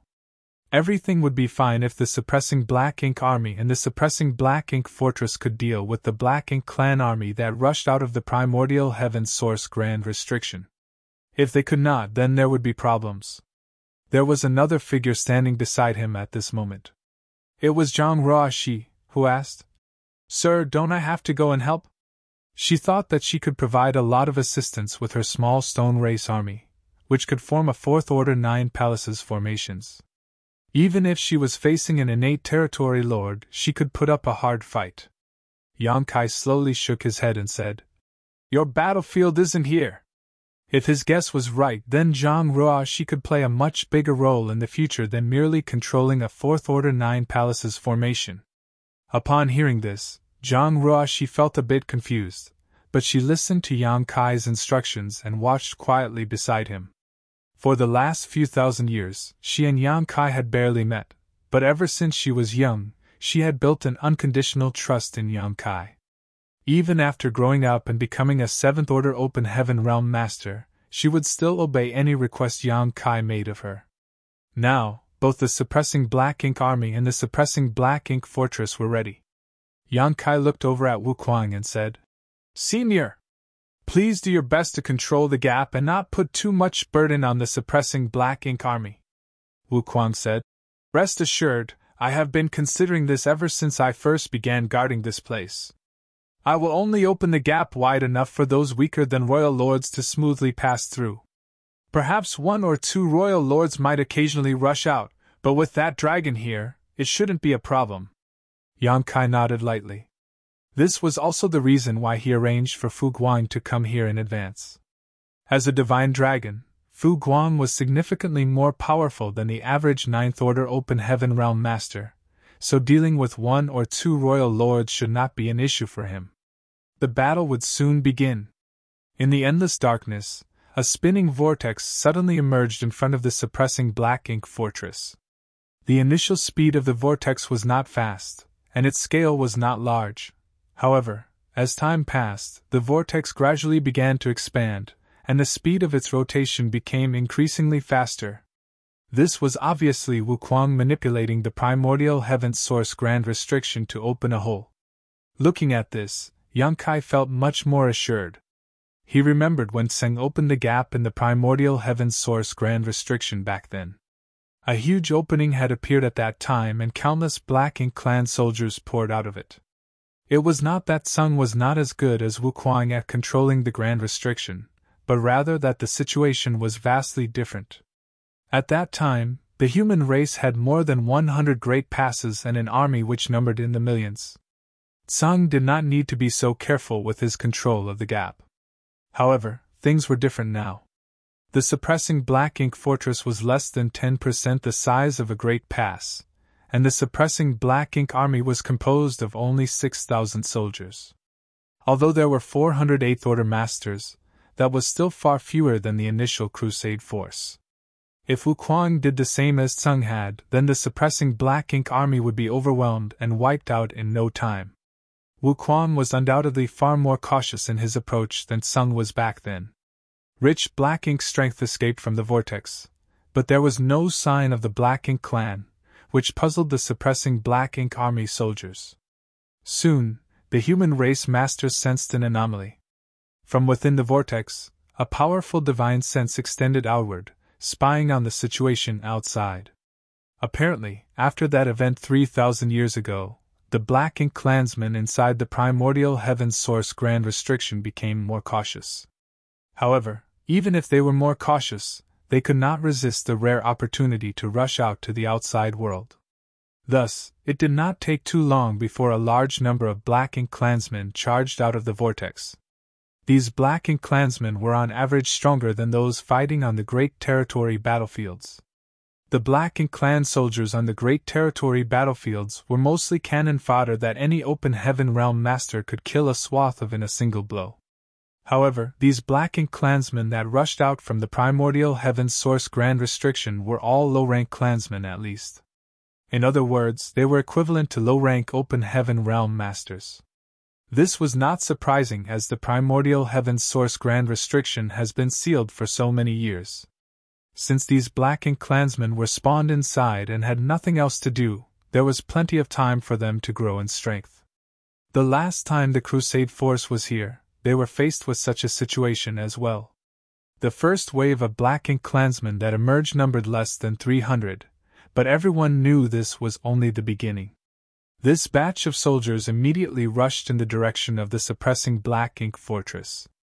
After this first wave, more batches rushed from the vortex, each one containing a few hundred to 1,000 mixed soldiers. In the blink of an eye, tens of thousands of black ink clansmen had emerged from the primordial heaven's source grand restriction, with more still pouring out. On top of the walls of the suppressing black ink fortress facing the primordial heaven's source grand restriction sat the tiger roar cannons. These artifacts were all armed and ready. Several tens of tiger roar cannons hummed as energy built up within them before a dozen thick pillars of light flashed out from the suppressing black ink fortress like arrows released from their string. Wherever the pillars of light struck, the black ink clansmen would be wounded or killed. By the time the first volley of tiger roar cannons faded, thousands of black ink clansmen had been killed or injured. Immediately after, a dozen more tiger roar cannons spewed out dazzling columns of light. Then a dozen more. Beams of light from the suppressing black ink fortress shot out continuously. By the time all the tiger roar cannons on this side of the wall had fired, the black ink clan had already suffered tens of thousands of casualties, with not one of them even able to approach the suppressing black ink fortress. The vortex in the primordial heaven's source grand restriction expanded again as Wuquan was very relieved to see the immense power of the suppressing black ink fortress. As time passed, more black ink clansmen continued to emerge from the vortex, including feudal lords and territory lords. Outside of the primordial heaven's source grand restriction, a battle that might last for many years had begun. In this battle, the Black Ink clan would constantly be attacking while the suppressing Black Ink army would be constantly defending. Each side would persist in such an environment for who knows how long. The key to this war lay in the hands of Wuquan. If he controlled the situation properly, the suppressing Black Ink army would be able to keep this effort up indefinitely. However, if Wuquan did not control the situation well, it would lead to an irreversible collapse. The territory lords from the primordial heaven's source grand restriction were all innate territory lords, but although all of them were quite powerful, the moment they emerged they were greeted by tiger roar cannons from the suppressing Black Ink fortress. Even territory lords would inevitably be wounded by the tiger roar cannons when they appeared, and if they could not respond in time, they would quickly be overwhelmed by the continuous bolts of light. Yan Kai saw some innate territory lords coming out of the primordial heaven's source grand restriction, but as they emerged, they would all go from being lightly wounded, to seriously wounded, to dying. There were some innate territory lords who barely survived the bombardment of the tiger roar cannons and wisely did not charge straight at the suppressing Black Ink fortress and instead chose to flank it. However, while the suppressing Black Ink fortress was seemingly fixed in place, the suppressing Black Ink army was very mobile. Those innate territory lords who barely survived the tiger roar cannon's attack were all swiftly intercepted by 8th Order Open Heaven Realm Masters before they could get too close. The 8th Order Masters worked in teams to take down these flanking territory lords swiftly and decisively. The entire suppressing Black Ink fortress soon began spinning at a low speed, thanks to the 10 8th Order Masters powering the core. With this rotation, the fixed tiger roar cannons on the four walls of suppressing Black Ink fortress could take turns to fire, allowing the soldiers time to rest and recuperate so that the power of the suppressing Black Ink army could be maximized. Days went by and soon an entire month had passed with the situation still under the humans' control. The Black Ink clan had suffered countless casualties with more than 108 territory lords having been killed while not one soul from the suppressing Black Ink army had died. The rate of consumption of the soldiers was also under control, and as long as they received enough supplies, the suppressing Black Ink army could continue fighting like this indefinitely. However, accidents and unexpected situations finally began to appear. From the vortex, the aura of a royal lord revealed itself, followed by the figure of a royal lord struggling to emerge from within the grand restriction.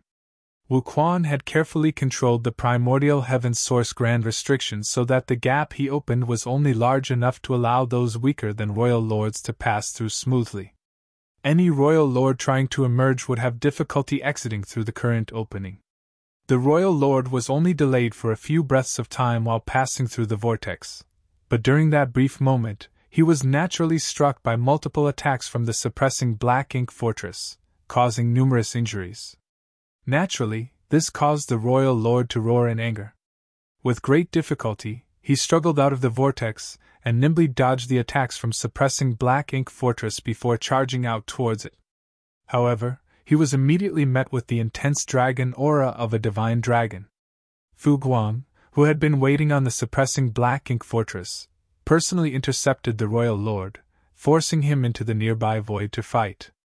The royal lord was ripped apart by Fu Guang's claws after only half an hour of fighting, his black ink strength exploding out like a final desperate gasp before he perished. Even in his prime, this royal lord was no match for a divine dragon, let alone after he was seriously wounded by the suppressing Black Ink Army's focused barrage. The combination of the suppressing Black Ink Army with the suppressing Black Ink Fortress and a divine dragon proved to be a solid defense. Of course, the prerequisite was that Wu Kuang maintained proper control of the primordial heaven's source grand restriction, and that nothing changed within the primordial heaven's source grand restriction. Yang Kai was relieved to see this. There was no need for him to intervene in this matter. In fact, he could hardly resist the temptation to join. However, there was truly no need for him to be here since there was a divine dragon present. Looking at all the familiar faces aboard the suppressing Black Ink Fortress, Yang Kai felt guilty for not participating in the fight, but he could do nothing about it. After taking Zhang Ruoxi into his small universe and transmitting a few words to Fu Guang, Yang Kai connected with the old tree and soon followed its traces to the grand ancient ruins boundary. Marshall Peak, Chapter 5675 Guest. 3 months later, in the desolate and vast void of the chaotic dead territory, the two forces of yin and yang entwined, sparking violent explosions and shaking the universe each time they collided. Even an Eighth-Order Open Heaven Realm Master would not be able to withstand the fallout of such an explosion. This was a sight that had not been seen in the chaotic dead territory for many thousands of years. Such a chaotic and dangerous place certainly had a lot of opportunities, yet the dangers far outweighed those lucky chances. If it wasn't for the protection of giant spirit god Aer when Yang Kai arrived here the first time, he would have already died many times over with his Sixth-Order Open Heaven Realm cultivation. After the Black Ink clan invaded the 3,000 worlds, they had also set their sights on this place. But when they realized how dangerous it was, they gave up on it entirely. They couldn't hold their ground in a place this dangerous. The royal lord was previously worried that these two supreme beings would direct animosity towards the Black Ink clan and attack, but after so many years of observation, these two showed no signs of leaving. Subsequently, he discovered from some Black Ink disciples that, though these two had a fierce reputation, they had never left the chaotic dead territory since ancient times, allowing the royal lord to breathe a sigh of relief.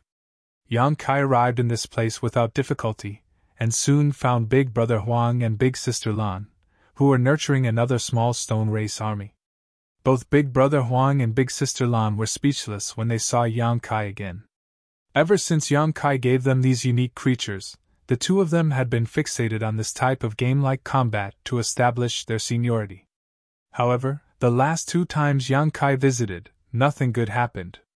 In addition to taking away a massive amount of yellow and blue crystals, he also took away their entire army which they had worked so hard to nurture. It was as if every time Yang Kai appeared, they would be robbed clean of all that they owned. So, seeing Yang Kai appear so soon after his last visit, Big Brother Huang's head ached and he couldn't help grumbling. "Why are you here again?" Big Sister Lan later added. "You can take some yellow and blue crystals, but there are no more forces for you to take. It has only been a short time, and they haven't grown much yet." It had only been a few hundred years since the last time Yang Kai visited, so, naturally, they had yet to recover from the damage he caused last time. Yang Kai cupped his fist with a smile and bowed to the two in front of him. "Little brother greets Big Brother Huang and Big Sister Lan. You two seem to have some misunderstanding about this little brother." Big Brother Huang snorted sarcastically. Seeing this, Yang Kai hurriedly explained. "The reason this little brother came this time is not to ask for anything. Instead, I am purely here to visit you both. Of course, if you have anything to give." "No, if you were to give me anything, I would not dare to refuse." No! Big Brother Huang shook his head like a rattling drum. There's nothing for you here. Now that you've visited us, you can go. Yang Kai suddenly felt a little heartbroken. Big Brother Huang, why are you treating me like an outsider? If the names Big Brother Huang and Big Sister Lan felt like a joke before, after seeing records of the primordial light and uncovering the truth of what happened in the past, Yang Kai no longer felt any reservations about addressing them as such. Big Brother Huang and Big Sister Lan really were the big brother and big sister of the Divine Spirit family. Big Brother Huang sighed, looking a little exasperated and helpless. If I don't treat you like an outsider, I'm afraid you'd really take away everything we own. Despite having a thick skin, Yang Kai couldn't help but flush. He certainly did go overboard the last 2 times he visited. All right. Why did you come this time? Big Sister Lan empathetically questioned. Now that the Black Ink clan had invaded their land and the human race was in a dire situation, how would Yang Kai come here to chit-chat with them for no particular reason? Yang Kai's expression turned serious. Indeed, I have something to discuss. Do Big Brother and Big Sister remember the primordial light I mentioned the last time I came to visit you? Big Brother Huang couldn't help but look up at him. Did you discover something? The primordial light was also related to Big Brother Huang and Big Sister Lan's origins, thus they were naturally concerned about it. It was simply that despite having lived for so long, they had no clue about it and didn't even know where to go for information, leaving them with no choice except to place their hopes in Yang Kai. Yang Kai nodded and said, By coincidence, I happened to see the primordial light when I experienced the events of the past. Following, he narrated all the things he experienced in the Divine Spirit ancestral land, including the blurry human figure that emerged when the primordial light first arrived there. Everything I saw should be the events that occurred in the ancestral land during the primordial era, and these memories were born by the ancestral land itself. When this little brother was cultivating, I resonated with the ancestral land itself and got a glimpse of the mysteries of the primordial era. But from what I saw, before the primordial light hit the ancestral land, it was not as stable and powerful as it should have been. It undoubtedly separated its yin and yang components from it. This little brother believes that before the primordial light arrived at the ancestral land, it had already separated from Big Brother and Big Sister in the chaotic dead territory. After yin and yang were separated from the primordial light, they did not immediately become Big Brother Huang and Big Sister Lan. Rather, it took many years of evolution for the pure yin and yang to become the burning light and serene glimmer of today. Big Brother Huang previously mentioned this too. In the beginning, they were muddled and only felt as though they had been abandoned somehow. It was only a long time after they gained full sentience that they realized that they were in the chaotic dead territory, and had never left this place since ancient times. Big Brother Huang and Big Sister Lan exchanged glances, their expressions unreadable. Some time later, Big Brother Huang finally murmured, So we were really born from the primordial light? He had this conjecture the last time Yang Kai discussed the primordial light with them, but he had no way to prove it. Now, Yang Kai's words had eliminated all his doubts. Yang Kai said with a smile, This is no surprise. The primordial darkness of this world also awakened its sentience and became MO, so it is not strange that both of you were born from the primordial light. Besides, the primordial light not only created both of you, but all the divine spirits as well. After giving it some thought, Big Sister Lan said in a daze, In that case, we are a family with the divine spirits. Xiao Huang and I were born first, followed by those divine spirits. Xiao Huang remained silent.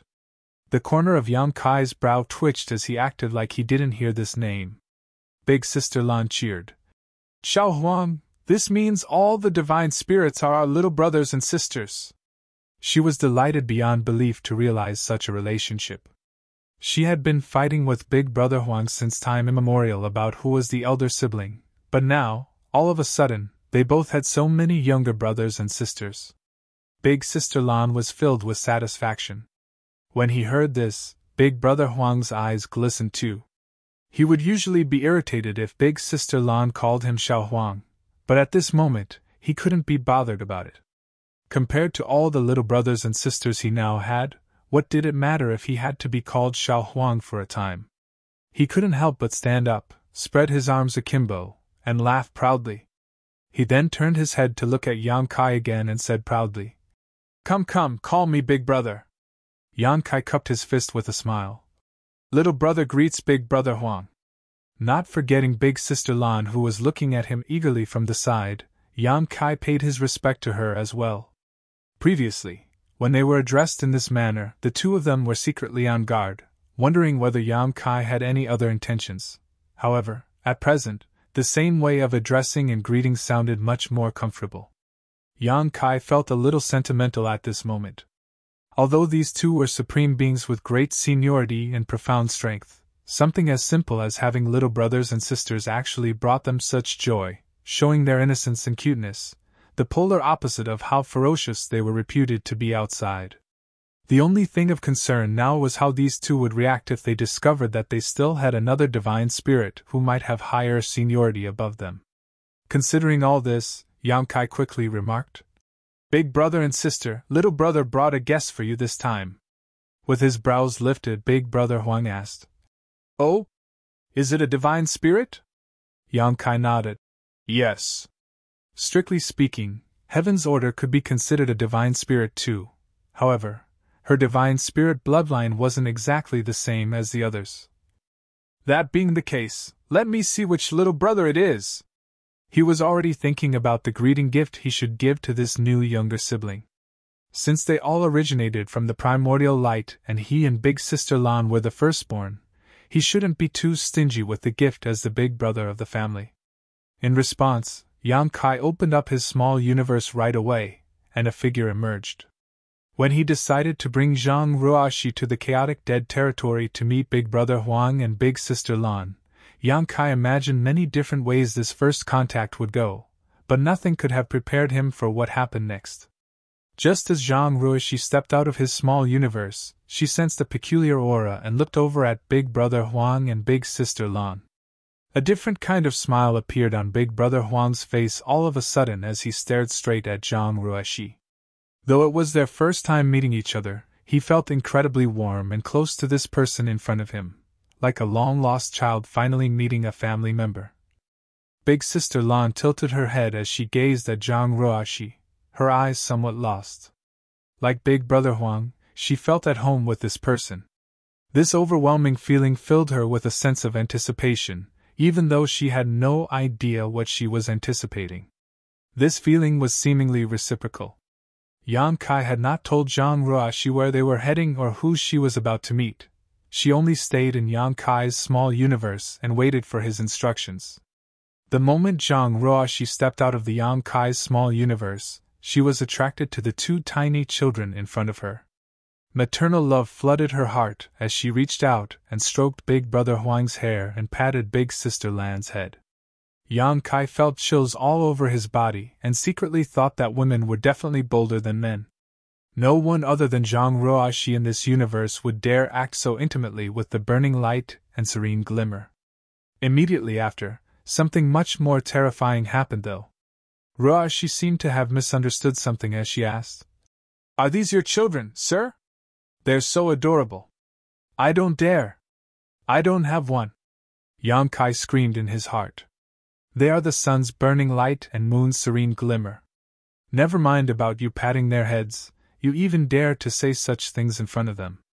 If this angers them both, how can the chaotic dead territory contain their rage?" Marshall Peak, Chapter 5676, Small Universe Imbalance. Big brother Huang and big sister Lan didn't show any signs of irritation, however. In fact, the two appeared incredibly at ease when Zhang Ruoxi stroked their heads. Big brother Huang even squinted his eyes slightly while big sister Lan made soft sounds like a cat purring. Then, there was a sudden change. Incredibly pure and rich yin and yang power emerged from big brother Huang and big sister Lan's bodies, pouring freely into Zhang Ruoxi and flowing into her small universe. This was the most primitive and pure yin and yang power in the universe. Theoretically, yellow and blue crystals were condensed from their powers as they originated from the same source. However, in reality, no matter if it was the yellow crystals or the blue crystals, both were just remnants of the clash between yin and yang. In terms of quality, they were simply incomparable to the true power of the sun's burning light and moon's serene glimmer. If they were solely distinguished according to the open heaven order, then this kind of power definitely surpassed the ninth order. In addition to that, Big Sister Lan and Big Brother Huan Yin's and Yang powers were extremely abundant. Though only a small part was poured into Zhang Ruoxi, her aura instantly soared, causing her seventh order open heaven realm cultivation to reach its limit, and even show signs of breaking through. Ruoxi had already reached the peak of the seventh order open heaven realm, or else she wouldn't be able to realize the anomaly of the lock of shackles on her small universe. If she continued to cultivate normally, she would have had a chance to ascend to the eighth order within 300 years. Taking her potent bloodline into account, the time she needed might even have been shorter. However, this unexpected incident hastened her cultivation breakthrough enormously.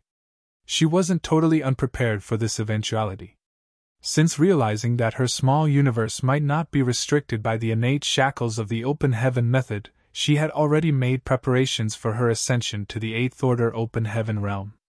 Even so, this incident was still exceedingly risky because the sudden surge of power had instantly disrupted the balance of her small universe. Strictly speaking, a small universe was no different from a real universe world. The balance between yin, yang, and the five elements was essential to maintaining the foundation of any universe. Once this balance was disrupted, there would be a risk of the universe rupturing. The most common method for human masters to enhance their cultivation was to consume open heaven pills which contained the power of the seven elements in perfect balance. There was no risk in consuming such pills as they could not lead to an imbalance in one's small universe. A faster method was to refine cultivation materials directly.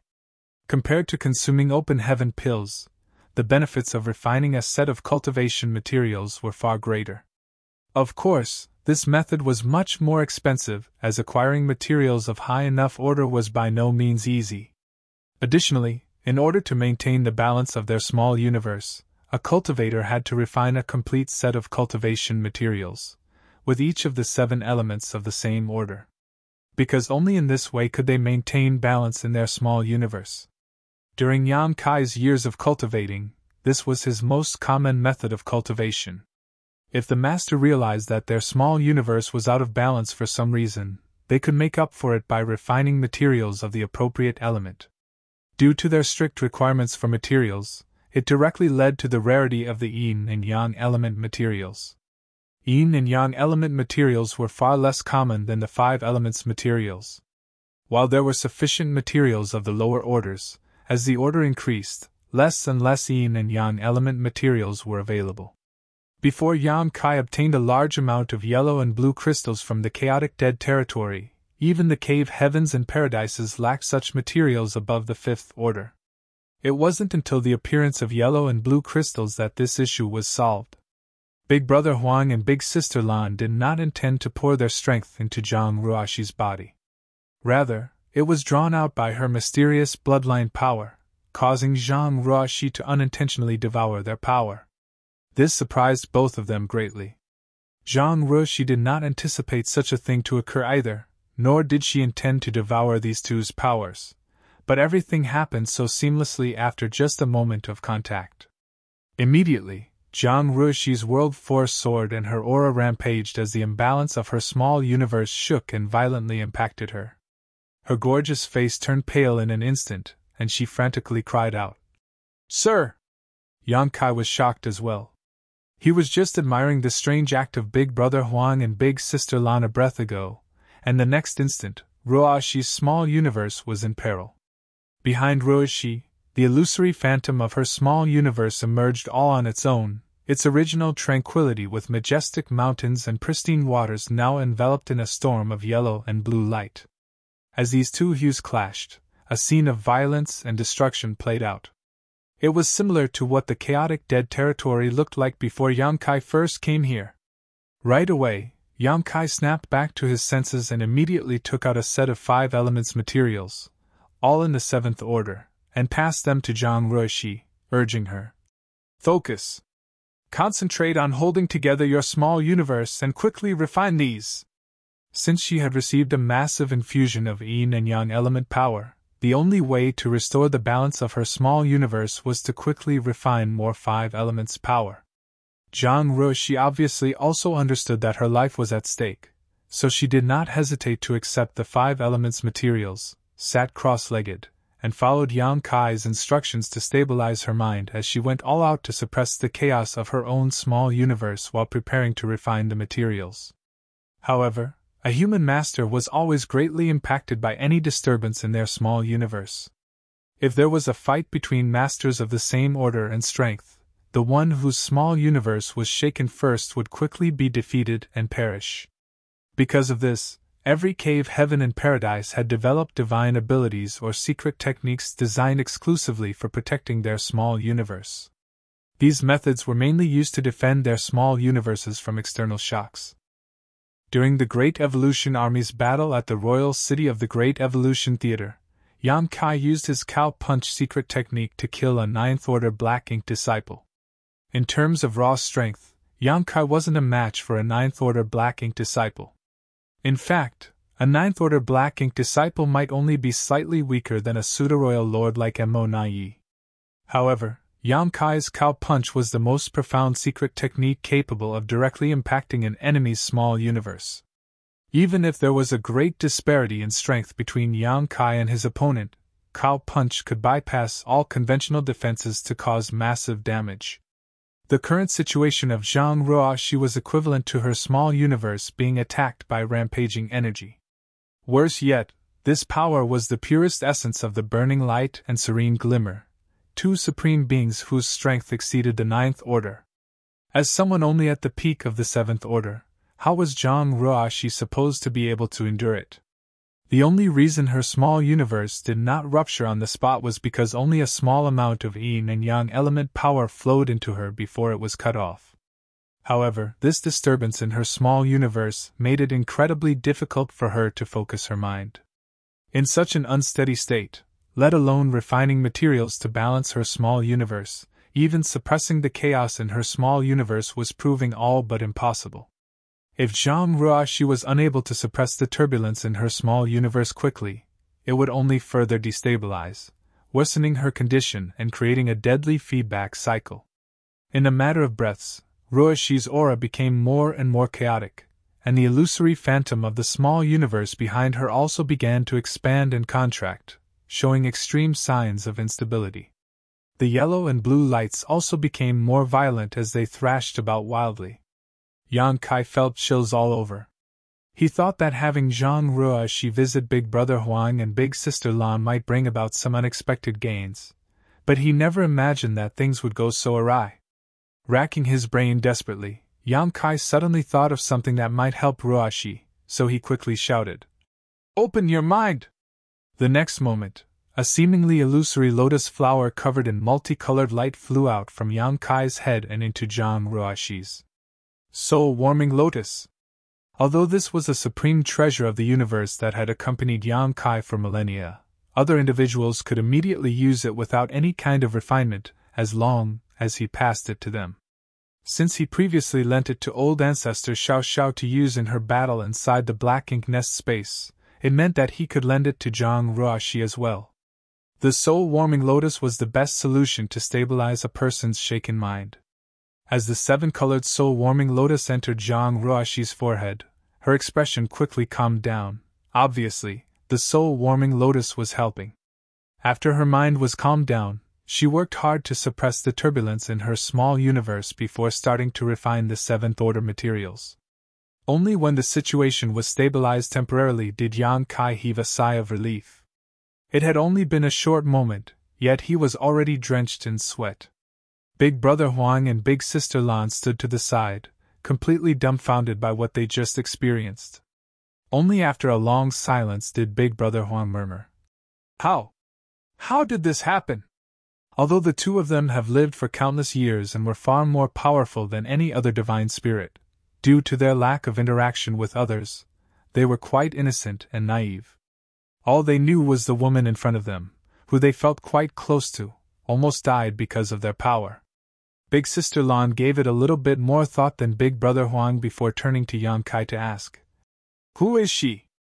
Even when she first met Yang Kai, a member of the Dragon Clan, she had never experienced the same level of closeness as she did with this mysterious woman. She was even more puzzled by the fact that this young woman had freely drawn in her and Xiao Huang's power. That was their pure yin and yang power, their innate strength. It wasn't something just anyone could devour.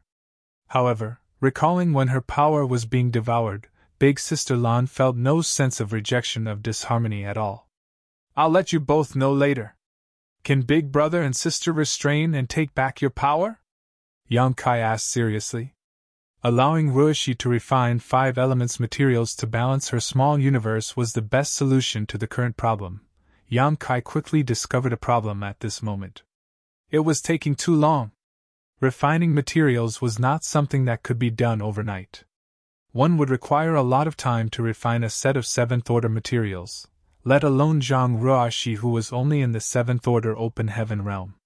Furthermore, even if this set of 5 elements materials were truly refined, it still wouldn't be sufficient.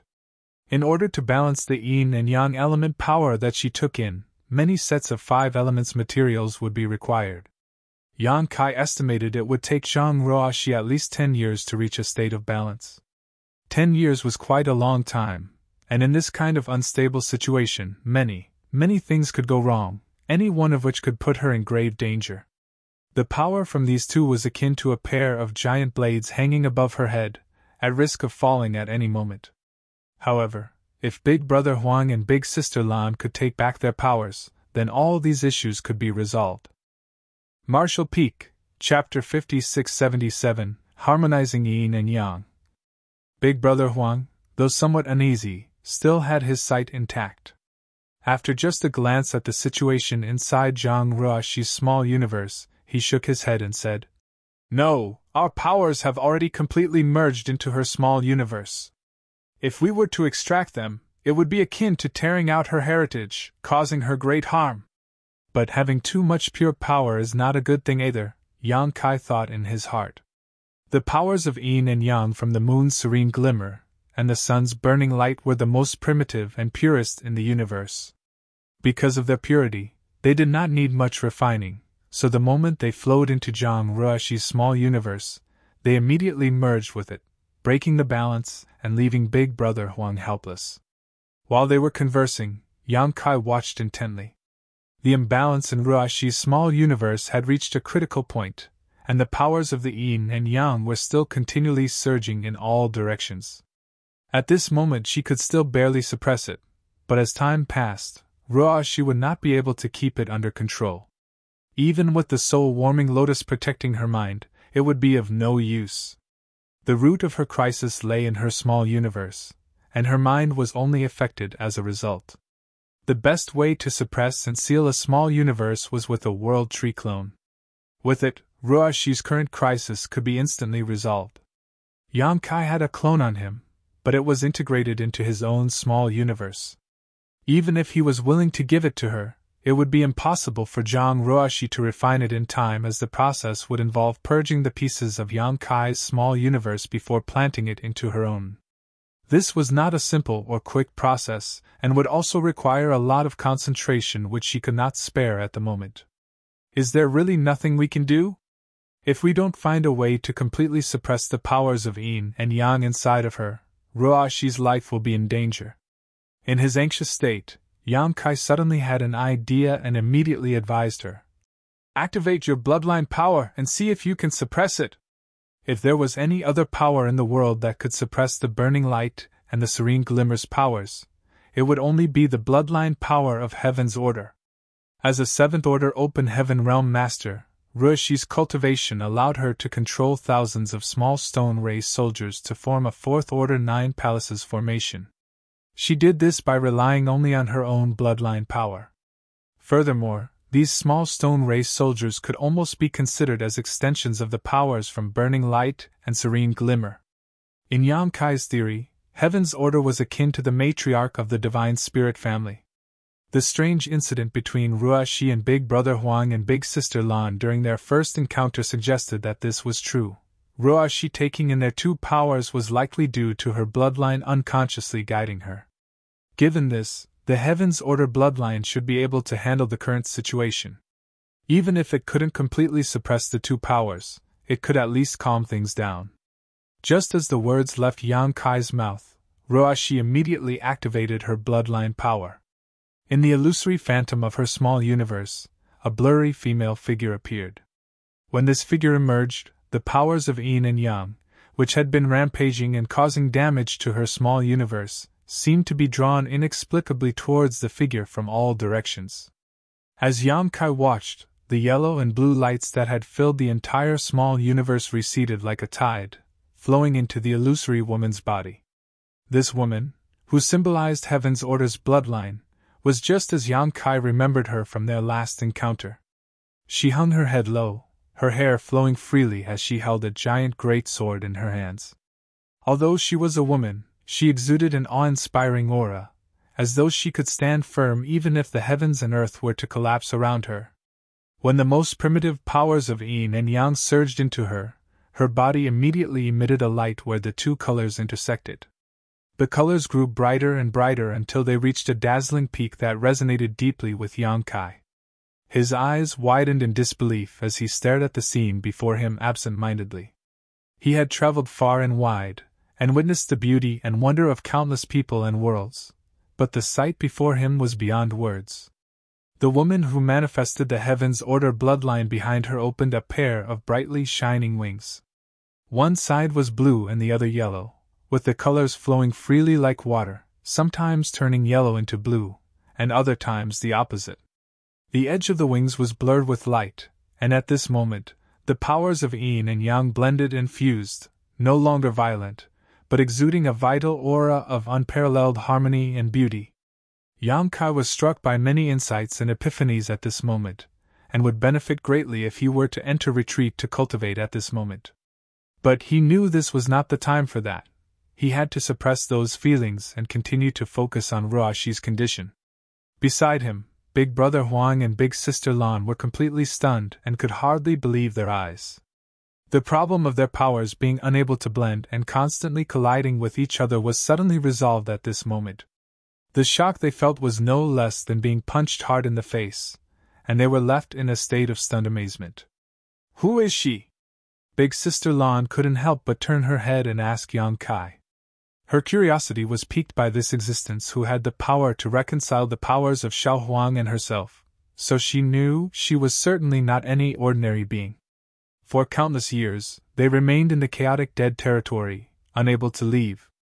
This was not because they didn't want to, but because they couldn't. According to ancient legend, they were the progenitors of all divine spirits, a myth that had been distorted and exaggerated over time. However, there was another legend that held true: they were the embodiments of destruction. Since their birth, they were incomplete and unable to control their powers with precision. Leaving the chaotic dead territory would result in a catastrophic explosion of Yin and Yang, laying waste to all things, living or dead. Back in the early days, the chaotic dead territory was not as vast as it was now. Many great territories were destroyed over the years, the boundary walls between them torn down, leading to the creation of the current, extremely large chaotic dead territory. These two ancient beings scattered their power throughout the territory, retaining only a fraction of it to transform into their present forms, two small children, and allowing Yang Kai to stand before them and communicate with them. If they were in their true, complete forms, Yang Kai would not have the privilege of standing here, as he would have been vaporized by the violent Yin and Yang powers they innately gave off long ago. But suddenly, they witnessed their powers being balanced and stabilized by some outside force. This was simply an occurrence that they had never dared imagine. Yang Kai stood mesmerized, staring at the figure before him that was adorned with wings of two different hues. However, after Zhang Ruishi activated her own Heaven's Order bloodline power, the Yin and Yang element powers no longer rampaged. The small universe that was in constant flux and at risk of rupture had also stabilized. Then, her expression slowly eased.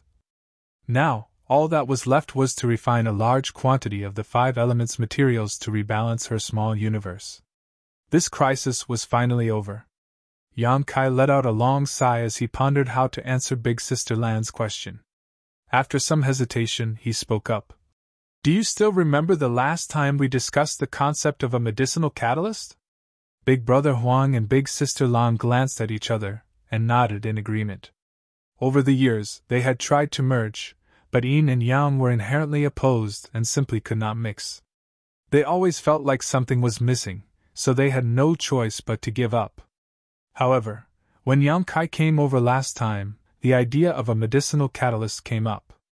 In alchemy, herbs of opposing nature could be combined in a furnace and refined into a spirit pill by using an appropriate catalyst that could reconcile the incompatible properties. If Big Brother Huang and Big Sister Lan were compared to two types of herbs with opposing natures, then the missing ingredient they lacked was undoubtedly the medicinal catalyst. Zhang Ruoxi's Heaven's Order bloodline was the catalyst that could harmonize their opposing forces. This was not surprising, as the Heaven's Order bloodline was descended from the matriarch of the Divine Spirit family. Even though Big Brother Huang and Big Sister Lan had extremely high status in that family, they still couldn't resist the guidance of the matriarch. Big Brother Huang immediately caught on and his eyes lit up. She's the catalyst? Yang Kai nodded. Big Sister Lan, on the other hand, was extremely puzzled. What kind of bloodline does she possess? Why have I never heard of her before, and how is she able to do this? Upon hearing that, Yang Kai explained. I mentioned the primordial light earlier. After stripping you two away, the primordial light crashed into a barren land, and its radiance dispersed, evolving into countless divine spirits. That piece of land became the ancestral land of the divine spirits. However, after the primordial light dissipated, there was still a blurry figure left behind. This little brother was unable to tell what that figure was at the time, and could not judge what it represented, but that blurry figure resembled a human. Somehow, that figure must have merged with the human race. Thus, the human race inherited its bloodline from generation to generation. This bloodline has experienced countless years of inheritance, gradually becoming thin and weak. The later generations have long forgotten the glory of their ancestor, until Ruoxi's generation when this bloodline began to gradually awaken. This bloodline is called the Heaven's Order bloodline, and in the primordial light, it undoubtedly holds a special position. The divine spirits were the scattered light that evolved from the collision of the primordial light with the ancestral land. Even the burning light and the serene glimmer were just the powers stripped from the primordial light at an earlier time. In comparison, the appearance of that figure after the collision with the ancestral land was no small matter. The primordial darkness of the universe gave birth to Mo, and the primordial light evolved into the divine spirits, including the burning light and serene glimmer, and even Heaven's Order. If the primordial light were to be divided into 10 parts, the divine spirits would account for 3 parts, the burning light and the serene glimmer 3 parts, and Heaven's Order 4 parts. In terms of status, that figure was second only to the true body of Mo according to this hypothesis. When Yang Kai brought Zhang Ruoxi to the chaotic dead territory to meet Big Brother Huang and Big Sister Lan, he did not expect such a significant discovery. He just thought that since the Heaven's Order bloodline was like the matriarch of the Divine Spirit family, there might be some unexpected gains after she met these two. Marshall Peak, Chapter 5678, Ruoxi's Condition. And now, their harvest was indeed huge.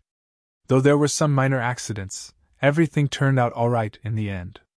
Big Brother Huang and Big Sister Lan's emotions were stirred for a long time. They had never heard about the Heaven's Order bloodline before, which was passed down through generations, and had the remarkable ability to harmonize the opposing yin and yang element powers. It was no wonder when they laid eyes on this woman, an involuntary sense of awe and warmth washed over them, stronger than when facing Yang Kai, a member of the Dragon Clan. It appeared that Yang Kai was right. Although they were all born from the primordial light, the Heaven's Order bloodline must hold a unique position. This was what caused the two supreme beings of the primordial era to feel differently about Zhang Ruoxi. If that was the case, there might be a chance to resolve the issue that had plagued them for countless eons. Big Brother Huang and Big Sister Lan exchanged glances, understanding each other's thoughts. Meanwhile, Yang Kai observed Zhang Ruoxi's condition in silence. She had already reached the peak of the Seventh Order Open Heaven realm, and now she unintentionally absorbed a massive amount of yin and yang element power. This could be her chance for a breakthrough. Though it was a perilous accident, it was also an opportunity for Zhang Ruoxi after it was resolved. Thanks to her bloodline power, her refining speed became incredibly swift, rivaling even Yang Kai's. Yang Kai's speed was partly due to his solid foundation, but also due to his small universe having a world tree clone, which greatly assisted open heaven realm masters like him when they cultivated. However, each world tree clone had to come from the world tree itself, and each one required a portion of the world tree's source. Likewise, they were supported by the fortune of numerous universe worlds. Thus, they were not something that could be obtained in large quantities from the old tree. If every master had access to one, it would substantially reduce their cultivation time and hasten their advancement to the ninth order open heaven realm. In a mere month, Ruoxi completely refined a set of 7th order 5 elements materials. Before the Black Ink Clan's invasion, such a set of materials would have cost at least 750 million open heaven pills, if one could even buy them at all. In the present era, they would be even pricier, likely exceeding 1 billion. To put it plainly, Ruoxi's 1 month of cultivation consumed 1 billion open heaven pills. If she had simply been swallowing and refining open heaven pills, she would never have been able to eat such an immense quantity in such a short time. What's more, even if she had refined 1 billion open heaven pills, the gains wouldn't have matched what she had now. Therefore, relatively speaking, if they had the resources, masters preferred to refine materials to enhance their small universe rather than use open heaven pills. Unfortunately, most did not have the resources, so they could only choose to refine open heaven pills to improve themselves. Yang Kai had a large reserve of cultivation resources. Mo Na Yi compensated him a lot of materials on behalf of the Black Ink Clan last time, most of which he had handed over to the Supreme Headquarters for the human armies to use, but he had still reserved some for himself. With his cultivation reaching the peak of the 8th order realm, Yang Kai no longer needed to deliberately cultivate. Technically, these resources were useless in his hands right now, so he was more than willing to use them to resolve Ruoxi's current crisis. After Ruoxi finished refining a set of 7th order materials, Yang Kai took out another set and handed it to her, allowing her to continue. With the increase in 5 elements powers, the imbalance of Ruoxi's small universe was gradually fixed. The most obvious indication was the 2 colored wings behind the heaven's order figure gradually dimming. It was a sign that the powers of yin and yang had been completely absorbed and merged into Ruoxi's small universe.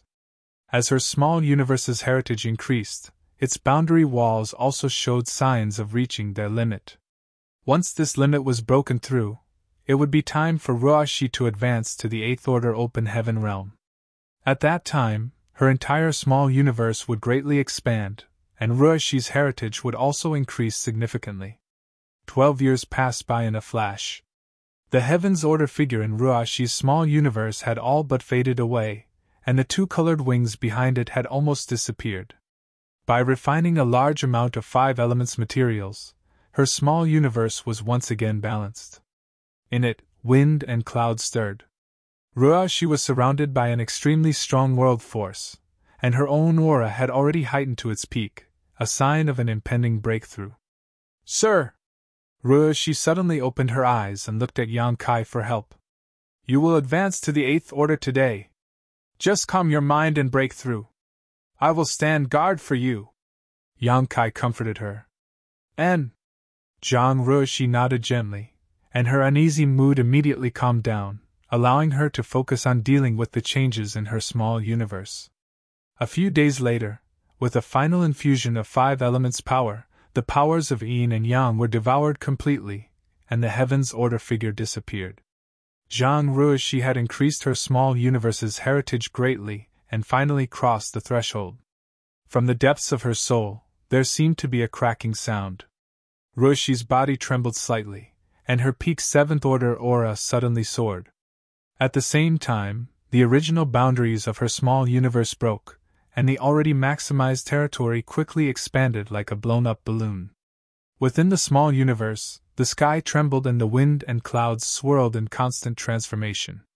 Large swaths of new territory begin to appear, at first chaotic, but gradually evolving and harmonizing with the powers of the seven elements, becoming part of her small universe. Yang Kai remained vigilant, but he wasn't worried. Zhang Ruoxi's breakthrough was a seamless and stable process, devoid of any signs of instability. As long as she remained focused, her breakthrough posed no real risks. Advancement in the open heaven realm carried a certain degree of danger. Without a sturdy foundation, rushing a breakthrough could lead to unforeseen complications during the expansion of one's small universe. For example, some of the newly formed territory might not have fully evolved and instead retain their initially chaotic state. Such an occurrence would undoubtedly have a profound impact on a person. It could cause anything from minor damage to total collapse of their small universe, which would end in their demise. Ruoxi did not face such risks as she had a solid foundation, coupled with her unique bloodline. As a result, the new territories swiftly evolved into thriving lands. Yang Kai had undergone numerous breakthroughs in the past, but he had only sought to enhance his strength without paying much attention to the process itself. However, this time, as Ruoxi's protector and witnessing the various transformations of her small universe, he experienced a unique sense of enlightenment. It was commonly believed that Mo had reached the creation realm that stood above the ninth order open heaven realm. However, no one could adequately explain what the creation realm was, not even Tsang nor Wuquang. It wasn't that they didn't want to, it was rather that they did not know how, for they had never reached that realm. Yang Kai used to believe that the creation realm referred to the ability to create life from nothing. The Black Ink clan was a creation of Mo, who was capable of producing such terrifying existences such as the Black Ink giant spirit gods. The title of creator was certainly well deserved. For all Black Ink clansmen, Mo was their creator. Throughout the universe, the only existence of a similar level of power as Mo was the primordial light. The primordial light had stripped itself of its yin and yang elements to create the serene glimmer and burning light. Its innumerable points of light produced countless divine spirits. In other words, it possessed the power of creation. But was that really the power of the creation realm? At a fundamental level, the Black Ink clan was merely a peculiar extension of Mo's power, which meant Mo did not truly create life from nothingness. Whether it was the Black Ink clan soldiers or the Black Ink giant spirit god, without Mo's power, they had no basis for existence. Are the divine spirits not technically an extension of the power of the primordial light? Is that all there is to the creation realm? Or am I misunderstanding something? According to this logic, when a cultivator reached the peak of the Emperor realm, they would begin to condense their own grand Tao into a Tao seal, refine the power of the seven elements, and use that as a foundation to split heaven and earth apart within their bodies, creating their own small universe. So, in a way, didn't every open heaven realm master have creation force?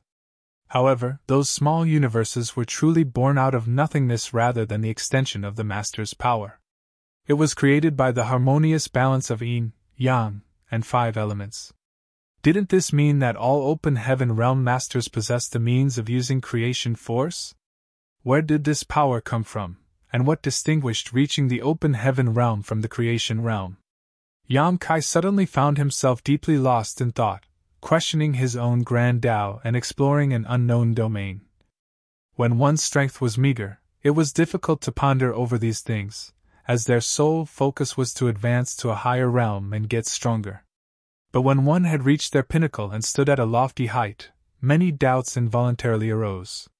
Yang Kai had a vague feeling that if he could understand the answers to these questions, he might discover something incredible. However, his deep contemplation bordered on questioning his very existence. Though he remained standing in the same spot, it was as if he had entered another universe. Big Brother Huang and Big Sister Lan immediately noticed something was amiss, and turned their heads towards him. Big Brother Huang even called out to him a few times, finally allowing Yang Kai to be jolted back to reality, where he promptly broke out into a cold sweat. The momentary doubt that had risen in him had caused him to doubt his own grand Tao, and it even resulted in his small universe shaking, triggering what felt like an earthquake in Void World. This was highly abnormal. After all, his small universe had a world tree clone to stabilize and protect it. Additionally, his small universe was firm and flawless, impervious to external forces. Even during his battle with a royal lord, his small universe had never trembled. However, though his world tree clone could resist external forces, it could not prevent internal turmoil. Yang Kai couldn't help but feel a chill shoot up his spine. If he had continued to linger in that kind of state, it would have inevitably caused immense damage to himself. Though the open heaven realm method of the human race was not flawless, it was the fundamental basis for their rise to power and had been inherited for countless millennia.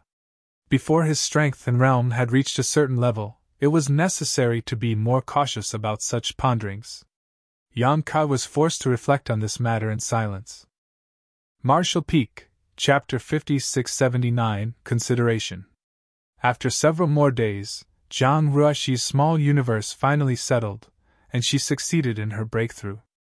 Her small universe had grown significantly in both volume and territory, and her aura had reached the esteemed level of an 8th-order open heaven realm master. It was a sight that left Yang Kai in awe, marveling at the unique wonder of her Heaven's Order bloodline that allowed her to overcome the innate limitations of the open heaven realm method. Without this exceptional gift, Ruoxi's martial Tao would have hit a ceiling at the peak of the 7th Order. This realization stirred up a twinge of envy in Yang Kai, who was still struggling to ascend to the 9th Order realm. However, he needn't worry about what came next for Ruoxi. With her successful ascension to the 8th Order, all she needed to do was to enter retreat for a period to consolidate her newfound strength. As she continued to cultivate, her small universe's heritage would grow stronger, and its territory would expand endlessly until it reached another limit. By then, she should be able to break through once again. Only then would she be able to enter the 9th Order realm. Yang Kai turned to the two others and said, "I too must enter retreat for a while. Please look after Ruoxi while I'm gone." Big Brother Huang nodded and replied, "There's no need for you to worry." After bowing to them in gratitude, Yang Kai left a vast amount of 5 elements materials for Ruoxi to use. She no longer needed yin and yang element materials. After all, with Big Brother Huang and Big Sister Lan here, how could she possibly lack them? After settling everything with Ruoxi, Yang Kai manipulated space principles and left to find a broken universe fragment in the void far away, where he sat cross-legged and began to meditate. Ruoxi's breakthrough had given him much to ponder over, and he needed to enter retreat to reflect on what he witnessed. But with the lesson from before, he had to pay more attention and care to himself. This retreat wasn't just about improving his cultivation, but also a moment for him to explore his own grand Tao and ponder over the mysteries of the creation realm. Time flew by quickly in the desolate void. After a few years, Zhang Ruoxi awakened to find her new 8th Order open heaven realm cultivation had barely stabilized. Upon discovering that Yang Kai had also gone into retreat, she couldn't help feeling a sense of disappointment. But soon she was swept up in a grand and wondrous plan by Big Brother Huang and Big Sister Lan.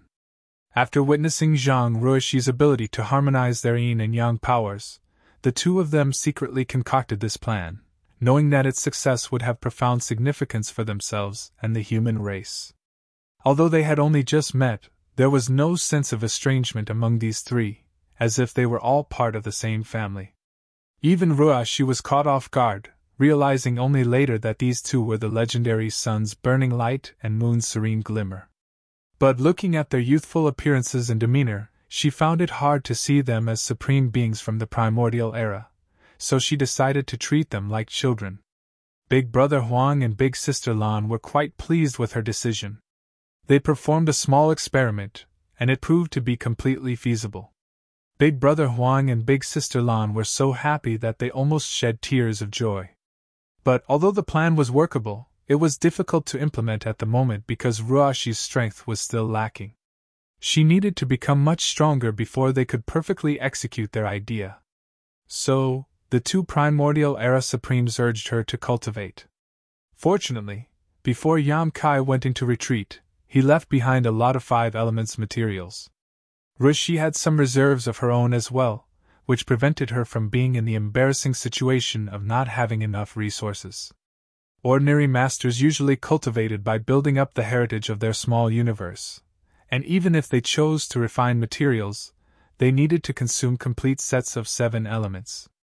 But in the chaotic dead territory, with the assistance of Big Brother Huang and Big Sister Lan, Ruoshi did not need to go through this trouble. She only needed to refine materials of the 5 elements. As for the yin and yang element powers, it was easy to draw them from Big Brother Huang and Big Sister Lan. It was the utmost primal and pure power that was difficult for anyone in this world to resolve and harmonize, but that issue was completely resolved thanks to her Heaven's Order bloodline. This meant that Zhang Ruoshi had to refine 2 fewer materials than other masters, saving her nearly 30% of her cultivation time. That was a terrifying improvement in efficiency. To advance from the 8th order to the 9th order required on average 10,000 years of accumulation, so a 30% reduction could easily save some 3,000 years of arduous effort. In the chaotic dead territory, while Yan Kai was in retreat to reflect on his various epiphanies, Ruoshi also entered retreat to cultivate. Meanwhile, Big Brother Huang and Big Sister Lan took turns infusing her small universe with their power. They were careful not to overdo it so that Zhang Ruoshi would not be overwhelmed again. In their spare time, they also trained a large army of small stone race soldiers for Yan Kai. Previously, they had only trained them to pass the time. From the primordial era to the present, this was the only game that relieved their boredom. But now that they had Zhang Ruoshi, they had something to look forward to, a hope for the future. Time passed by quickly, and soon an entire century had gone by. In the void, Yan Kai opened his eyes with a look of confusion. The more he pondered, the more he found himself unable to grasp the essence of the Grand Tao. He couldn't help but feel nostalgic for the days when he was not as powerful, when all he had to do was focus on increasing his strength. But now, he had to embark on a quest to uncover the true nature of the Grand Tao and Heavenly Way, and on this slow and arduous path of the martial Tao, the higher he stood and the more he saw, the more lost he felt. Letting out a light sigh, Yan Kai ceased his ruminations. He knew that his confusion stemmed from not standing high enough. Perhaps after ascending to the 9th order, things would change for him. After spending 100 years in retreat, he had some gains. He had contemplated much about his own grand das and the creation realm, but for now, those insights were of no use. Yan Kai, come over here! Big Brother Huang's voice suddenly sounded in his ear. Clearly, he had sensed that Yan Kai had ended his retreat. Feeling his urgency, Yan Kai's heart skipped a beat, fearing that something might have happened to Zhang Ruoshi. So, he urged space principles and stepped forward, arriving at Big Brother Huang's side as he asked, "What happened?" Before his eyes, Ruoshi sat cross-legged, refining materials to enhance her small universe heritage. Her aura was calm and there was no trace of abnormality. Compared to 100 years ago, her aura was noticeably denser, a sign of her growing strength. Big Brother Huang asked, "Do you have any more 5 elements materials? Bring them all out." Glancing at the illusory Heaven's Order phantom behind Ruoshi's small universe, Yan Kai realized what was happening. "Are you two helping Ruoshi cultivate?" He had a considerable amount of 5 elements materials in his possession, originally prepared for his own future 9th order advancement, but now that Ruoshi needed them, he would not be stingy. He secretly felt that bringing Ruoshi to the chaotic dead territory was the right decision. At least with Big Brother Huang and Big Sister Lan's help, her growth would surely accelerate. If only he had another world tree clone for her, that would be even better. Unfortunately, the old tree was not in good shape at the moment. Last time he had asked for 3 world tree clone seedlings, which was already the limit. If he were to ask again, it would be asking for too much. Given all the 5 elements materials he had, it would be enough for Ruoshi to cultivate for thousands of years, so Yan Kai handed them all to Big Brother Huang, saying, "I'll figure out a way to get some more and send them over later." Big Brother Huang nodded in acceptance. Yan Kai glanced at Ruoshi once more and said, "I'll leave Ruoshi to Big Brother and Big Sister. I still need to look after the human race and cannot stay here for long. Farewell." Big Sister Lan reassured him. "Rest assured, she will be safe here. At present, The greatest danger was the Black Ink clan, however, since suffering a catastrophic defeat in the chaotic Dead Territory, they dared not set foot in here again. Under normal circumstances, they would not even approach the chaotic Dead Territory for fear of provoking the two supreme beings inside. Yang Kai responded with a nod. When he was ready to leave, Ruashi suddenly opened her eyes and shouted, "Sir, wait!" Yang Kai paused to look at her as Ruashi said, "I still have to return this item to you, sir." Saying so, she activated her power, and a 7-colored lotus flower flew out from her forehead. It was the soul-warming lotus that Yang Kai had lent her before. "Sir, you are constantly traveling outside, facing many dangers. You must be careful," she reminded him. In response, Yang Kai nodded, took the soul-warming lotus, and smiled. "You should continue to cultivate here. When you reach the 9th Order Open Heaven realm one day, we shall fight the enemy together." Ruashi obediently nodded. After a moment of watching Yang Kai leave, Ruashi sat down cross-legged again and continued to refine 5 elements materials to enhance herself. In the world of masters, there were always many farewells. Perhaps a seemingly ordinary separation would be a permanent one, especially in the current environment. To avoid such a situation, one could only become stronger, because only through sufficient strength could one protect those they cared for. After leaving the chaotic Dead Territory, Yang Kai did not linger and returned directly to the Supreme Headquarters. As soon as he exchanged a few words with Mi Jinglun, who was overseeing the situation, Yang Kai learned that the various battlefields had remained much the same over the years, allowing him to relax slightly. In fact, whether it was the human race or the Black Ink clan, they were both in the process of accumulating strength. On the human side, due to the output of talents from the Star Boundary, Myriad Monsters World, and even Yang Kai's small universe, high-rank Open Heavens realm masters were emerging one after another. This was especially so for rising stars who directly ascended to the 7th Order Open Heaven realm during these past years. Many of them had already entered the 8th Order Open Heaven realm and had been in this realm for a few years. As for the battles on the various battlefields, that had not slowed down their cultivation speed. On the contrary, the repeated life and death stimulation tempered their willpower and endurance, allowing them to constantly make breakthroughs and improve. It was estimated that it would not take long before the first of the rising stars of the human race saw the hope of advancing to the 9th Order. The Black Ink clan was the same. There were many new territory lords, more than the 8th Order masters.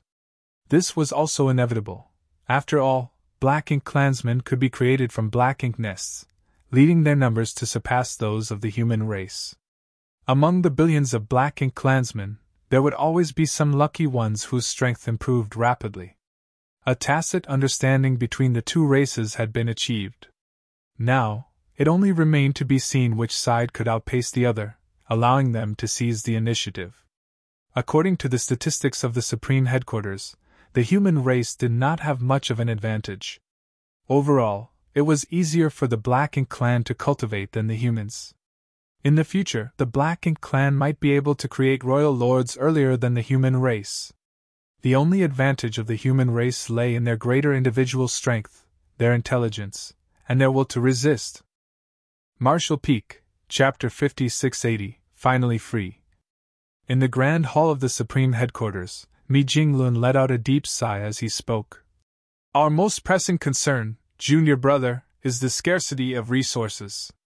Despite the accumulation of the cave heavens and paradises over the years, our people are trapped in just a handful of great territories now. Our access to essential resources has been severely limited, especially now with the explosive increase of Open Heaven realm masters. Their cultivation demands an abundance of resources that our stockpiles simply cannot sustain. Even with all the things you brought back last time, it barely made a dent in the shortfall needed to construct the suppressing Black Ink fortress. The problem of resource scarcity can only be solved by either increasing our resources or reducing our consumption. But we are cultivators. Our cultivation and healing require resources, so how can we reduce our consumption? If we were to do so, how could we expect our soldiers to fight fiercely on the battlefield? We must devise alternative strategies. Over the years, the military merits required by the Army's supply department to exchange for resources have been increasing every year. Take the simplest fourth-order materials, for example. The military merits required to exchange for one have increased by 20% compared to a millennium ago.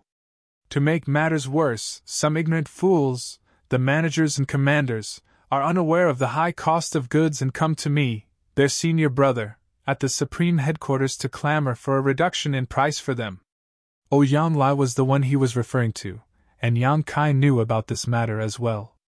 Yang Lai even sent someone to relay a message to him, saying that the prices for resources in the Army's supply department were abnormal, and requested that he talk to Mi Jinglun about it. HAA. Mi Jinglun sighed again. Do you think I don't want to reduce the prices? I just can't simply do so. The military merits that our soldiers earn are priceless, paid for with their own lives. If there was a possibility, how could we, the Supreme Headquarters, do such a thing? We just can't achieve two opposing goals at the same time. As for increasing our resource sources, there are only two ways for our human race to do so. One is to mine them from the new Great Territory, and the other is to loot the Black Ink clan. But the resources in the new Great Territory are also limited. After so many years of mining, they may not last much longer. Although looting the Black Ink clan's convoys is a profitable enterprise, it also entails enormous risks, and the amount we can get each time is not stable. In the past, although there were many open heaven realm masters in the 3,000 worlds, there were not many in the high rank. They were always exclusive to the cave heavens and paradises, and those who had successfully cultivated to the high-rank open heaven realm were sent generation after generation to the Black Ink battlefield to fight against the Black Ink clan, resulting in countless casualties. Overall, the resources flowing through the market in the 3,000 worlds were more than sufficient for humans to use. But now, the situation had changed. The human race was confined to just a dozen or so great territories, and the channels for obtaining resources had decreased greatly, while the number of high-rank open heaven real masters had increased exponentially. This increase in demand and decrease in supply resulted in a substantial deficit in resources. Although the various cave heavens and paradises had offered up their reserves, they would not be able to sustain themselves for much longer. After hearing Mi Jinglun's complaint, Yang Kai realized the gravity of the situation. Though the issue of materials had long plagued the human race, he had never given it much thought until now that it had become a pressing matter that demanded immediate attention. If one day the humans were to run out of supplies, the consequences would be dire. Senior brother, if I may ask, do you have a solution? Yang Kai asked solemnly. Mi Jinglun replied. I've given it some thought. The only way to resolve this is to seek resources outside. You have a direct route to the Black Ink battlefield, right? I'd like to request that you send some people there to gather resources. The resources on the Black Ink battlefield were abundant. Within the countless dead universe worlds lay many precious resources waiting to be extracted. If they could successfully harvest them, it would greatly ease the pressure on the humans' demand for supplies. I can do that. Yang Kai nodded in agreement. It's settled then. I'll send people over when the time comes. But senior brother, we'll need some masters to support us if we're going to the Black Ink battlefield. That is still the Black Ink clan's territory, so if the mining teams encounter them, they will be at serious risk without enough masters to protect them. I'll take that into consideration. Mi Jinglun nodded lightly. Then, senior brother, I'll wait for your message, Yang Kai said as he rose from his seat. Leaving the Supreme Headquarters, Yang Kai did not venture far, choosing instead to head to Profound Nether Territory. However, since the agreement he made with Six Arms, the battle in Profound Nether Territory had not been as intense as before. After all, the territory lords and Eighth Order masters were banned from fighting. Without the clash of such masters from both sides, the battles in Profound Nether Territory were relatively tame. At most, skirmishes between the feudal lords and Seventh Order Open Heaven Realm masters took place. Rising stars from both sides continued to make a name for themselves and hone their skills on this battlefield, but for someone like Yang Lai, an Eighth Order master, life had become unbearably dull. Forbidden from interfering in battles, but required to remain stationed in profound nether territory as a precaution. Yan Lai had grown bored to the point of desperation over the past few millennia. Otherwise, he wouldn't have taken an interest in the army's logistic affairs at all. He had even requested to be transferred to other great territories like Azure Sun Territory, where Eighth Order masters could participate in battles, only to be rejected by Mi Jingluan time and time again. Yan Lai was so infuriated that he considered cutting ties with Mi Jingluan, and even vented his frustration by insulting him in front of others at the Supreme Headquarters. When he saw Yang Kai coming, Yan Lai's eyes filled with tears as he clamored for Yang Kai to leave his seal on the transfer order. The main reason Yan Lai hadn't been transferred from profound nether territory for all these years was that Yang Kai was like an elusive dragon, appearing and disappearing unpredictably. Yang Kai, as the army commander of the profound nether army, had Yan Lai as his subordinate general. Even if the Supreme Headquarters wanted to mobilize manpower from the profound nether army, they would need to go through Yang Kai. Otherwise, what would be the point of having an army commander? Mi Jingluan had previously told Yan Lai that as long as he could receive Yang Kai's seal on the transfer order document, the Supreme Headquarters would have no objections. But where and how could Yan Lai find Yang Kai? Previously, Yang Kai had been in retreat at the World Tree, so it was not convenient to disturb him. That retreat lasted for some 2,000 years. It was not until Yan Lai heard the news that Yang Kai had finally ended his retreat that he rushed back to the star boundary, only to find that Yang Kai had already left. Unexpectedly, Yang Kai appeared in front of him right now. Yan Lai was so grateful that he took out the transfer order document that was long prepared and stared at Yang Kai with an attitude that indicated, if you don't agree, I'll die in front of you. Yang Kai looked at the contents of the transfer order document and frowned slightly, his expression inexplicable. After a long time, he sighed. Senior brother Yang, are you sure you want to leave profound nether territory? Absolutely. I can't stand this damned place anymore, he exclaimed, just looking at what he had been doing for the past 3,000 years. All he did was patrol various forward outposts each day, give speeches to newly arrived soldiers, and then drink until he was thoroughly drunk. He was even bored enough to go to the Black Ink clan and argue with the Six Arms and the other territory lords. These boring and miserable days were nothing compared to charging into battles and killing enemies. Before Yang Kai made an agreement with the Black Ink clan, though the situation in the profound nether army was dire, at least they were living boldly and valiantly. For a hot-blooded man like him, even if his life ended in battle, it would still be preferable to a life of obscurity and insignificance. With that said, Yan Lai added, Junior brother, please do not misunderstand me. I am not dissatisfied with you, nor am I dissatisfied with the profound nether army. It's just that this environment isn't quite suitable for me. Ever since I joined the Black Ink battlefield all those years ago, I haven't experienced such idle days. Time just crawls by here. Yang Kai nodded in understanding. I understand. In that case, senior brother Yang, please go. Saying so, he stamped his seal onto the transfer order. Yan Lai immediately smiled and snatched the document, scanning it before cheering. I'm finally free! It was as if a prisoner, who had been trapped for years, had regained his freedom. Yan Lai pocketed the document and cupped his fist to Yang Kai. Junior brother, I'll be reporting to the Supreme Headquarters now. Take care of yourself. I'm sure we'll fight together again someday. And Yang Kai nodded lightly. Yan Lai couldn't wait to turn and leave. He didn't want to spend another moment in profound nether territory.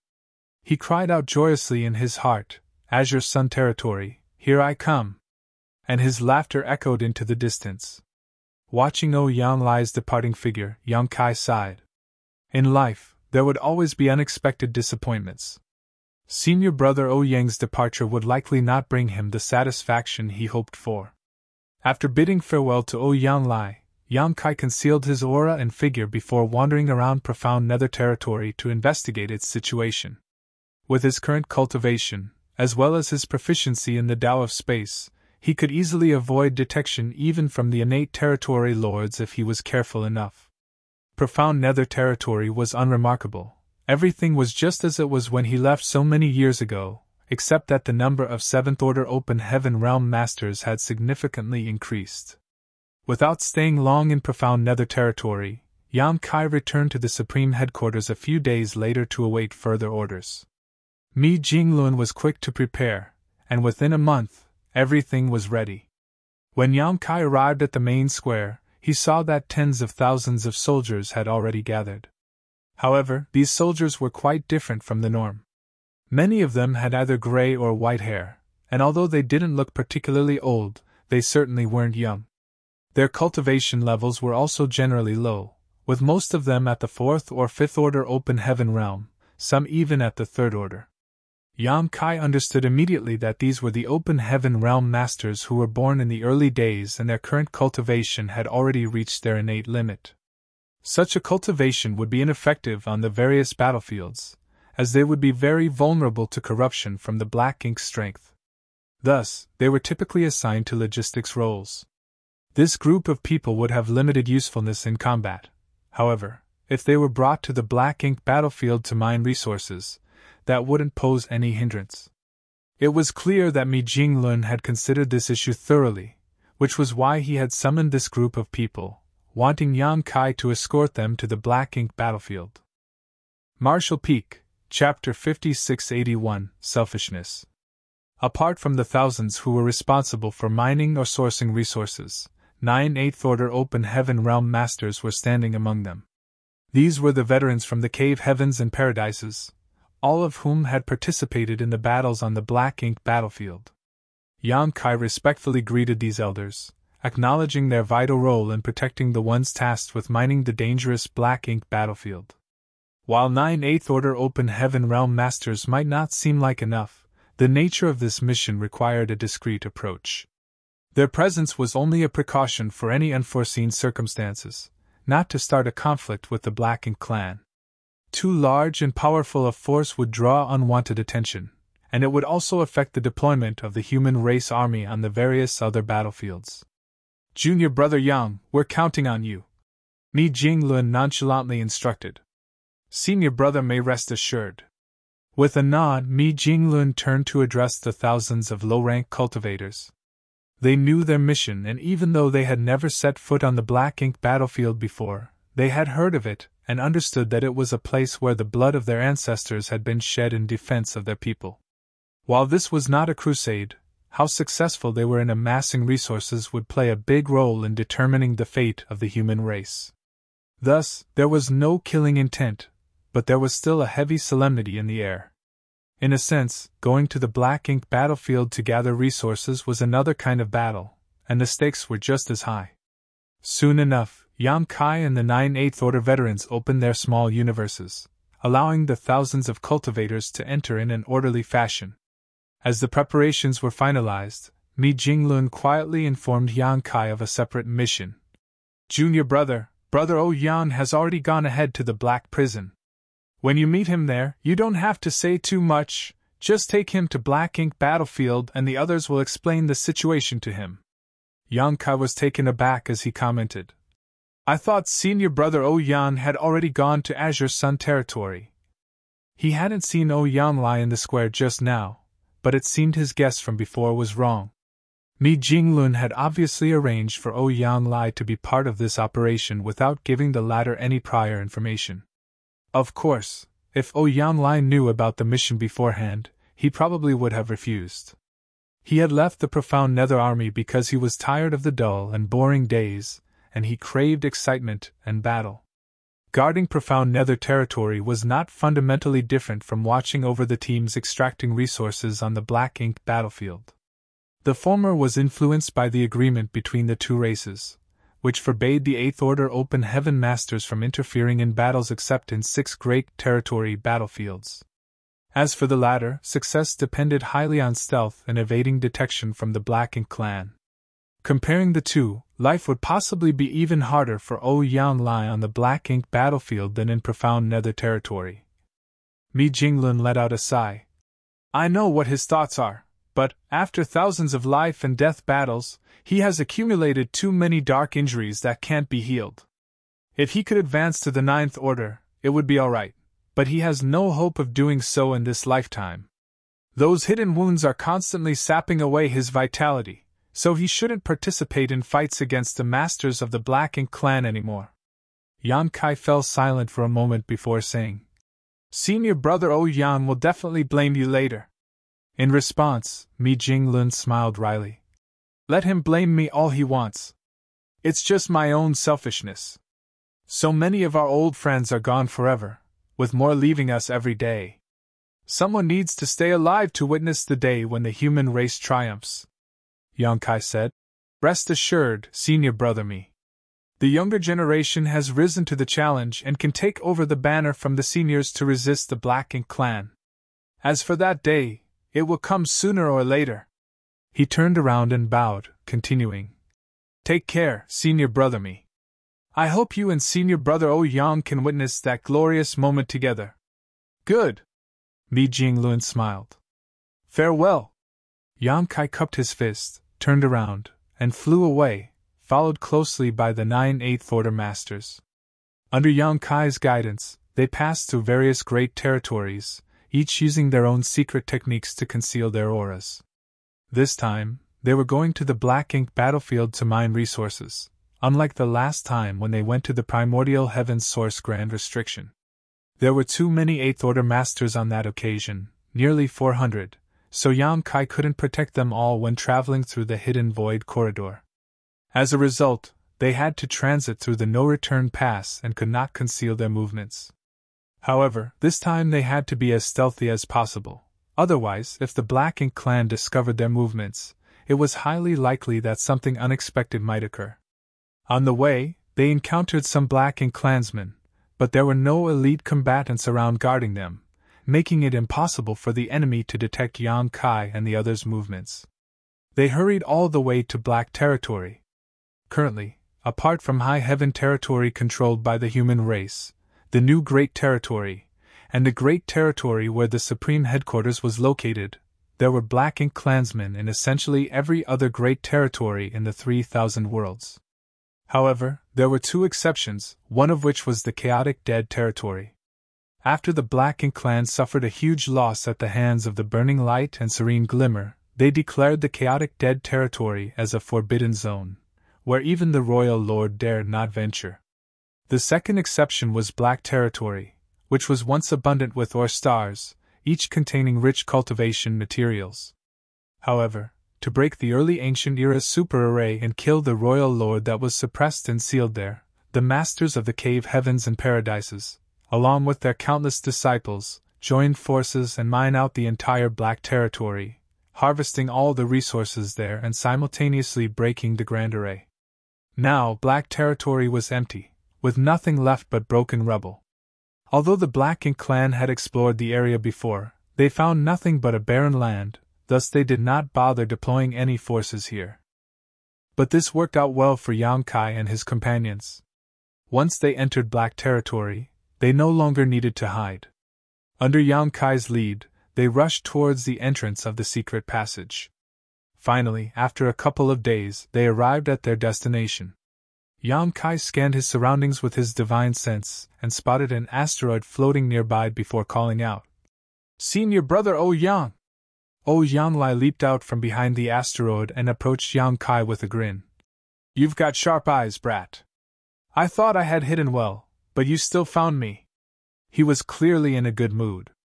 Ever since he left Profound Nether Territory with his transfer order in hand, he had been feeling quite content.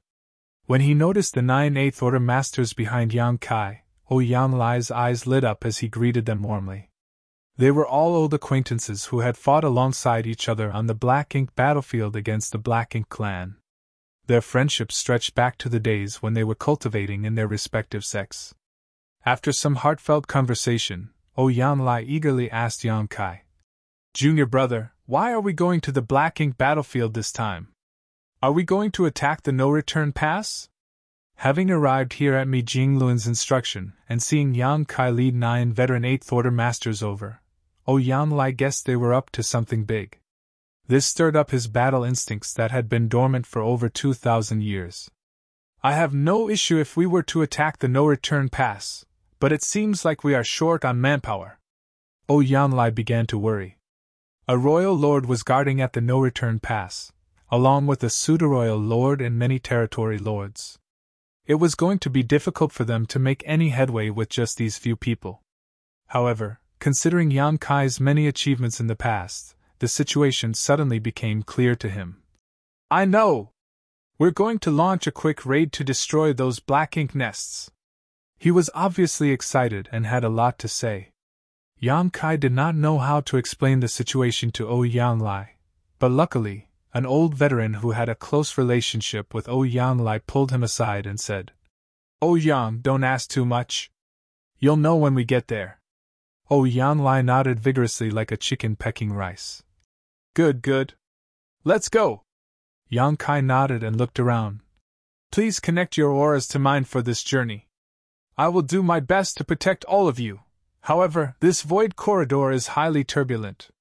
If we get separated, please don't panic, senior brothers. Just hold your ground and wait for me to find you while ensuring your own safety. All the 8th Order Open Heaven Realm Masters nodded. Good! Yang Kai shouted and space principles surged out, causing ripples to spread in front of them like a calm lake that had been disturbed by a stone. Everyone was amazed as they watched.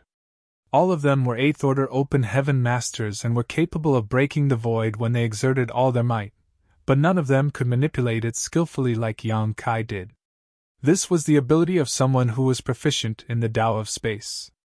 As the ripples spread, a noticeable difference in the void appeared ahead. With Yang Kai's continuous manipulation of space principles, a certain spot ahead of them slowly revealed the illusory phantom of a portal. Looking up, the portal looked like an abyss, chaotic and terrifying. Stay close to me, Yang Kai urged while taking the lead to step into the portal. Following him were the 10 8th Order Open Heaven Realm Masters, steadily connecting their auras with Yang Kai's. In the passageway ahead, Yang Kai broke through the barrier he had set during his previous transit, while also forming a new one behind the last person of their group. If he was alone, or even with 2 or 3 people, it wouldn't have been very difficult for Yang Kai to accomplish this. However, with 10 people at once, it was a bit taxing. Fortunately, everything was still within his limits, though it was much more time-consuming than previous trips through this void corridor. Yanlai and the others all had high cultivation and extensive experience, but walking through this kind of void corridor was a first for them. Still, they didn't dare to look around carelessly for fear of triggering any unnecessary accidents. By sensing their surroundings, they only perceived the chaotic void turbulence and the surging power of chaos filling the surroundings of this mysterious and unpredictable place. Even for 8th Order Open Heaven Realm Masters like themselves, getting lost in such a place would likely not have a good outcome. If they were lucky, they might one day find a way out, but if luck wasn't on their side, they could be trapped here for the rest of their lives. That was why they became increasingly cautious as they proceeded forward. In this peculiar environment, both time and space seemed to blur, and they lost track of how long they had been wandering until a sudden flash of light appeared in front of them. It was only now that they realized they arrived at their destination. Marshall Peak, Chapter 5682, Furious Yanlai. The void rippled, and with each expanding wave, a portal gradually revealed itself. Soon after, figures emerged from the portal, one after the other. Yang Kai quickly sealed it up again, making it appear as though nothing had happened. Yanlai took out a universe chart of the black ink battlefield and, after a few comparisons, he determined that they were standing somewhere in the area of the Blue Sky Theater that was once occupied by the Black Ink clan. It was quite far from where Blue Sky Pass was originally positioned, much closer to the royal city. It was at Blue Sky Pass where Yang Kai had risen to prominence, bringing purifying light to the human race and designing the purifying black ink battleships, turning what had once been an ordinary great pass among many into a shining beacon of hope. Besides that, Yang Kai's presence allowed Blue Sky Pass to establish the first forward outpost outside of a royal city. Using the numerous universe paradises and universe cave heavens nearby, Blue Sky Pass set up numerous traps that inflicted heavy losses upon the Black Ink clan, severely damaging the latter's foundation in the Blue Sky Theater. This victory set the stage for a crusade, with the Blue Sky Army becoming the first to conquer part of the Black Ink clan's territory, earning it a reputation that echoed through the ages. Yang Kai also took out his universe chart and identified the direction they needed to go in, then led his 10 companions towards the depths of the void. Yan Lai followed behind him, completely puzzled, so he asked, "Junior brother, aren't we going in the wrong direction? The no-return pass is that way." The direction they were taking was completely different from where the no-return pass was located, leaving Yan Lai confused. Although Yang Kai was tempted to explain everything to him, he chose to hold his tongue, fearing the consequences. "Senior brother, please be patient. I'll explain everything once we arrive." Upon hearing that, Yan Lai suppressed his doubts and followed silently. Along the way, Yang Kai left several space beacons behind to be used as waypoints, knowing he would have to come back once he had escorted Yan Lai and the others to their destination. They passed by the royal city that was once magnificent, but was now ravaged by the previous wars. The entire universe world was in shambles and broken into numerous fragments, faintly showing the devastation from the battle millennia ago. When the Blue Sky Army had set forth on their crusade, the Black Ink clan's forces in the Blue Sky Theater had not fully recovered, so they were left defenseless against the formidable might of Blue Sky Pass. In the end, the royal city was reduced to rubble and their army was decimated. The old ancestor of Blue Sky Pass, aided by some of the strongest Eighth Order masters, had beheaded the royal lord in that battle. The royal lord's demise marked the complete defeat of the Black Ink clan in the Blue Sky Theater. But that was all in the past now, and Yang Kai had long since left Blue Sky Pass. When Blue Sky Pass went on its crusade, Yang Kai was leading his comrades into battle as part of the Great Evolution Army. To avoid running into teams from the Black Ink clan who were harvesting resources, the humans had to venture deeper into the Black Ink battlefield. Only by putting enough distance between themselves and the enemy could they avoid any disastrous encounters. Only after a month's journey beyond where the royal city was located did Yang Kai stop and sweep the area with his divine sense. Here, there were many dead universe worlds with little evidence of mining, making it an obvious place for a fruitful harvest. "This is the spot," Yang Kai declared. The Eighth Order masters didn't object, except for Yan Lai, who wore a dark expression and remained silent. He might be impulsive at times and not skilled in cunning schemes, but that didn't mean he was stupid. The many signs on the way here made him understand that this mission might not be as straightforward as he had imagined. There was a high chance that he got tricked by Big Head Me. While he was lost in thought, Yang Kai had already dispersed with the other 9 Eighth Order's masters. He then opened the portal of his small universe, releasing all the cultivators stored inside. Besides them, there were many warships, including 2 purifying Black Ink battleships. Yan Lai's suspicion grew as he took in the sight before him. The cultivators who had been released were mostly of the 4th and 5th Order Open Heaven realm, some were even in the 3rd Order, and almost all of them were elderly, not the type of lineup one would expect for a significant combat mission. It was more like they were on a retirement trip. Yang Kai turned to the Eighth Order masters and said, "I entrust this matter to you. Here is a space beacon for each of you. Please keep it close. Every 100 years or so, I will come to find you and collect the resources you've gathered. It would be troublesome to send everything back that tens of thousands of people had mined. Only Yang Kai could handle it personally. By handing over the space beacons, it would also be convenient for him to locate them in the future. As long as they weren't too far away, Yang Kai could easily locate them and arrive instantly. The Eighth Order masters accepted the space beacons and stored them carefully, except for Yan Lai, who was now glaring at Yang Kai with eyes spewing flames of anger. With a wry smile, Yang Kai grabbed his arm and slapped a space beacon into his hand, apologizing. "Senior brother Yang, if you have any questions, please ask the other senior brothers later. Junior brother has other important matters to attend to and can't stay long." The truth was, he couldn't face Yan Lai's disappointment. Turning his head, he reminded other Eighth Order masters. "If you encounter any danger that cannot be resolved, please lead everyone to the Primordial Heaven's Source Grand Restriction, where the suppressing Black Ink Army is stationed and Dragon Clan Senior Fu Guang is assuming command." This statement caught everyone off guard.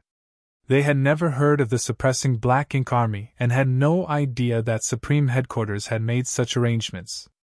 Moreover, they were surprised to learn that the Dragon Clan's Fu Guang, who had disappeared for so many years, was actually guarding the primordial heaven's source Grand Restriction this whole time.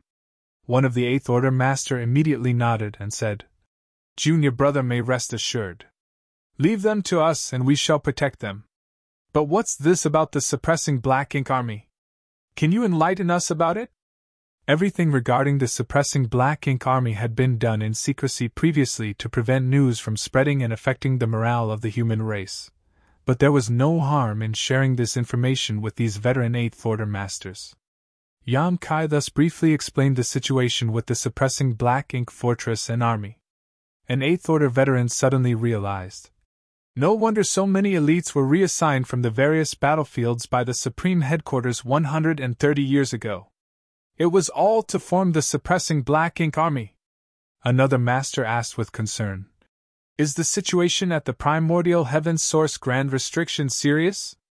It's still within a controllable range, and Senior Fu Guang is personally guarding that place, so there's no need to worry, Yang Kai replied. With these words, everyone was relieved.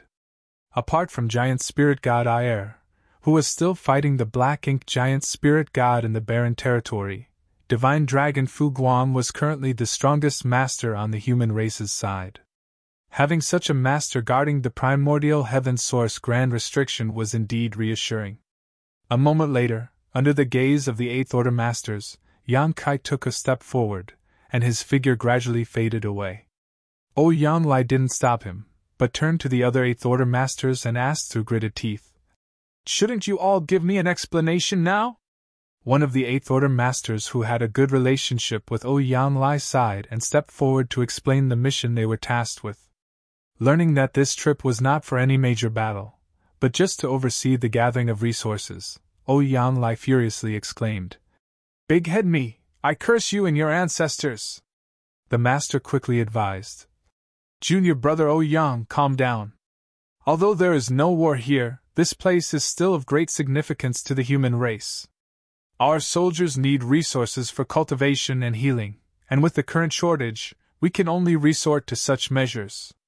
Even compared to killing enemies on the battlefield, our mission is no less important. We are all working for the future of the human race." Right. Another master went along. "Right, my foot!" Yang Lai exploded, his red hair blazing like fire, and his whole body seeming to be burning up. He had left profound nether territory for one reason, to kill the enemy on the battlefield, not to come here and babysit these third, fourth, and fifth order cultivators tasked with mining resources. In a fit of rage, he strode towards the depths of Black Ink battlefield. "Where are you going, brother Yang?" The Eighth Order Master who tried to calm him down called out in alarm. "I'm going to primordial heaven's source Grand Restriction. I'm joining the suppressing Black Ink Army to kill the enemy." His voice echoed as he flew off into the distance. The other 9 masters looked at each other, unsure of whether to stop him or not. In the end, Yang Lai disappeared without a trace. After a while, one of them finally said, "Thank goodness he didn't go to the no-return pass impulsively." Going to the no-return pass alone was a death sentence, but going to primordial heaven's source Grand Restriction and joining the suppressing Black Ink Army was still acceptable. "Don't worry, he'll come back," another Eighth Order Master said. "How do you know?" "Brother Yang may not be from Great Battle Heaven, but ever since he ascended to the Sixth Order Open Heaven realm, he has fought on the Black Ink battlefield. He has long become accustomed to military life, and he's a true soldier. Although he has a foul temper, he won't act recklessly in defiance of orders, otherwise he wouldn't have stayed in profound nether territory for so many years just to get his transfer order stamped," the master explained. Everyone felt that what he said made sense. Yang Lai's behavior was indeed like this. If he was someone who truly acted on impulse, he wouldn't have stayed in profound nether territory for so long. As expected, half a day later, Yang Lai appeared from the depths of the void, still a little mad, but his fury somewhat subsided. An Eighth Order Master welcomed him back personally, patted his shoulder, and laughed. Oh Yan Lai, just accept it. Isn't this Mi Jinglun's favor to us old friends? Everyone understood why they were sent here to look after the mining team. Each of them had experienced countless life and death crises, and each had accumulated many hidden injuries. As they got older, their conditions deteriorated, and some of them had already fallen from their peak state. They all had great passion for protecting and serving the human race, but if the day came when the human race defeated the Black Ink clan, cleared the ashes of war, and rebuilt order, the experience of the older generation would be an indispensable guide for the new generation. Sending them here to look after this resource-gathering team was not only Mi Jinglun's favor, but also for the future of the human race. Oh Yan Lai immediately snorted. Do I need him to take care of me?